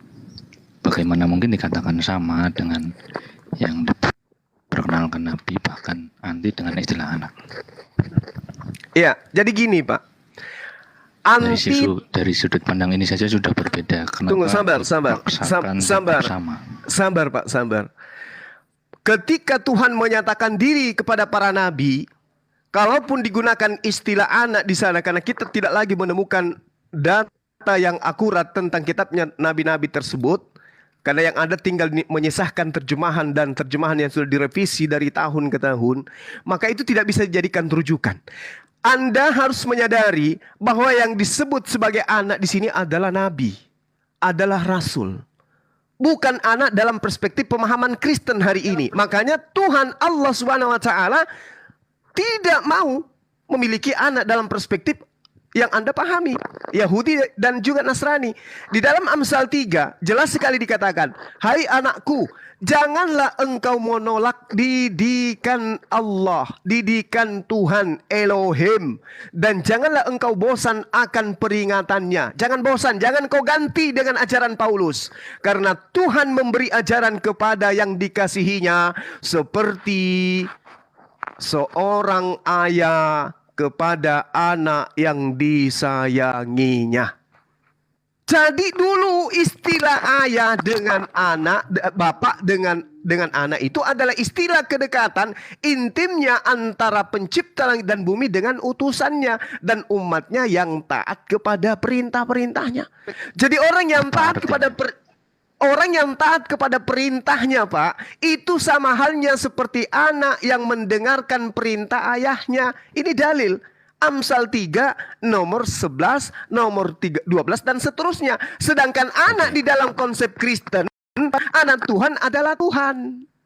Ini yang dibantah oleh Al-Quran. Oke, sebentar semua. Apakah artinya untuk umat yang taat kepada Al-Quran disebut sebagai anak Allah? Kekasih Allah, orang yang intim, orang yang dekat.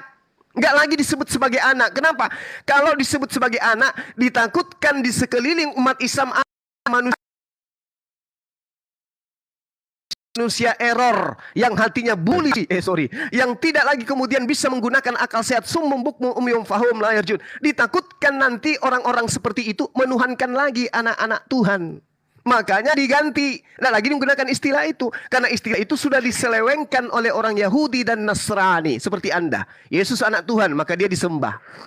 Betul? Padahal anak Tuhan itu adalah kekasih Allah. Orang-orang yang mendengarkan didikan Allah. Baca Amsal 3, nomor 11, nomor 12. Itu sudah cukup untuk saudara saya untuk belajar. Oke. Artinya setaat apapun umat terhadap Al-Quran tetap tidak bisa dikatakan sebagai anak Allah. Dan konsep ini atau pengajaran ini sudah berbeda dengan yang diajarkan di dalam Alkitab.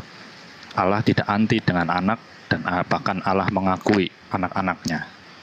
Maka dari itu sebaiknya kita konsisten Anda salah. di dalam kitab Anda masing-masing. salah.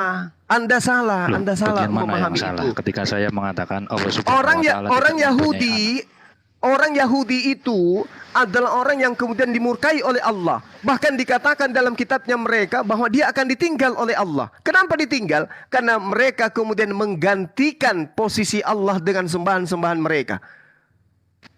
Bang Zuma, di dalam Alkitab dijelaskan Allah mempunyai anak.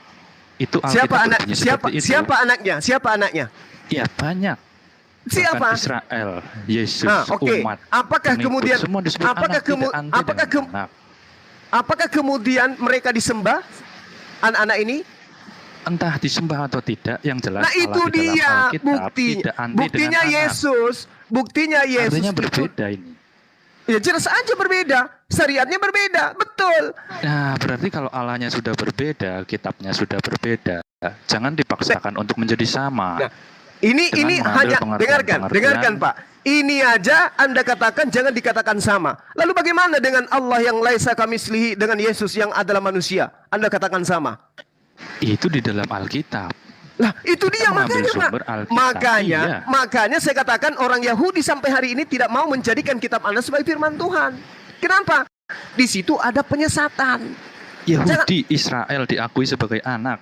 Jelas Allah tidak anti dengan anak di sini orang soleh, orang yang benar, orang yang taat mendengarkan didikan Tuhan, atau anak dalam perspektif Kristen, anak Tuhan itu adalah Tuhan itu sendiri. Betul atau tidak? Saya mengatakan Allah di dalam Alkitab tidak anti dengan istilah Memang anak, tidak bahkan anti. mengangkat anak. Memang Bagaimana tidak dengan yang anti. diperkenalkan oleh Memang Nabi? Itu tidak yang saya anti. tanyakan. Dengarkan saya, memang tidak anti sebab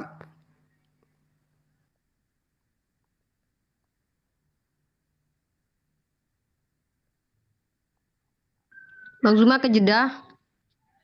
Silakan dilanjut, Sawafi. Bang Zuma mungkin terima telepon. Ada telepon kayaknya itu, Bang Zuma? Ya.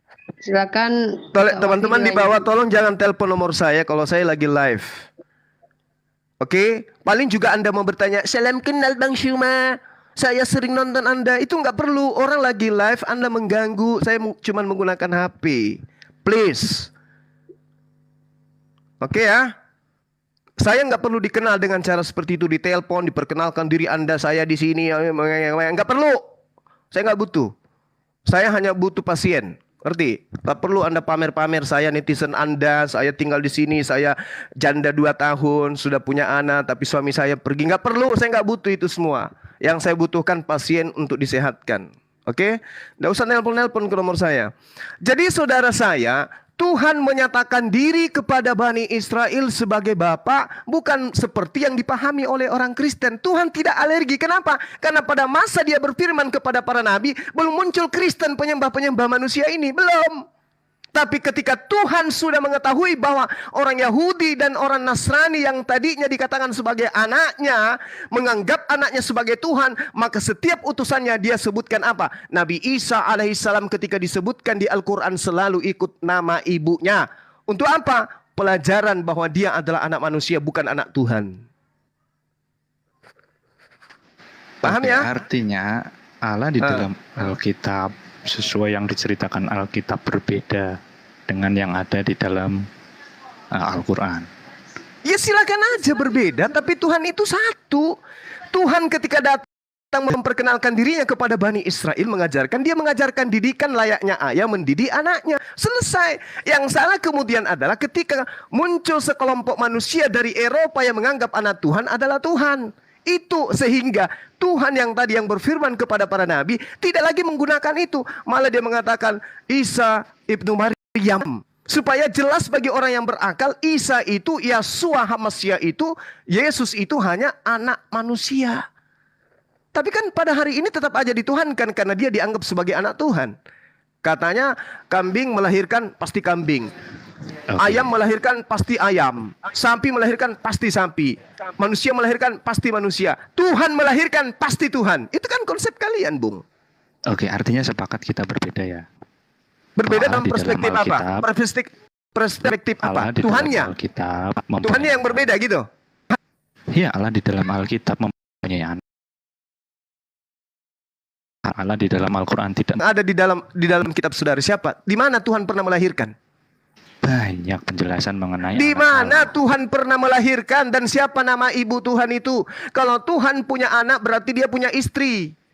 Saya bilang Allah di dalam Alkitab. Kata Allah aja Anda rampoknya dari Quran. Kenapa nggak menggunakan kata teos? Oke, saya sebut oknum ini. Iya, siapa oknum itu? Teos kan? Teos kan? Anggap saja teos. Nah, bukan anggap saja teos. Memang teos. Kitab Anda kitab Yunani. Teos. Teos punya anak. Dan kalau Teos punya anak, itu larinya ke ajaran paganisme. Muncullah Zeus, muncullah Hercules, muncullah Osiris. Kalau Teos, makanya kalian malu menggunakan kata Teos itu. Enggak, artinya kita sepakat enggak kalau ini berbeda? Saya sepakat kalau konsep Kristen anak Allah itu adalah Allah. Saya sepakat bahwa kita beda. Tapi kalau para nabi mengatakan dia menganggap dirinya sebagai sumber dari segala ajaran dan mendidik kepada orang Israel layaknya ayah mendidik anaknya, saya sepakat bahwa Tuhan kami sama. Loh, berarti Pak Suma tidak konsisten dengan kitabnya. Loh, karena kitab Anda tidak konsisten. Karena kitab yang Anda gunakan tidak konsisten. Sekarang begini. Dengarkan saya. Apakah kemudian anak Tuhan yang disebutkan di dalam kitab yang Anda gunakan itu adalah benar-benar Tuhan? Ya atau tidak? Yang pasti. Jangan yang pasti, jangan pakai jurus Paulus. Saya tanya, apakah dengar. Apakah anak Tuhan yang diceritakan dalam kitab saudara itu adalah Tuhan betulan atau ini hanya istilah didikan? Layaknya ayah mendidik anaknya. Jujur. Benar-benar menjalin hubungan Allah dan anak, Bapa dan anak. Mulai jurus Paulus. Memang betul Jurus yang Paulus, disebut Alkitab. dengarkan saya. Yang disebut anak di sini adalah anak manusia atau anak Tuhan betulan? Anak Allah yang jelas. Allah di dalam Alkitab memperkenalkan dia mempunyai anak. Itu yang saya mau sampaikan. Jadi saya tanya dengarkan saya, Bung. Mudah-mudahan Anda masih bisa diwaraskan. Anak yang dimaksud di sini betul-betul anak Tuhan pencipta langit dan bumi atau anak manusia? Betul-betul anak. Anak Tuhan. Ya, kita mengakui anak Allah, anak Tuhan. Berarti Israel itu Tuhan. Anak Allah. Dengarkan. Berarti Israel itu anak Tuhan. Israel itu betul anak Tuhan. Beranak Allah pula. Jangan pakai nipu-nipu kau. Kau saya sudah sopan-sopan. Kau menghujat. Astaga, kau menghujat. Kau menghujat. Bahlul, kau menghujat dengan mengatakan Alkitabmu itu yang menipu kau. Alkitabmu menipu kau. Kita kitabnya sendiri-sendiri. Jadi jangan disamakan. Kalau sendiri-sendiri kenapa Anda menggunakan kata Allah? Ya kan itu terjemahan bahasa Indonesia. Makanya kamu sadar enggak bahwa kitabmu itu sebenarnya melakukan penipuan dan menggunakan kata Allah? Sadar enggak gitu? Kita tidak menipu, kita menerjemahkan. Lah kamu menipu karena Tuhan kamu itu disebut Theos, kau sebut Allah. Kenapa kamu? Dengarkan. Penyembah dewa Molok. Penyembah dewa Molok saya tanya. Kenapa berat kali kau menyebut Tuhanmu dengan sebutan Theos? Kenapa? Tidak berat. Kenapa? Terus kenapa larinya mulut lidahmu itu selalu mengatakan Allah? Kenapa? Kenapa lidahmu ringan kali menyebut kata Allah? Sementara kamu mengingkari Allah, kamu menyebut Allah. Kenapa kau tidak gunakan Theos? Bahasa Indonesia. Nenekmu kiper. Allah bahasa Indonesia dari mana? Hah? Sabar. Kau belajar di mana kamu? Kamu belajar di mana Allah itu bahasa Indonesia? Penyembah dewa Molok, kau belajar dari mana Allah itu bahasa Indonesia? Sesuai KBBI. Memang KBBI itu nabimu. KBBI itu rasulmu. Bukan rasulmu itu Paulus, Lukas dan Markus dan mereka menggunakan bahasa Yunani. Kenapa lidahmu tidak pede dengan menggunakan bahasa Yunani? Kenapa? Ya, saya hidup di Indonesia, saya menggunakan kitab yang kalau kamu hidup di Indonesia, katakan Tuhan. Theos itu artinya Tuhan, toyol.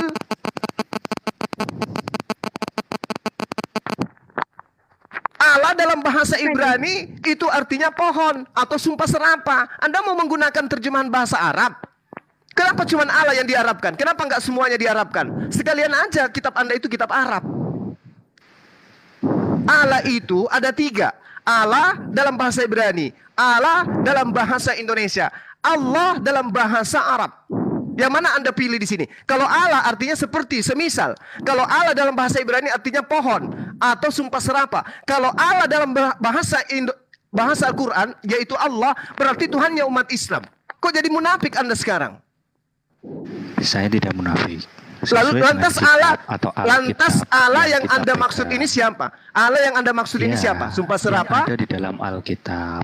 Yang ada di dalam Alkitab. Memang agama kami itu agama tipu-tipu. Allah atau Ini Theos pertanyaan atau saya Elohim. sudah sangat Atau pertanyaan God atau saya Tuhan. sangat Itu sederhana. Pertanyaan saya sangat sederhana.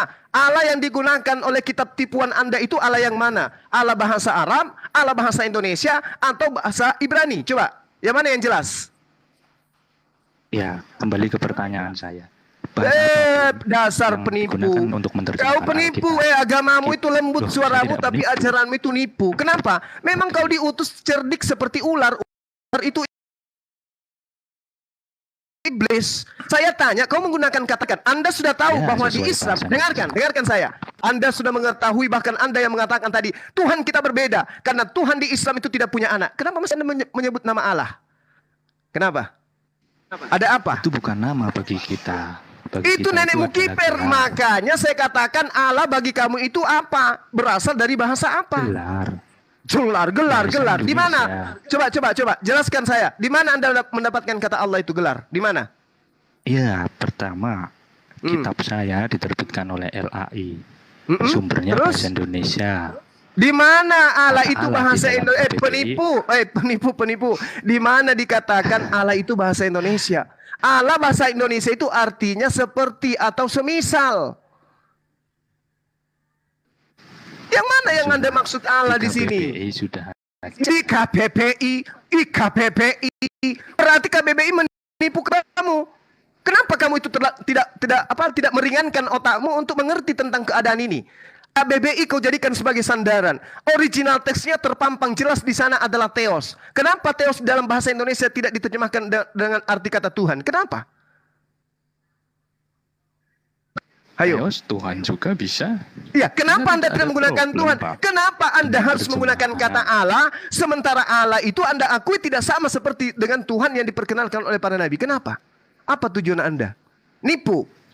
Bukan yang diperkenalkan para nabi, saya bilang. Kalau bukan yang diperkenalkan oleh para nabi, lalu siapa nama Tuhan yang diperkenalkan oleh para nabi? Jelaskan ke saya.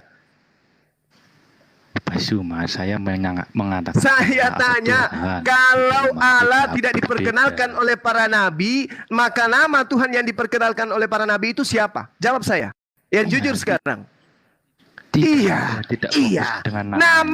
Nama Tuhan yang diperkenalkan para nabi. Dengarkan. Saya nggak ingin membebaskan Anda dari tipuan kebodohan Anda ini.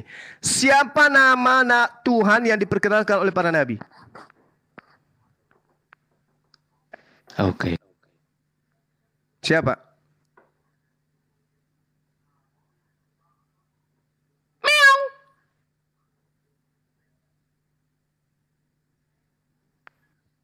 Turun dia, Bang. Oke. Jadi gitu ya, jangan Anda lembut-lembut tapi isi Anda itu seperti ular naga. Islam itu berdiri di atas pondasi kebenaran, bukan asal-asal. Dan saya paling tegas terhadap orang-orang yang bahlul, mau menipu dengan cara bahlul. Tuhan itu bukan Allah katanya, bukan Allah, tapi disebutnya Allah. Tuhan kita nggak sama, kami dalam kitab dengan kitab kami nggak sama. Tapi kok nyebut Allah? Allah yang Anda maksud sebutkan itu apa? Alai bumbung, pohon, sumpah serapah, atau yang mana? Semua sesembahan dalam bahasa Arab itu namanya Allah, Bang. Tenang dong cuma. Saya sudah tenang. Ini tenang kali saya. Iya, Saya memang kayak begini. Sudah banyak kali dosamu. Dosa yang mana? Dosa yang mana? Saya mengajarkan kalian untuk meninggalkan penyembahan kepada dewa Molok. Itu dosa. Ajaran balulmu. Ajaran balulmu. Saya mengajarkan kalian untuk berhenti menyembah dewa Molok. Apakah itu salah? Apa dewa Molok? Siapa dewa Molok? Iya. Berarti kau mengusik ham kami, Bang. Ajaran balulmu. Bukan mengusik. Anda coba tunjukkan kembali kitab saudara dalam bentuk original teksnya. Di situ tidak ada kata Allah di dalamnya. Tidak ada kata nabi, tidak ada kata rasul, tidak ada kata Alkitab. Gunakan istilah-istilah Yunani, debat Islam Kristen selesai. Saya mau tanya dulu samamu. Oke? Ya. Saya mau tanya sama kamu dulu. kitabmu mencerminkan Saya mau tanya sama kitab dulu. seorang penganut ajaran Yunani. Saya mau tanya Selesai sama debat. Selesai debat. Lepaskan kata Allah di dalamnya. Jangan sebut kitab dengan sebutan Alkitab yang hanya disebut sebagai tipuan itu. Saya mau Paham? tanya sama dulu. Kalau masing-masing, kenapa kitabmu tidak kembali kepada jati dirinya sendiri? Kenapa? Ustaz. Ayo. Ustaz. Kenapa? Kenapa kitab Kristen yang ada di Indonesia ini isinya cuma mau menipu saja? Kenapa? Sampulnya disebut Alkitab. Itu asalnya dari mana? Kenapa kitabmu disebut Alkitab? Apa dasarnya? Tanyakan ustazmu. Balul. Kitabmu aja sudah dusta. Memberikan sampul yang tidak sesuai. Karangan-karangan manusia biasa yang tidak jelas disebut Alkitab. Sementara Alkitab itu adalah kalam Allah, firman Allah Subhanahu wa taala. Tapi kenapa kamu menggunakan kata Alkitab sementara kamu alergi dengan kata Subhanahu wa taala? Ayo. Kamu alergi dengan SWT, tetapi nama kitabmu kau berikan dengan nama yang disematkan oleh SWT kepada umat Islam. Ayo. Oke, kita uji. Kita uji siapa yang berdusta di sini. Saya tanya samamu, kenapa kitabmu disebut Alkitab? Ini saja lembaran pertama. Tampilan kitabmu aja sudah berdusta. Tampilan kitabmu aja sudah dusta. Kenapa kitabmu disebut Alkitab? Kenapa? Jawab saya. Pada hari Pentakosta. Pada hari Pentakosta. Apa pula Pentakosta kau bahas-bahas ini? Ini yang saya tanya kepada saudara. Kalau agamamu itu bukan agama pendusta, kenapa kitabmu itu menggunakan sampul Alkitab?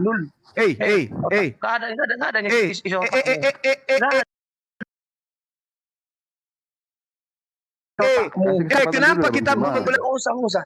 Tahu kenapa? Kenapa? Yunani itu, Kenapa? Yunani dulu. Karena kitabmu itu kitab para pembohong, pendusta. Menjelaskan Kitabmu itu dong. pendusta dan penipu yang hanya ingin menipu orang supaya mempersembahkan darah kepada dewa Molok. Itu dalam agama. Paham kau? Ayo suka-suka. Nama kitabnya dikasih Alkitab suka-sukanya dia tanpa dasar. Suka klaim-klaim bahasa. Lah, tahu malu kau. Orang gila ini. Kitabmu buku karangan yang dibuat oleh orang-orang yang tidak jelas itu, yang tidak dikenal oleh Yesus itu, kalian gelari dengan sebutan Alkitab tanpa malu-malu. Iya, ayo. tambah isi otakmu dulu. Ya makanya kamu yang tambah. Kenapa kitabmu disebut Alkitab? Jawab saya. Iya, itu kan adopsi. Kenapa? Adopsi dari bahasa Arab. Nenek lo kiper. Dia nenek balul mula. Nenek mau balul. Aduh, dari sampul kitabmu aja sudah nipu. Alasan kenapa kitabmu itu dituliskan Alkitab supaya biar menipu orang-orang awam. Oh ini kitab, Alkitab. Begitu dibuka ternyata isinya dewa Molok. Ada orang yang benar mempersembahkan darah hewan. Begitu dibuka kitabmu tulisannya Alkitab. Wih, Alkitab, kitab para nabi nih. Begitu dibuka isinya, Tuhan menjama-jama buah dadahmu. Nyaman nak kering. Patolo-toloi. Jadi kalau Anda itu penyakitnya akut, dikasih resep, jangan nantang dokter. Ya, nanti kau disuntik mati. Kalau dokternya kesal, kau disuntik mati, matilah kau. Ayo Dinda, Bang Ali dan juga Naja diambil alih. Saya mau ke gunung ini. Udah pukul 2 lewat. Hampir masuk pukul 2:30 di sini. Siap Bang Zuma, siap. Iya, resep saya itu tadi kalau masih ada yang kurang dikasih aja ya. Tapi saya masih monitor. Artinya saya persiapan berangkat ke gunung, tapi saya masih mendengarkan antum semua. Silakan. Masya Allah, siap. Baik, netizen semua, Dr. Zuma akan bersiap untuk menuju kepada pekerjaan beliau. Dan sekarang kita kedatangan siapa ini? Pak Egi. Pak Egi, ada yang mau ditanyakan? Silakan.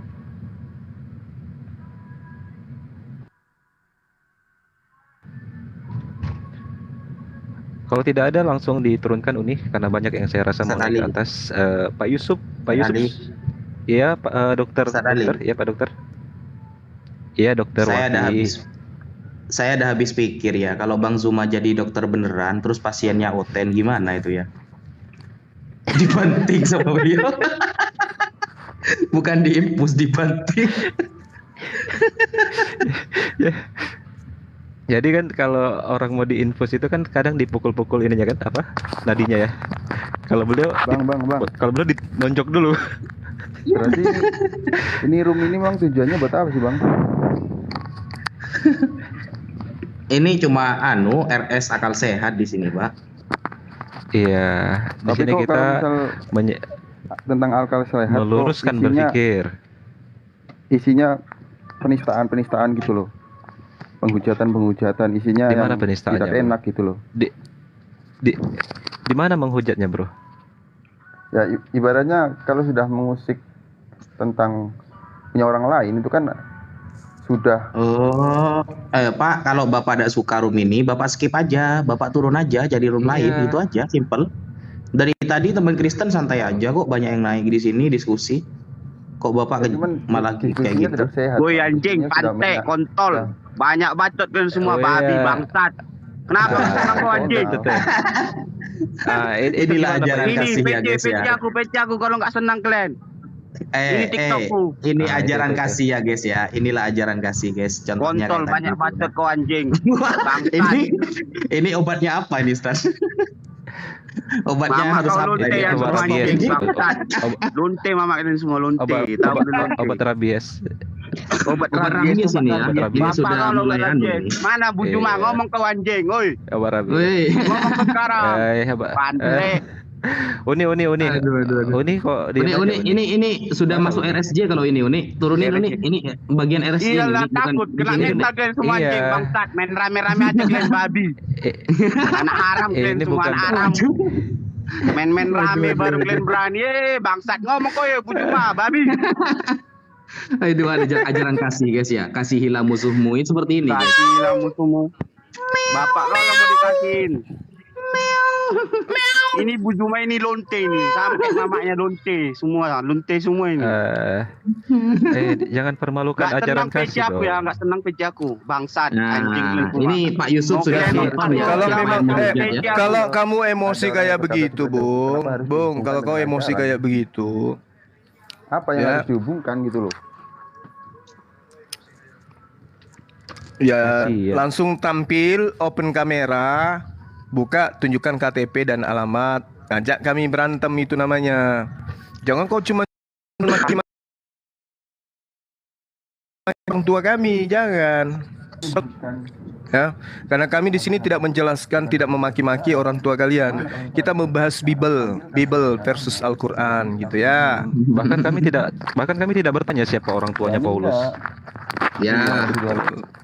Ya, Lanjut, Indah. Lanjut. Untungnya agak ngomong di depan ya. Kalau di depan ngomong kayak gitu tewas tadi. Tunggu. Di laci saya yang sebelah kiri itu ada di situ Spertus campur ini mikorek dengan Kalpanax. Jadi kalau ada pasien kayak tadi itu disuntik aja nggak apa-apa. Dosisnya jangan terlalu ini sih, sedang-sedang aja biar rabiesnya agak ini ya. Bang Zuma Saya tinggal dulu ya. Bang Zuma kalau itu kan obat salep sama obat tablet nggak mempan. Obat siram ada nggak obat siram? Ada itu tadi itu ini langsung siram mikorek sama Kalpanax. Kalpanaxnya siap. itu ditetesin ke matanya kiri kanan ya. Oke, Obat saya tinggal siram. sementara. Iya. Aduh, Oke. ajaran kasih. Susah. Jadi Pak Yusuf ini kayaknya baru masuk TikTok ini atau baru sampai ke komal-komal diskusi lintas iman. Jadi jangan terlalu menjudge komal muslim kalau Anda belum main-main ke komal Kristen, Pak ya. Ya. Jadi kalau model kayak tadi itu, kalau memang beneran pemberani ngomong di depan gitu, kirim KTP-nya, alamatnya, enaknya gimana gitu, ngomong lagi kayak tadi, tak jamin tewas kau, gitu loh. Jadi nggak usah kayak gitulah, ajaran kasih cap kaki tiga kau. Oke Pak Dr. Wafi, kita ada kedatangan pasien Bu Eva. Bu Eva, ada yang mau ditanyakan Bu Eva? Ya, ya saya hanya minta kesempatan, jangan dipotong ya, saya mau bicara seperti kesempatan Kita bukan ingin mendengar khutbah, Bu. Oh enggak, kita enggak khutbah. Enggak ada khutbah. Seandainya saya pun bertanya, kan pasti versi jawabannya kan seperti yang ada di pikiran Zuma kan gitu ya. Nah, cuma saya hanya mau menyampaikan ini aja. Kalau setelah itu di skip enggak apa-apa. Saya hanya menyampaikan begini. Enggak usahlah juga kami dari pihak Kristen itu tidak pernah mengkorek-korek Al-Quran itu apa ya, isinya nggak ada. Memang semenjak gitu. Ya, sebentar dulu ya saya ngomong ya. Memang semenjak ada persoalan. Nggak perlu, Bu. Ibu nanti di sini itu penipuan tempatnya publik bertanya, kalau Bu, ibu nggak benar. bukan menerangkan, bukan curhat. Di sini bertanya kepada Islam atau Ibu siap ditanya gitu aja. Nggak apa, saya ditanya juga nggak apa-apa. Cuma saya percuma nanti kalau saya ditanya, saya jawab juga ditolak-tolak gitu loh. Maksud saya, Loh, kalau katanya memang jawabannya itu lintas pas, agama. boleh. Jadi di sini bukan tempat keterangan selain bertanya dan ditanya, Bu ya. Kalau mau bertanya dan ditanya, masuk room lain. Saya hanya mau menjawab apa yang disampaikan oleh Suma tadi, bahwa dikatakan Tuhan menjamah-jamah payudara segala macam itu, ya kan? Padahal Iya, ayatnya kan ada tuh, Bu. kita bisa lihat kenyataannya, kita bisa lihat bagaimana umat Kristen dengan umat Ibu, sorry, Ibu ini mau diskusi atau mau curhat? Mohon maaf Bu, ini bukan room curhat ya, kita turunin ya. Bukan, sorry. Ini Yusuf Pap, ini Muslim atau non Muslim? Ya, ini saya bertanya aja sih, coba buktikan melalui sejarah saja. Ini Muslim atau non Muslim tunggu, Ustaz? Non. Oke. Ya, saya tanya, tolong buktikan melalui sejarah saja lah, di luar kitab apa gitu. Kurang keras, Pak, suaranya. Kurang keras, Pak, suaranya. Suaranya kerasin, Pak. Iya. Apa? Ya, ulangi. Saya minta dijelaskan saja sih tentang apa yang diomongkan tadi dari awal, dari perspektif sejarah aja. Gitu aja sih dari saya.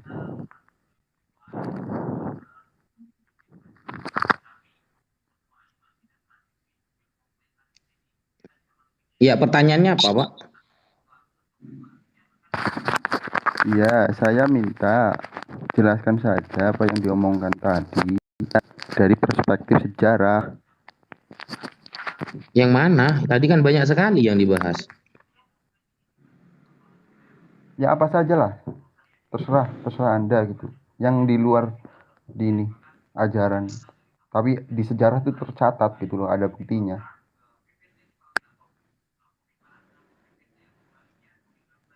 Yang mana yang dibahas ini, Pak? Banyak sekali dari tadi, Bu.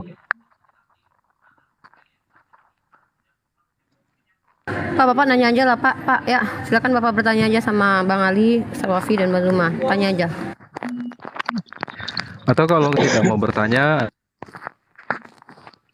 kepada Pak Yusuf,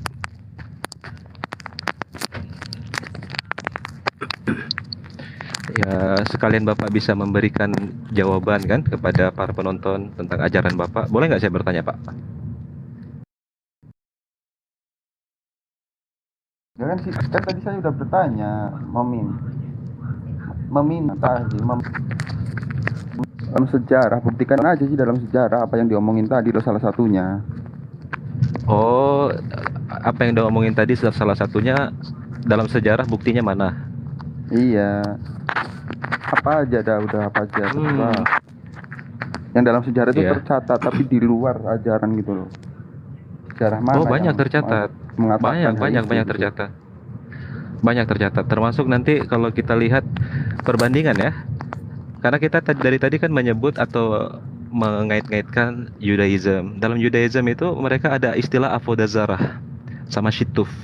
Avodazarah itu adalah penyembahan pagan berhala. Dan mereka katakan Christianity atau Kristen itu adalah teologi avodazarah, penyembahan pagan. Trinitas bagi mereka atau penyembahan Yesus sebagai Tuhan adalah avodah zarah, penyembahan berhala. Itu dalam Yahudi ya, dalam Judaism. Bahkan mereka katakan itu adalah syituf, bentuk kesyirikan, dalam bahasa Ibrani syituf. Nah, itu bukti sejarah. Sedangkan ketika mereka melihat teologi Islam, mereka katakan ini adalah monoteistik, yang mana Allah adalah paralel dengan keyakinan mereka terhadap Yod He Vav He. Gitu kita buat perbandingan. Itu perbandingan sejarah namanya. Jadi dalam Judaism, Christianity adalah avodah zarah, adalah penyembahan berhala, dan ideologi syituf, kesyirikan. Bapak cek sendiri nanti bagaimana Judaism memandang Kristen dan bagaimana Judaism memandang Islam.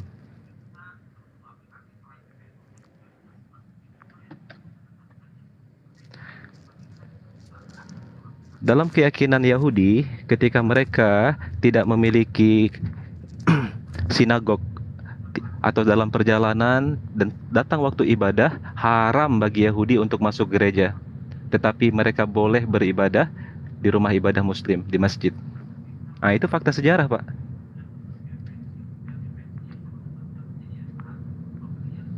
Dari pasien lain aja, Uni. Dari pasien lain, Pak Yusuf kurang kayaknya, kurang mau bertanya. Kurang sehat atau kurang sakit? Sudah sembuh kayaknya. Sudah sembuh. Pak Yusuf sudah sembuh, minum obatnya 5 kali sehari ya, Pak.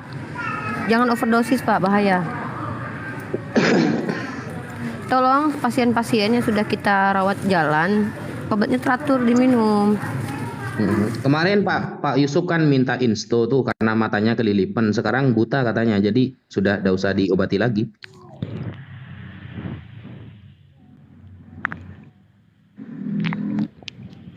Ya, Mas Dang Andi, ada yang mau disampaikan, Mas Dang Andi? Ya Mas, sebelumnya mohon maaf nih, udah minta naik, makasih udah dinaikin. Ini mau nanya sih Mas, sini Muslim kan, Islam ya? Terus? Ini saya mau nanya ini Mas, masalah sejarah tentang Nabi Khidir Mas. Itu saya maksudnya saya bertanya di sini, saya tahu kan Mas di sini ada yang tahu, karena saya ini sekolah juga, bukan sekolah di ini yang sekolah Islam yang kuat, maksudnya sekolah negeri kan agamanya kan agak kurang tuh, presentasinya kurang tuh pelajarannya, bukan sekolah kayak madrasah atau enggak kuliah-kuliah di tempat yang Islamik gitu kan. Itu saya kemarin itu diskusi sama temen yang ya dia udah inilah ilmu agamanya mungkin udah jauh di atas saya. Itu saya ya itu yang Andi ini Muslim. Dengan Andi Muslim? Iya, saya Muslim. Loh, Muslim Uni gimana?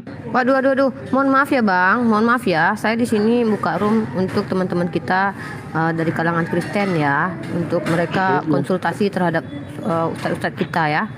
Maaf kalau mau tanya-tanya tentang Muslim nanti internal aja, oke? Maaf Bang Andi ya.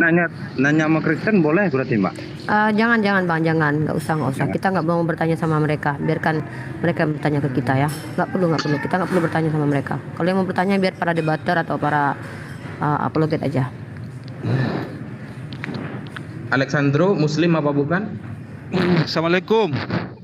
Oh, Muslim juga Uni. Waalaikumsalam warahmatullahi. Ini roomnya khusus teman-teman, khusus Kristen bertanya ke kita. Jadi ya, sementara kita skip dulu yang Muslim. Saya ada dikit aja yang saya mau tanya, yang bisa sama Bang Zuma. Nggak bisa, ini khusus Kristen. Ya, Assalamualaikum Bang Zuma. Saya dari Makassar juga Bang Zuma. Nanti aja Bang, ini kita khususkan forum. Waalaikumsalam. Sebentar Pak, ini kita khususkan. Iya. Muslim nggak usah. Pak Bang Alexandro, kalau ada pertanyaan ke Bang Zuma yang urusan pribadi jangan di forum seperti ini. Bukan urusan pribadi, bukan. Bukan. Kemarin itu saya dengar Alexander dikeluarin aja. Buat apa kalau saya sama Muslim diberdebat? Itu kan sama-sama. Uni, Alexander turunin, Uni. Bukan debat, bukan debat. Iya, nanti aja, Bang. Ini di live kan soalnya, Bang. Oke.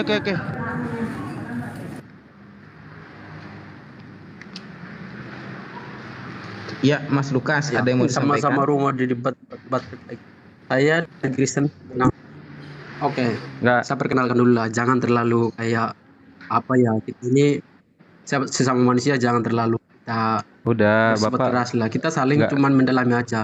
Tenang saja, Pak Lukas. Oke sih. Saya mau ajukan pertanyaan, Pak. Tidak perlu bernarasi. Pak, ditutup aja. Kan saya bertanya ngapain kamu ngomong toh? Pak Ustaz nggak tahu debatnya dari gimana toh? Ini saya bukan soal debat atau segala macam. Kamu mau bertanya atau mau ngapain? Iya, saya mau ngomong, Pak. Langsung aja. Langsung pertanyaan, Mas.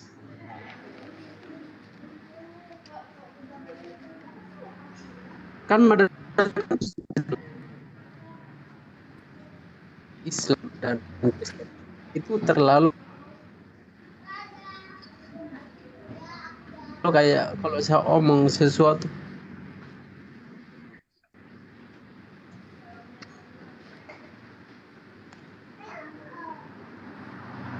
pasti namanya pelecehan agama. Suaranya putus-putus ya. Tolong dong Lukas dibenahi dulu signalnya. Turunin aja Lukas. Kita tuh banyak pasien loh di bawah. Dokter kita tuh sibuk banget. Ya, dokter kita juga punya kehidupan yang dilakukan, bukan cuma kalian aja. Ya, pasien-pasien yang antri di bawah pastikan kalau kalian itu benar-benar sakit loh. Jangan kalian tuh sehat, tapi kalian naik ke atas ngapain coba? Umat Muslim jangan naik ke atas lah. Padrias. Aduh, ini pasien akut ini. Ini pasiennya nggak ada obatnya nih. Halo Mbak Rianti. Ini? Rianti, ini yang nggak ada obatnya wo ini. Mbak Rianti, Muslim atau non Muslim? Oke, silakan Mbak konsultasi kepada asatis kita. Pertanyaannya cuma 2 saja ya Kak ya. Rianti Muslim kah? Kristen. Oke, Kristen. Oke, lanjut. Pertanyaannya hanya 2 saja. Yang bikin saya dari tadi agak bingung sih. Tadi Kakak Juma ada berdebat sama anggota di sini ya, sama room sini yang naik tapi sudah diturunin. Tapi Kakak Juma bilang begini, di Kristen itu di Alkitab isinya ada dada dielus-elus dan mempersembahkan darah. Kakak Jumanya tahu dari mana ada kayak gitu? Iya, di Yeskiel, Mbak. Di Yeskiel 23 itu, Mbak, ada. Mempersembahkan darah? Oh, yang mempersembahkan darah itu pemahaman, Mbak. Kan ayatnya ada di dalam Alkitab. Gimana sih, Mbak? Alkitab mana? Soalnya kalau seperti kami di sini, kalau agama Kristen, jelas kita tahu Kristen itu seperti gereja, itu banyak gerejanya gereja apa gitu kan. Tapi di sini yang kena jadi semua Kristen ini kulihat yang komen juga Kristen yang banyak yang gimana gitu. Mbak, di perjanjian lama, Mbak ya. Di perjanjian lama, di Imamat 22, cara menebus dosa itu harus menggunakan domba jantan yang tidak bercelah. Itu kan aturannya, aturan hukum Taurat Musa. Jadi harus menggunakan domba jantan yang tidak bercelah. Nah, kemudian aturan Taurat ini kemudian dirubah di dalam perjanjian baru. Yang seharusnya domba beneran yang disembelih, karena Mbak mungkin jarang ya baca perjanjian lama ya. Nah, di perjanjian lama itu untuk penebusan dosa itu menggunakan darah, Mbak. Makanya domba disembelih. Dombanya itu jantan dan domba beneran. Nah, kenapa di dalam Yohanes justru yang dikorbankan itu Tuhan gitu loh. Itu perubahan hukum seperti itu pernah nggak sih dikatakan oleh Tuhan bahwa nanti di zaman perjanjian baru penebusan dosa sudah bukan dengan jantan lagi, tapi Tuhan yang akan jadi korban gitu. Ada nggak keterangan seperti itu, Mbak? Ya benar ada. Itulah namanya hari kematian kalau di kami. Nah, itu yang dibahas itu, Mbak. Dan ajaran Yahudi dan Islam tidak pernah, Mbak ya, tidak pernah mengajarkan Tuhan ini yang harus jadi korban. Emangnya nabi-nabi di perjanjian lama kenal sama Yesus? Kan tidak ada yang kenal. Ada Nabi Yesaya. Mana ayatnya? Ada nggak Nabi Yesaya kenal sama Yesus? Oh, jaraknya aja 700 tahun tuh. Pasal 59. Pasal 59. Ayat keberapa tuh? Ini Pak Rasio ini belum minum resep dia Ustaz Wafi. Cek boy ini ganti-ganti obat ini. Emangnya dokter Ali sama dokter Wafi sudah kasih resep? Jangan-jangan lagi. 3 kali sehari. Kok 3 kali? 5 kali lah. Kalau itu nggak perlu dokter-dokter yang dari rumah sakit jiwa ini. Ya. Oh, Mas Boy dari rumah sakit jiwa. Ya, Mbak Rianti gimana? Mbak Rianti sudah selesai konsultasinya? Mbak Rianti sudah selesai. Mas Boy tunggu dulu ya, Mbak Rianti dulu ya. Gimana Mbak Rianti? Monggo. Apa sudah siap disyahadatin, Mbak Rianti? Mbak Rianti, kalau seandainya Mbak Rianti syahadat hari ini bisa langsung diijab kabul sama Ustaz Wafi. Saya saksinya sama Bang Ali dan Bang Zuma. Makasih kakak, tapi saya nyaman dengan agama aku. Oke, nggak apa-apa. Ini hostnya lama-lama saya kick ini. Mereka itu saya kira dengan para ahli tarot, Mbak. Jangan.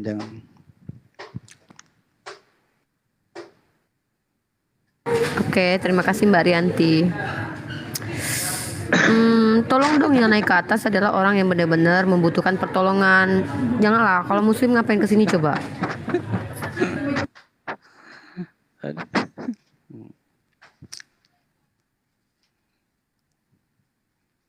Ya, Mas Boy.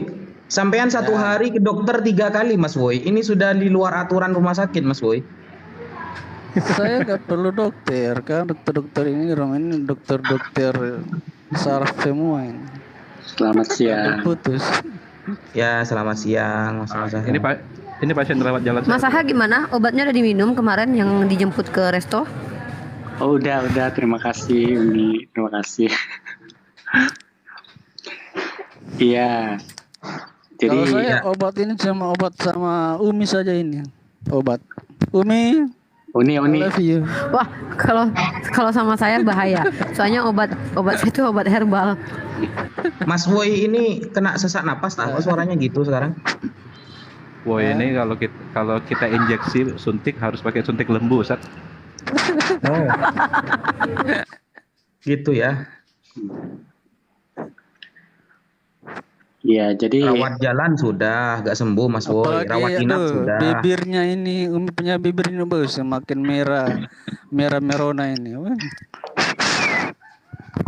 Ini Anda mau bertanya atau apa ini, Mas Boy? Anda mau merayu saya. Jangankan Anda, Ustadz Wafi aja merayu saya nggak tembus loh, apalagi Anda. Kalau diizinkan, saya bisa bertanya. Tolong jelaskan. Oke, Woy, sepertinya penyakit Anda tidak ada obatnya ya. Belum ada obatnya ini. Jelaskan dulu tentang Nur Muhammad itu. Saya tidak kurang paham. Apa benar segala sesuatu dunia ini dijadikan berasal dari Nur Muhammad? Tolong dijelaskan apa seperti itu. Kata siapa itu, Boy? Oh. Terus jelaskan bagaimana? Saya kurang paham itu. Enggak, Mas Boy dengar keterangan itu dari mana? Saya dengar dari sebagian teman-teman kalian itu mengatakan segala sesuatu ini berasal dari Nur Muhammad. Iya, saya hanya dengar saja dari ayatnya gimana, Boy? Teman kalian. Saya hanya dengar saja dari mereka. Mereka mengatakan begitu. Mereka nggak menggunakan dalil. Mereka hanya mengatakan kalau segala sesuatu itu berasal dari Nur Muhammad. Apa benar apa tidak saya nggak tahu. Itu kan menurut saudara-saudara Muslim lainnya seperti itu. Ya. Jadi saya mau tanya apa benar seperti itu? Iya. Banyak tuh keterangannya, woi. Allah apa namanya kan ada keterangan gini, woi. Laulaka ya Muhammad ma khalaqtul aflak. Andaikan tidak karena engkau Muhammad, aku tidak akan menciptakan cakrawala ini. Bahkan juga ada hadis kuntu nabiyan wa Adam wala Adam wala ma wala tin. Jadi aku sudah menjadi nabi sejak Adam belum diciptakan, belum ada air, dan juga belum ada tanah, begitu loh. Bahkan juga ada keterangan, woi, bahwa innahu kana nuran haulal arsy faqala ya Jibril ana kuntu dzalikan nur. Sesungguhnya dia Muhammad itu adalah cahaya yang ada di sekeliling arsy. Kemudian dia bersabda, wahai Jibril, aku dulu adalah cahaya itu. Keterangannya banyak tuh, woi.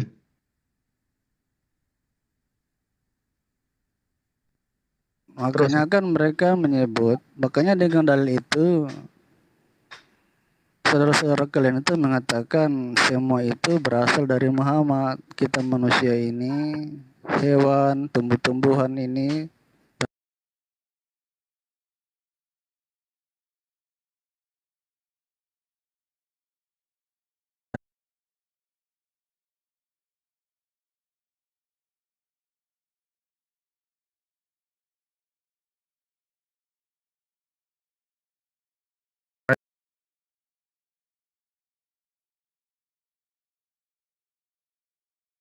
Muhammad itu adalah nur. Oke, sepertinya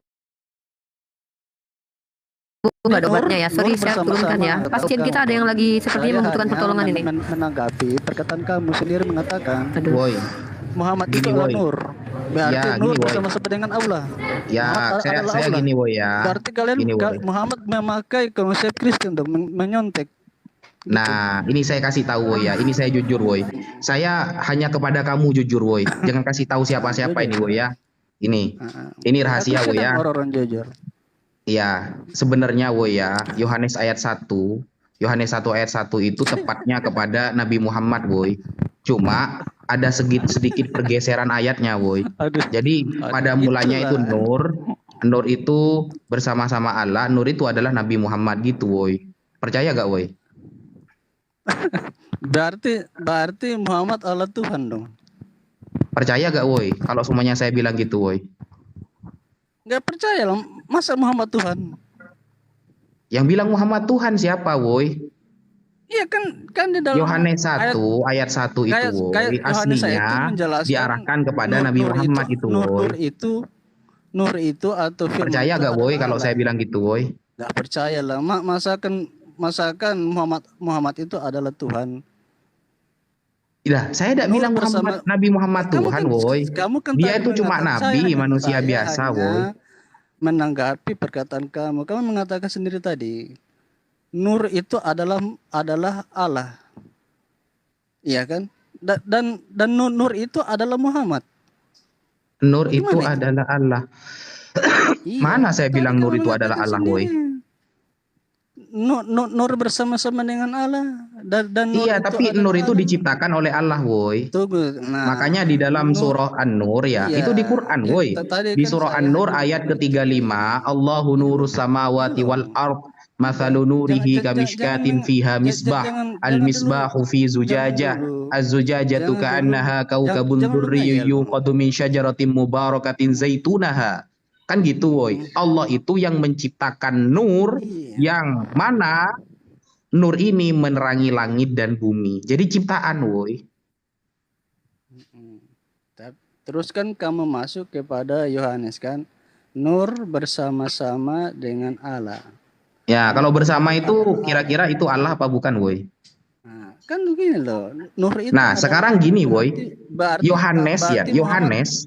Berarti Muhammad adalah Allah. Nah, Yohanes saya tanya, woi ya.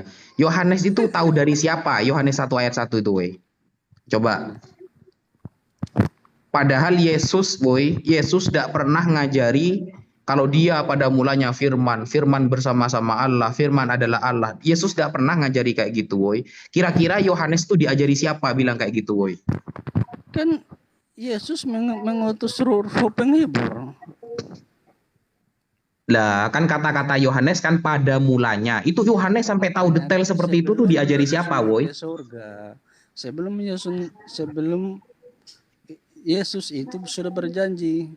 Sebelum dia naik ke surga, Yesus berjanji, aku akan mengirim kamu seorang penolong yang lain, Roh Kudus. Maka Roh Kudus inilah yang mengatakannya. Oh, berarti Yohanes tahu dari Roh Kudus, woi ya? Gimana, woi? Iyalah. Nah, kok bisa Yohanes diajari Roh Kudus, woi? Kan dia sudah ada Yesus waktu itu, woi. Ngapain nunggu Roh Kudus, woi? Woi, sorry ya. Sepertinya rumah sakitnya nggak cukup mampu menampung penyakitnya, woi. Udah akut nih. Dia akan mengutus roh penghibur. Woi, sorry ya, woi ya. Ini ada pasien. Nggak bisa, woi. Roh penghibur. Woi. Yang kalian klaimkan Muhammad. Mana ada Muhammad utusan Yesus? Kata Sumber. Kasihan lah. Nggak bisa ini, bukan apa-apa. Kita buang-buang waktu nanti. Mahal soalnya. Ini woi nanya tapi ngeri banget yo. Ya silakan yang lainnya. Silakan Ustaz Wafi, cuma Anda sekarang dokter yang bertugas. Saya juga tidak bisa menemani Anda. Silakan. Ya, Mas Masaha mau nanya apa? Ya, enggak, aku mau komentar aja kali ya. Ya jadi kan Islam itu kan bilang Paulus itu antikristus, ya kan? Nah, Kristen bilang Muhammad itu antikristus. Nah, jangan-jangan dua-duanya antikristus gitu loh. Jadi Paulus menghapus hukum Taurat, nah Muhammad menghapus pendaliban Yesus. Nah, saya curiganya begitu. Nah, gitu. Oh, berarti nyari remis gitu, ya, Mas Masahaya? Apa? Nyari remis gitu ya, satu-satu. Oh gitu ya, remis, ya. Iya, jangan-jangan dua-duanya antikristus nih. Ini perasaan di Bible antikristus itu datang dari kalangan kalian loh, bukan dari orang Arab. Oh gitu ya, Bang. Ayat iya, coba baca ayatnya, coba baca lagi. Antikristus itu datang dari kalangan kalian sendiri, bukan dari Arab. Oke, Dokter Ali, Trualo, saya ini Bang Zuma, monitor Bang Zuma. Ustaz Ali mana? Ini saya menaikin Bang Ali, bentar. Bang Zuma monitor. Bang Zuma aku turunin dulu ya. Soalnya pasien kita banyak Bang Zuma, ya. Gak apa-apa kan Bang? Sekali, gak pernah lo ada orang yang berani nge-kick. Dilaknat. Gak apa-apa, Bang Zuma kan friend sama aku. Lihat ya, cuman aku yang berani nurunin Bang Zuma loh. Set. Hebat kan aku? Ayo. Ya, gimana Mas Masaha? Kan antikristus di dalam Bible itu dari kalangan Anda sendiri. Ada nggak sih keterangan bahwa antikristus itu datang dari luar Kristen? Kan nggak ada. Iya. Saya punya perasaan yang baik tentang saudara Masaha. Iya, sepertinya Mas Masaha mau sembuh ini. Iya. Dia setelah ketemu saya kayaknya memang mau sembuh. Soalnya dia terpana waktu bertemu saya. Benar kan Mas Masaha? Bang Riko? Saya kemarin sehat, Uni, ketemu Uni langsung sakit seminggu. Benar.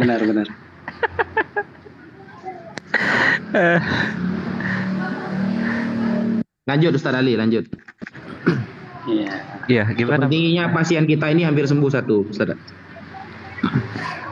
Kemarin dia udah mengaku bahwa PB itu banyak yang harus diragukan, tapi PL lebih otentik kata dia. Tapi begitu saya kasih fakta di dalam PL Tuhan itu dibanting, udah mulai ragu lagi Ustaz. Enggak, maksudnya kalau dibandingkan memang PB dengan PL, saya jujur Ustaz Ali ya, setelah saya mengkaji itu memang lebih akurat PL gitu daripada PB ya. Ini pakai timbangan yang agak rusak sebenarnya Ustaz. Jadi daripada PB saya masih pro PL gitu. Iya sih, karena kacau banget tuh. Apalagi kalau kita pertanyakan ini Bang Riko, Bro Riko, tentang peristiwa kebangkitan orang-orang Kudus yang menampakkan diri di kota Kudus. Itu enggak seharusnya kan menjadi peristiwa sejarah itu. Ada orang bangkit dari kubur dilihat oleh manusia di sekitarnya. Tapi tidak ada sejarawan manapun ya. mencatat peristiwa itu. Ya, ya, ya. Ya juga sih itu yang pas peristiwa penyaliban Yesus ya itu ya. Yang kemarin. Nah, kalau boleh jujur Pak Masaha ya, ini saya cuma jujur ke Pak Masaha ya, ke yang lain saya jarang ngomong gini gitu loh. Paulus itu sebenarnya kelemahannya Pak ya, dia terlalu mengkultuskan kasus penyaliban itu Pak sebenarnya. Jadi letak Paulus kenapa dikritik habis-habisan oleh umat Islam, itu intinya bahasa simpelnya Pak, dia terlalu mengkultuskan tentang kejadian penyaliban Pak. Kalau di hal-hal lain kita, kalau saya ya, bukan kita, saya ya, kalau di hal-hal lain saya tuh oke-oke aja sama Paulus ini. Tapi memang khusus masalah penyaliban dia itu sangat mengkultuskan. Nah itu sehingga blunder akan menyebabkan ajaran Yesus tergeser gitu. Gara-gara terlalu mengkultuskan penyaliban. Kalau masalah ketuhanan Pak, Paulus ini saya lihat dia bersyukur kepada Allah, bukan tidak ada kalimat ya di dalam surat-surat Paulus bersyukur kepada Yesus, berdoa kepada Yesus, tidak ada Pak. Dia kalau bersyukur kepada Allah, YHWH ya kalau di perjanjian lama katanya Pak.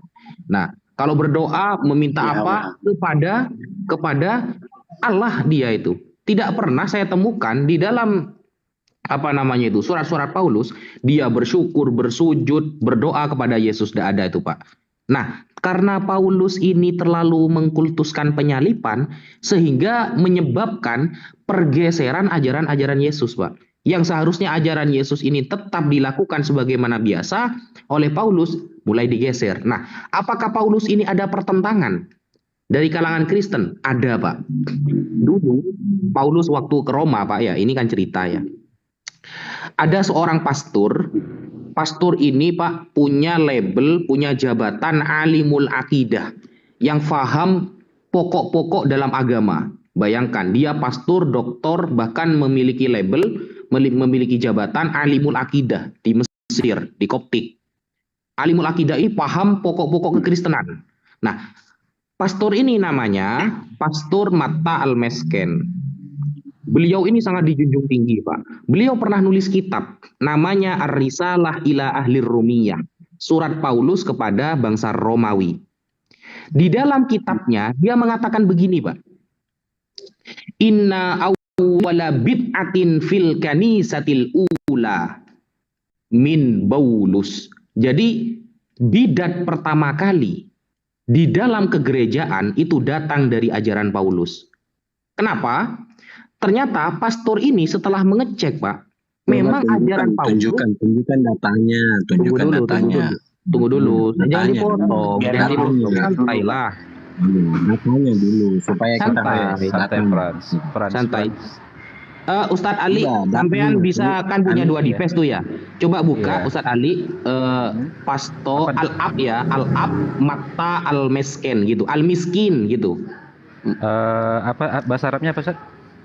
Al-Ab itu pastor, Al-Abu, terus Mata,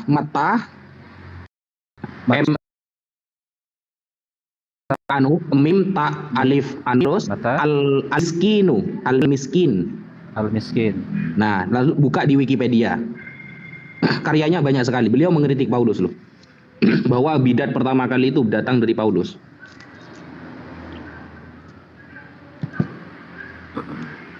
Ya, coba. Dia itu coba lihat gelarnya. Saya tidak mau ya. Ini ya. Nah, baca sendiri. Monggo Ustaz, diterjemah Ustaz. Ya. Nama aslinya Yusuf Iskandar Al-Ma'ruf bi Matta Al-Miskin. Dikenal dengan nama Matta Al-Miskin. Rajul dini Masihi Qibti. Dia adalah seorang Kristen Qibti. Wulida am 1919 di Madinati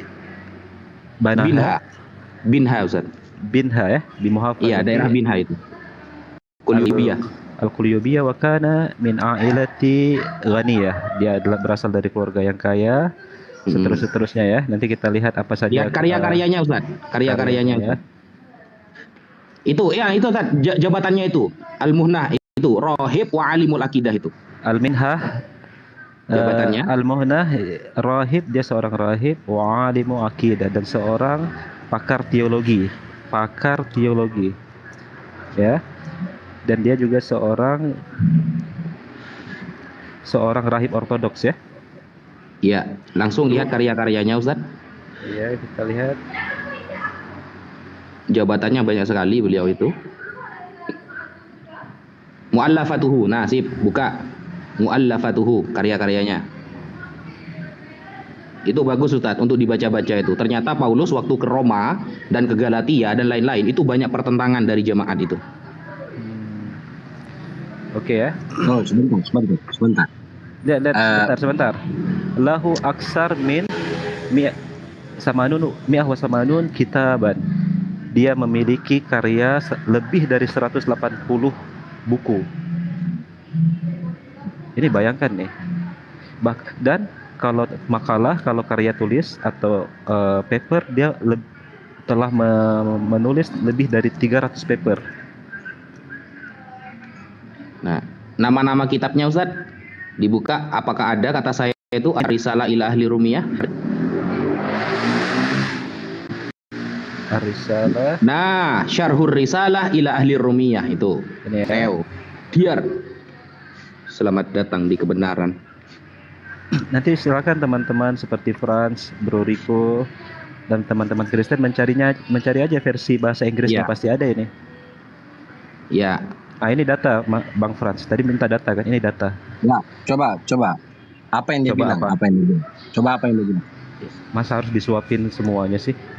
Sampai bisa enggak baca Arab? Itu bahasa Arab. Makanya catat kalimat saya ini, catat, lalu cari di kitab itu. Kan sudah dikasih itu datanya. Sampai nanti download PDF, mungkin ada terjemahannya, saya tidak tahu. Saya pakai yang Arabnya soalnya. Nah, sampai beritahu saja di sini. Kita menunggu. Oke, bro, saya buka versi bahasa Inggrisnya ya. Ini nanti buka aja, cari aja nama ini, Matta El Miskin. Dia seorang rahib Kipti dari Mesir. Nanti Anda tinggal buka saja apa saja hasil tulisan dia. Beritahu saya intinya apa tadi? Tadi sudah diceritakan sama Ustaz Wafi. Coba Ustaz diulang lagi, apa intisari dari kontradiksi Paulus? Jadi dia itu menceritakan tentang saat Paulus menulis buku-bukunya, ya, menulis surat-suratnya ke beberapa daerah. Salah satunya kepada Rom. Nah, Paulus itu tidak pernah berpikir bahwa kitabnya ini akan menjadi kitab suci. Paulus tidak pernah berpikir bahwa surat-suratnya itu akan dibaca orang setelahnya. Tidak pernah. Dan Paulus tidak menyangka, tidak pernah menyangka juga bahwa kitabnya itu akan dikuduskan oleh orang-orang setelahnya. Kenapa? Karena Paulus berpikir kalau Yesus akan datang kembali saat dia masih hidup. Secara personal, Paulus sama sekali tidak pernah mengenal dengan Yesus. Bertemu juga. Kalau kita lihat pengangkatan Paulus sebagai rasul itu kan cuma lewat suara yang gak jelas ceritanya. Antara kisah para rasul 9 dengan kisah para rasul 22 itu bertentangan. Bayangkan. Bagimu tidak jelas. Loh, bukan kata saya. Ini saya punya versi terjemah. Ini ya. Paulus jelas. Besarkan layar saya unik. Ini saya pakai data, bro. Dan data saya ini tidak pernah dari Islam gitu loh. Silakan. Data saya tidak pernah dari Islam. Saya ini pakai data. Nah, ini ya. Pakai data. Kalau ini apa bukunya ini namanya Sejarah Alkitab. Sejarah Alkitab. Oke. Nah, Sejarah Alkitab telaah historis atas Alkitab yang paling banyak dibaca di seluruh dunia. Bukan orang Islam yang ngarang ini, Karen Armstrong. Dari kalangan Anda sendiri. Nah, kita buka sekarang. 81.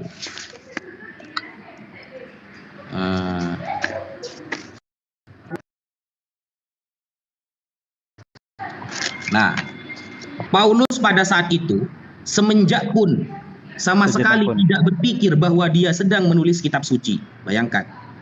Oleh karena yakin sekali bahwa Yesus akan kembali pada masa dia masih hidup. Paulus pun tidak pernah membayangkan bahwa angkatan-angkatan yang akan datang masih akan sempat membaca dan merenungkan surat-suratnya. Jadi lucu kalau surat Paulus sekarang malah jadi kitab suci. Dan ini kalau sampai saya baca semuanya, Anda panas nantinya. Ini bukan tulisan Islam loh. Tidak. Bukan soal itunya, bukan soal itu. Yang tadi abang bilang Paulus dengar suara apa gitu. Coba jelaskan di saya soal konsep itu. Nah, kita buka di dalam Kisah Para Rasul 9.